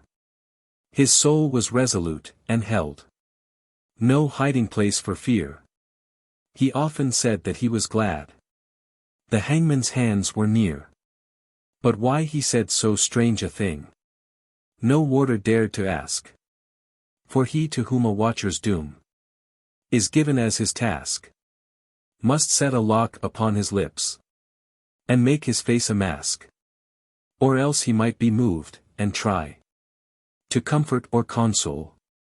And what should human pity do, pent up in murderer's hole? What word of grace in such a place could help a brother's soul? With slouch and swing around the ring, we trod the fool's parade. We did not care, we knew we were the devil's own brigade. And shaven head and feet of lead make a merry masquerade.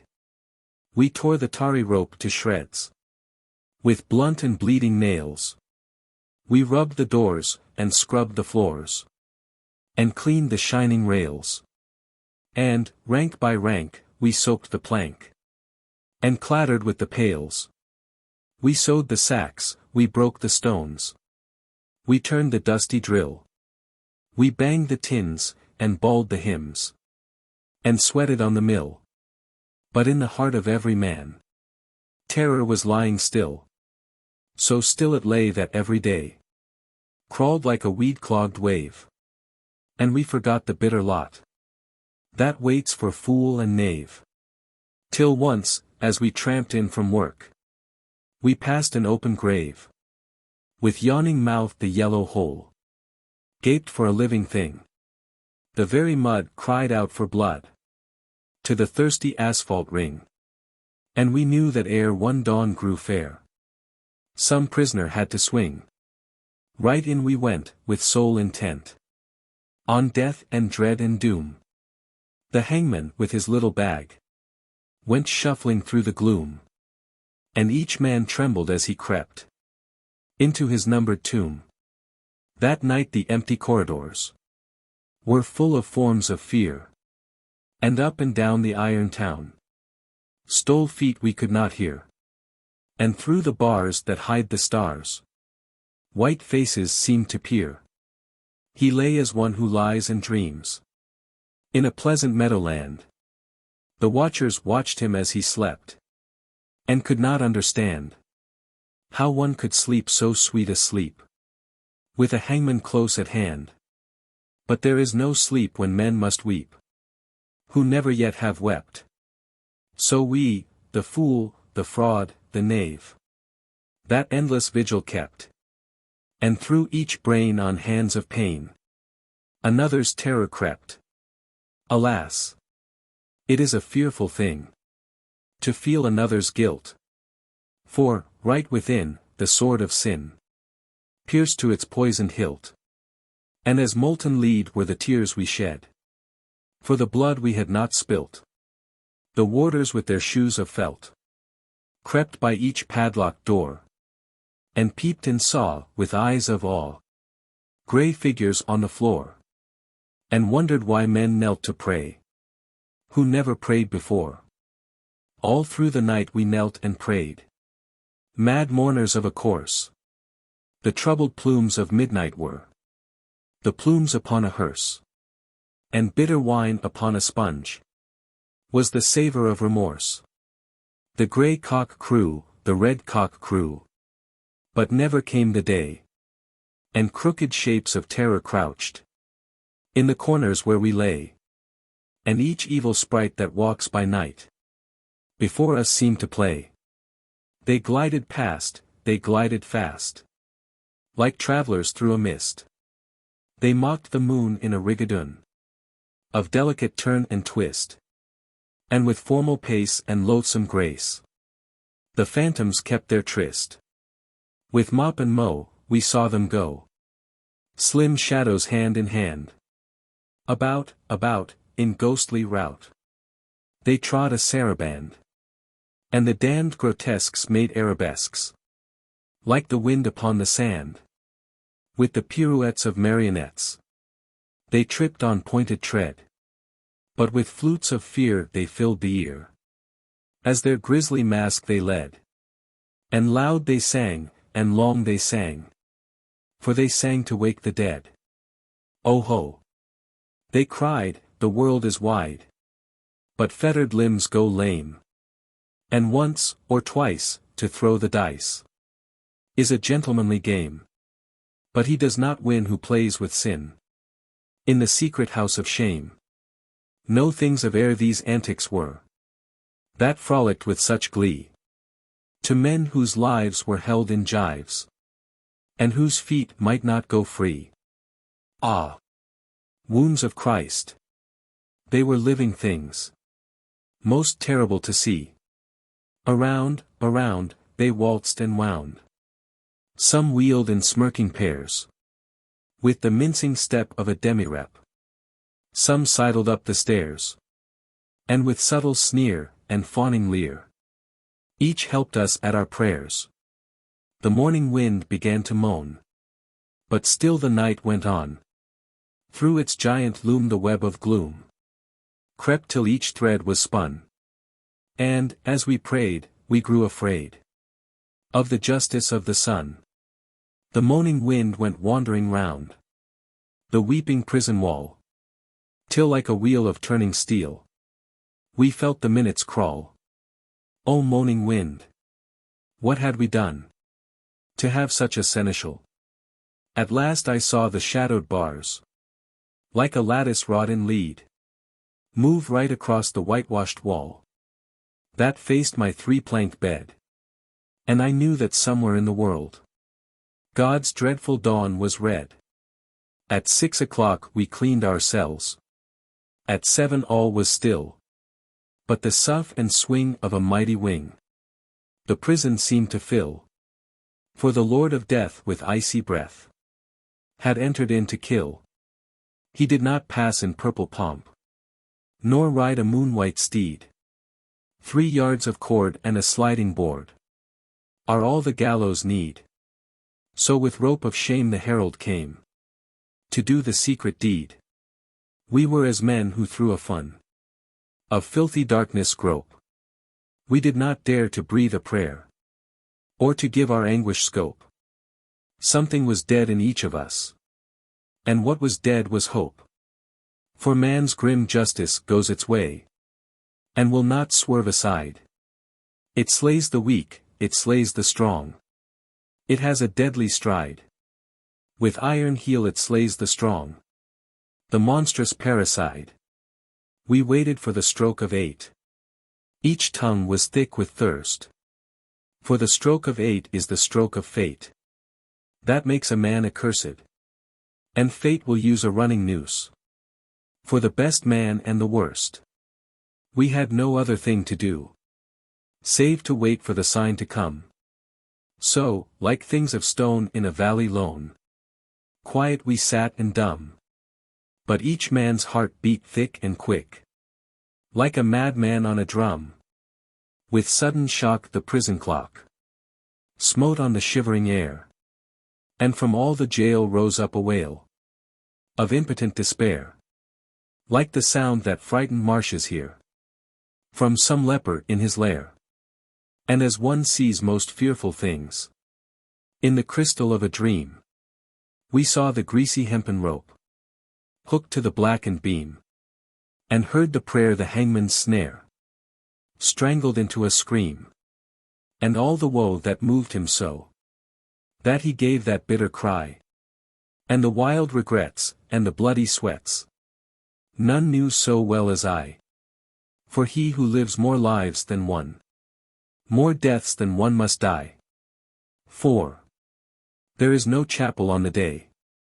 On which they hang a man. The chaplain's heart is far too sick.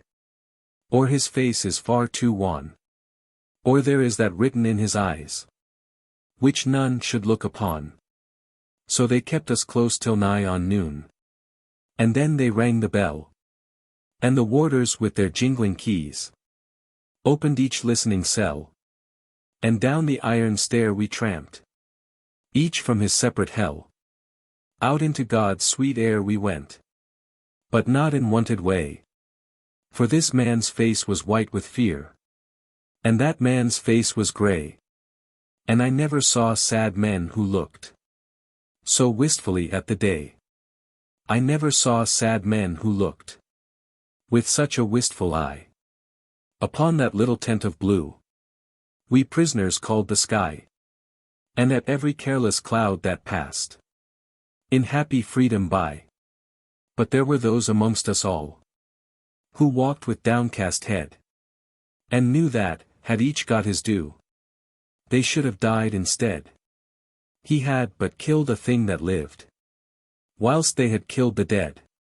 For he who sins a second time wakes a dead soul to pain, and draws it from its spotted shroud, and makes it bleed again, and makes it bleed great gouts of blood, and makes it bleed in vain, like ape or clown, in monstrous garb, with crooked arrows starred.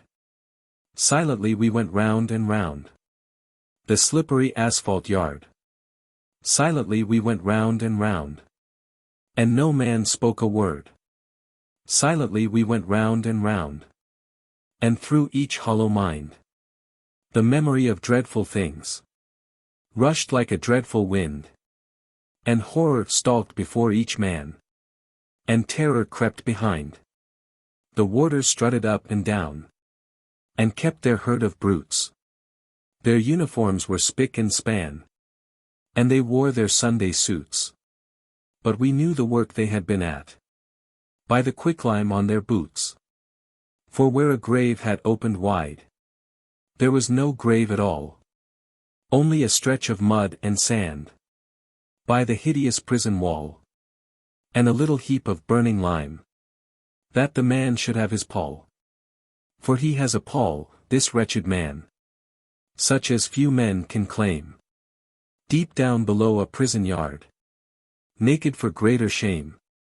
He lies, with fetters on each foot, wrapped in a sheet of flame, and all the while the burning lime eats flesh and bone away. It eats the brittle bone by night, and the soft flesh by day. It eats the flesh and bone by turns, but it eats the heart alway. For 3 long years they will not sow, or root or seedling there. For 3 long years the unblessed spot will sterile be and bare, and look upon the wondering sky with unreproachful stare. They think a murderer's heart would taint each simple seed they sow. It is not true. God's kindly earth is kindlier than men know. And the red rose would but blow more red, the white rose whiter blow. Out of his mouth a red, red rose, out of his heart a white. For who can say by what strange way Christ brings his will to light? Since the barren staff the pilgrim bore bloomed in the great Pope's sight. But neither milk-white rose nor red may bloom in prison air. The shard, the pebble, and the flint are what they give us there. For flowers have been known to heal a common man's despair. So never will wine-red rose or white, petal by petal, fall on that stretch of mud and sand that lies by the hideous prison wall, to tell the men who tramp the yard that God's Son died for all. Yet though the hideous prison wall still hems him round and round, and a spirit may not walk by night that is with fetters bound, and a spirit may but weep that lies in such unholy ground, he is at peace, this wretched man, at peace, or will be soon. There is no thing to make him mad, nor does terror walk at noon. For the lampless earth in which he lies has neither sun nor moon. They hanged him as a beast is hanged. They did not even toll a requiem that might have brought rest to his startled soul. But hurriedly they took him out, and hid him in a hole. They stripped him of his canvas clothes, and gave him to the flies. They mocked the swollen purple throat, and the stark and staring eyes. And with laughter loud they heaped the shroud, in which their convict lies.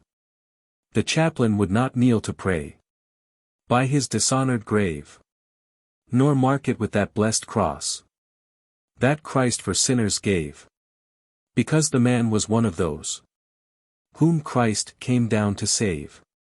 Yet all is well. He has but passed to life's appointed bourne, and alien tears will fill for him pity's long broken urn. For his mourners will be outcast men, and outcasts always mourn. I know not whether laws be right, or whether laws be wrong. All that we know who lie in jail is that the wall is strong, and that each day is like a year whose days are long. But this I know, that every law that men have made for man, since first man took his brother's life, and the sad world began, but straws the wheat and saves the chaff with a most evil fan. This too I know, and wise it were, if each could know the same, that every prison that men build is built with bricks of shame, and bound with bars lest Christ should see how men their brothers maim. With bars they blur the gracious moon, and blind the goodly sun, and they do well to hide their hell, for in it things are done that Son of God nor Son of Man ever should look upon. The vilest deeds like poison weeds bloom well in prison air. It is only what is good in man that wastes and withers there. Pale anguish keeps the heavy gate, and the warder is despair. For they starve the little frightened child till it weeps both night and day. And they scourge the weak, and flog the fool, and gibe the old and grey. And some grow mad, and all grow bad, and none a word may say. Each narrow cell in which we dwell is a foul and dark latrine, and the fetid breath of living death chokes up each grated screen. And all, but lust, is turned to dust in humanity's machine. The brackish water that we drink creeps with a loathsome slime, and the bitter bread they weigh in scales is full of chalk and lime. And sleep will not lie down, but walks wild-eyed, and cries to time. But though lean hunger and green thirst like asp with adder fight, we have little care of prison fare. For what chills and kills outright is that every stone one lifts by day becomes one's heart by night, with midnight always in one's heart, and twilight in one's cell. We turn the crank, or tear the rope, each in his separate hell. And the silence is more awful far than the sound of a brazen bell. And never a human voice comes near to speak a gentle word. And the eye that watches through the door is pitiless and hard. And by all forgot, we rot and rot, with soul and body marred. And thus we rust life's iron chain, degraded and alone. And some men curse, and some men weep, and some men make no moan. But God's eternal laws are kind, and break the heart of stone. And every human heart that breaks in prison cell or yard is as that broken box that gave its treasure to the Lord, and filled the unclean leper's house with the scent of costliest nard. Ah! Happy they whose hearts can break, and peace of pardon win. How else may man make straight his plan, and cleanse his soul from sin? How else but through a broken heart may Lord Christ enter in? And he of the swollen purple throat, and the stark and staring eyes, waits for the holy hands that took the thief to paradise. And a broken and a contrite heart the Lord will not despise. The man in red who reads the law gave him 3 weeks of life, 3 little weeks in which to heal his soul of his soul's strife, and cleanse from every blot of blood the hand that held the knife. And with tears of blood he cleansed the hand that held the steel. For only blood can wipe out blood, and only tears can heal. And the crimson stain that was of Cain became Christ's snow-white seal. 6. In Reading Gaol by Reading Town, there is a pit of shame, and in it lies a wretched man, eaten by teeth of flame. In a burning winding sheet he lies, and his grave has got no name. And there, till Christ call forth the dead, in silence let him lie. No need to waste the foolish tear, or heave the windy sigh. The man had killed the thing he loved, and so he had to die. And all men kill the thing they love. By all let this be heard. Some do it with a bitter look, some with a flattering word. The coward does it with a kiss, the brave man with a sword. Ravenna. Newdigate Prize Poem. Recited in the Sheldonian Theatre. Oxford. June 26, 1878. To my friend George Fleming, author of The Nile Novel and Mirage. Ravenna, March 1877. Oxford, March 1878. Ravenna. A year ago I breathed the Italian air. And yet, methinks this northern spring is fair. These fields made golden with the flower of March, the throstle singing on the feathered larch, the cawing rooks, the wood doves fluttering by, the little clouds that race across the sky, and fair the violet's gentle drooping head, the primrose, pale for love uncomforted, the rose that burgeons on the climbing briar, the crocus bed, that seems a moon of fire, round girdled with a purple marriage ring, and all the flowers of our English spring, fond snowdrops, and the bright-starred daffodil. Up starts the lark beside the murmuring mill, and breaks the gossamer threads of early dew. And down the river, like a flame of blue, keen as an arrow flies the water king, while the brown linnets in the greenwood sing. A year ago.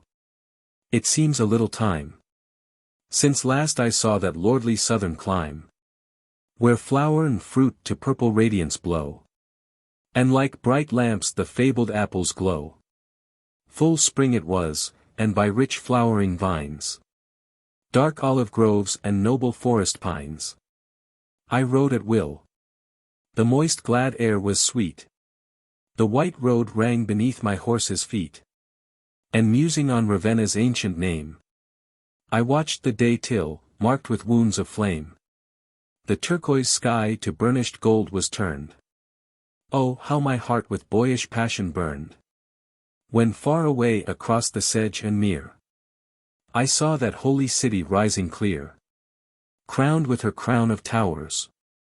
On and on I galloped, racing with the setting sun, and ere the crimson afterglow was past, I stood within Ravenna's walls at last. 2. How strangely still! No sound of life or joy startles the air. No laughing shepherd boy pipes on his reed, nor ever through the day comes the glad sound of children at their play. Oh, sad, and sweet, and silent!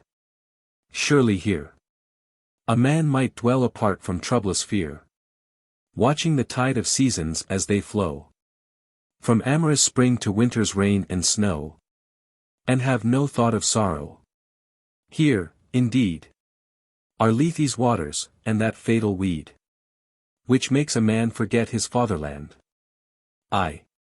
Amid lotus meadows dost thou stand, like Proserpine, with poppy-laden head, guarding the holy ashes of the dead.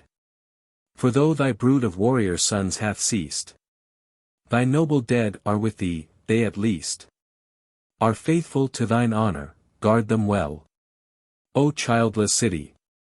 For a mighty spell To wake men's hearts to dreams of things sublime, are the lone tombs where rest the great of time. 3. Yon lonely pillar, rising on the plain, marks where the bravest knight of France was slain. The prince of chivalry, the lord of war, Gaston de Foix, for some untimely star, led him against thy city, and he fell, as falls some forest lion fighting well, taken from life while life and love were new. He lies beneath God's seamless veil of blue. Tall lance-like reeds wave sadly o'er his head, and oleanders bloom to deeper red, where his bright youth flowed crimson on the ground. Look farther north unto that broken mound. There, prisoned now within a lordly tomb, raised by a daughter's hand, in lonely gloom, huge-limbed Theodoric, the Gothic king, sleeps after all his weary conquering. Time hath not spared his ruin, wind and rain have broken down his stronghold, and again we see that death is mighty lord of all, and king and clown to ashen dust must fall. Mighty indeed their glory, yet to me, barbaric king, or knight of chivalry, or the great queen herself, were poor and vain. Beside the grave where Dante rests from pain, his gilded shrine lies open to the air, and cunning sculptors' hands have carven there the calm white brow, as calm as earliest morn, the eyes that flashed with passionate love and scorn, the lips that sang of heaven and of hell, the almond face which Giotto drew so well, the weary face of Dante. To this day, here in his place of resting, far away from Arno's yellow waters, rushing down through the wide bridges of that fairy town, where the tall tower of Giotto seems to rise, a marble lily under sapphire skies. Alas, my Dante, thou hast known the pain of meaner lives, the exile's galling chain. How steep the stairs within kings' houses are, and all the petty miseries which mar man's nobler nature with the sense of wrong. Yet this dull world is grateful for thy song. Our nations do thee homage, even she, that cruel queen of vine-clad Tuscany, who bound with crown of thorns thy living brow, hath decked thine empty tomb with laurels now, and begs in vain the ashes of her son. O mightiest exile, all thy grief is done. Thy soul walks now beside thy Beatrice. Ravenna guards thine ashes, sleep in peace. 4. How lone this palace is, how grey the walls. No minstrel now wakes echoes in these halls. The broken chain lies rusting on the door, and noisome weeds have split the marble floor. Here lurks the snake, and here the lizards run by the stone lions blinking in the sun. Byron dwelt here in love and revelry for 2 long years, a second Anthony, who of the world another Actium made, yet suffered not his royal soul to fade, or lyre to break, or lance to grow less keen, 'neath any wiles of an Egyptian queen.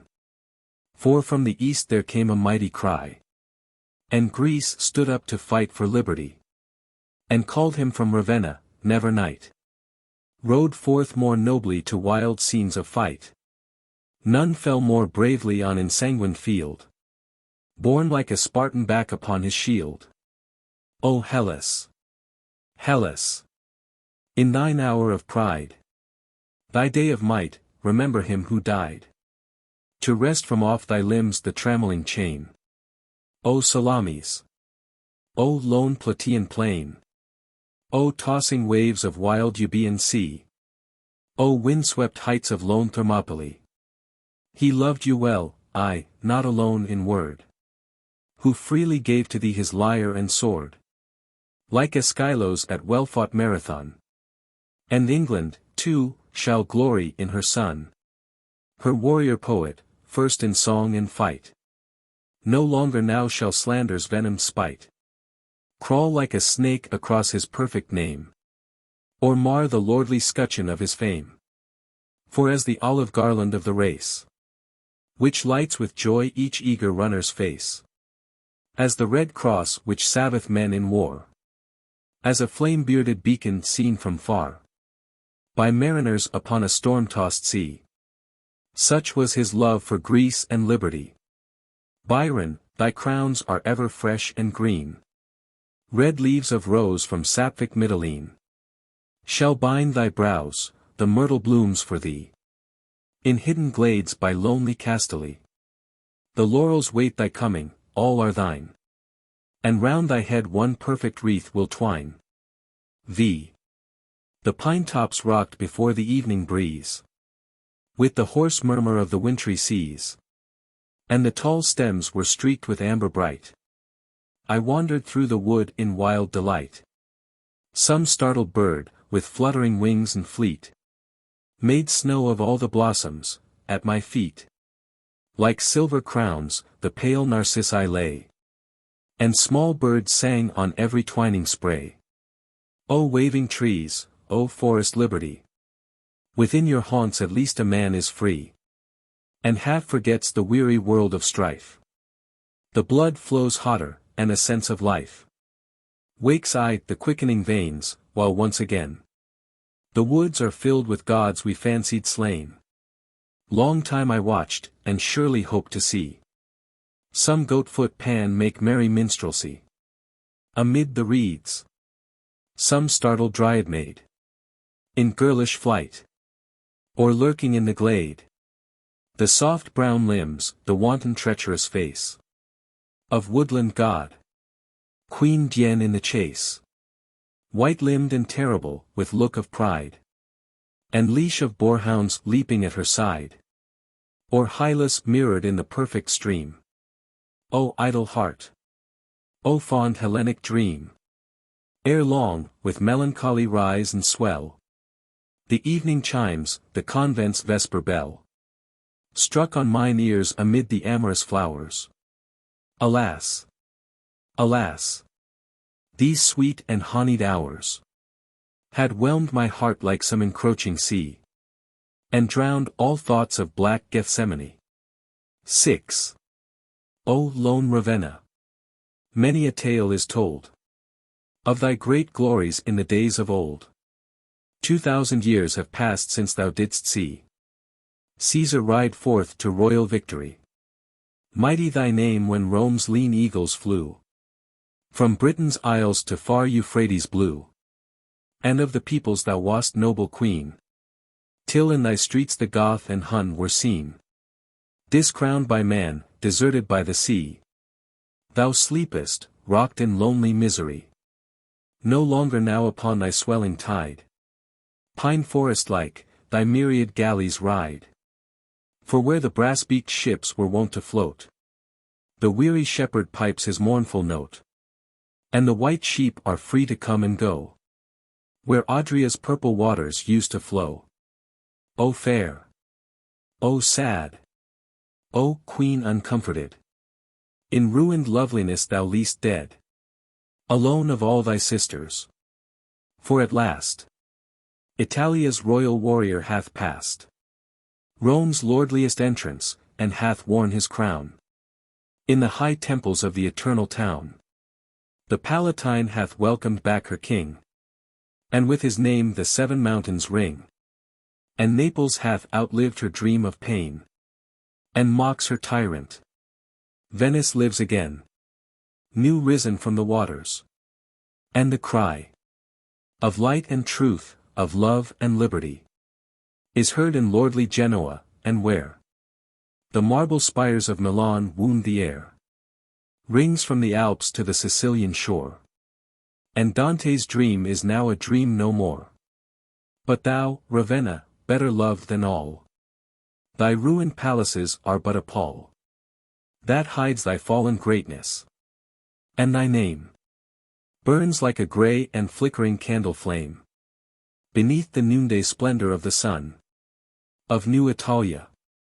For the night is done, the night of dark oppression, and the day hath dawned in passionate splendor, far away.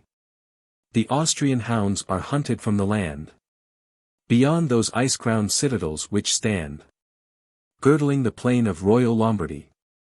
From the far west unto the eastern sea.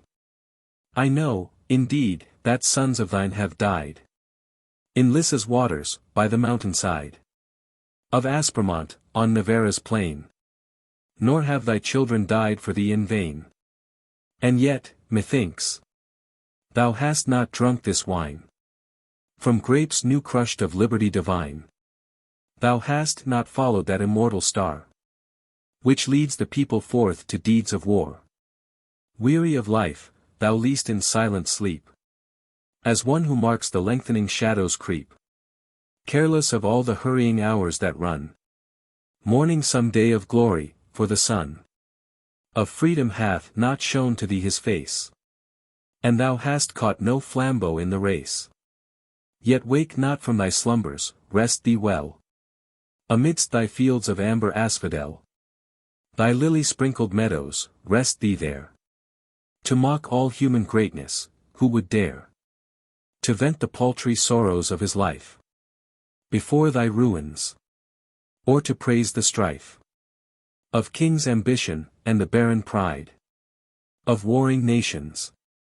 Wert not thou the bride of the wild lord of Adria's stormy sea, the queen of double empires? And to thee were not the nations given as thy prey? And now, thy gates lie open night and day. The grass grows green on every tower and hall. The ghastly fig hath cleft thy bast-shunied wall. And where thy mailed warriors stood at rest, the midnight owl hath made her secret nest. O fallen! Fallen! From thy high estate! O city trammelled in the toils of fate! Doth not remain of all thy glorious days but a dull shield, a crown of withered bays.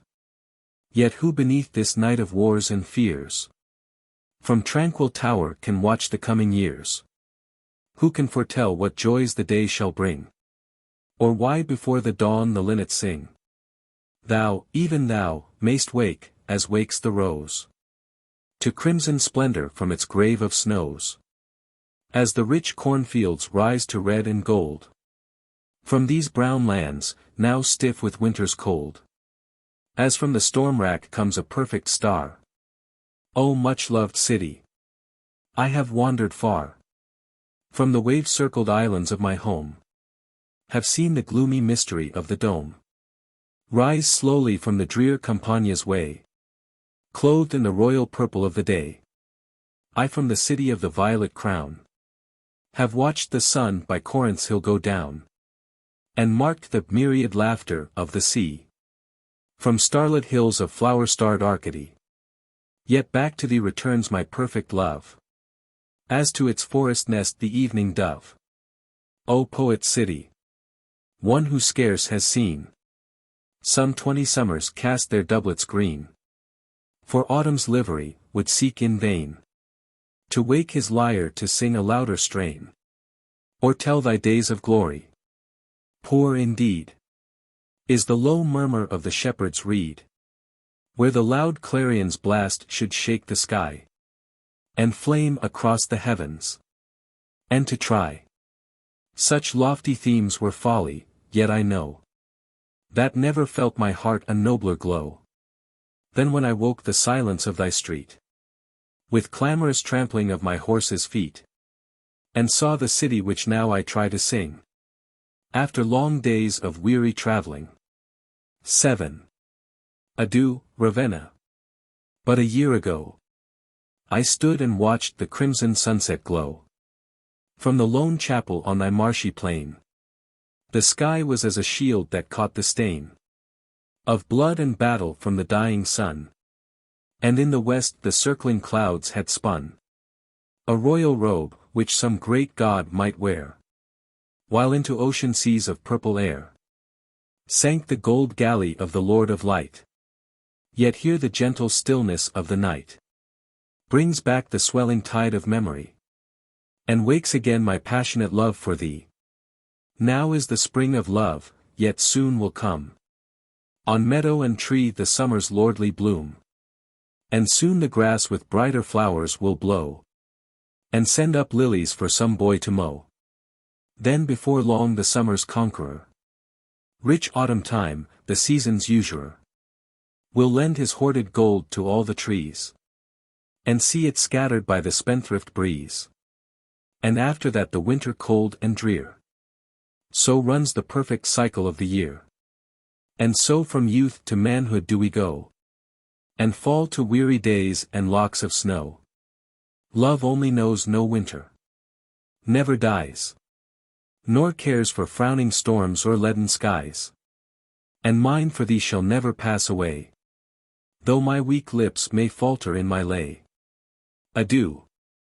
Adieu. Yon silent evening star, the night's ambassador, doth gleam afar, and bid the shepherd bring his flocks to fold.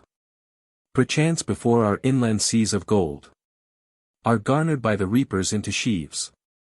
Perchance before I see the autumn leaves, I may behold thy city, and lay down low at thy feet the poet's laurel crown. Adieu. Adieu. Yon silver lamp, the moon, which turns our midnight into perfect noon, doth surely light thy towers, guarding well where Dante sleeps, where Byron loved to dwell. Printed by T. N. A.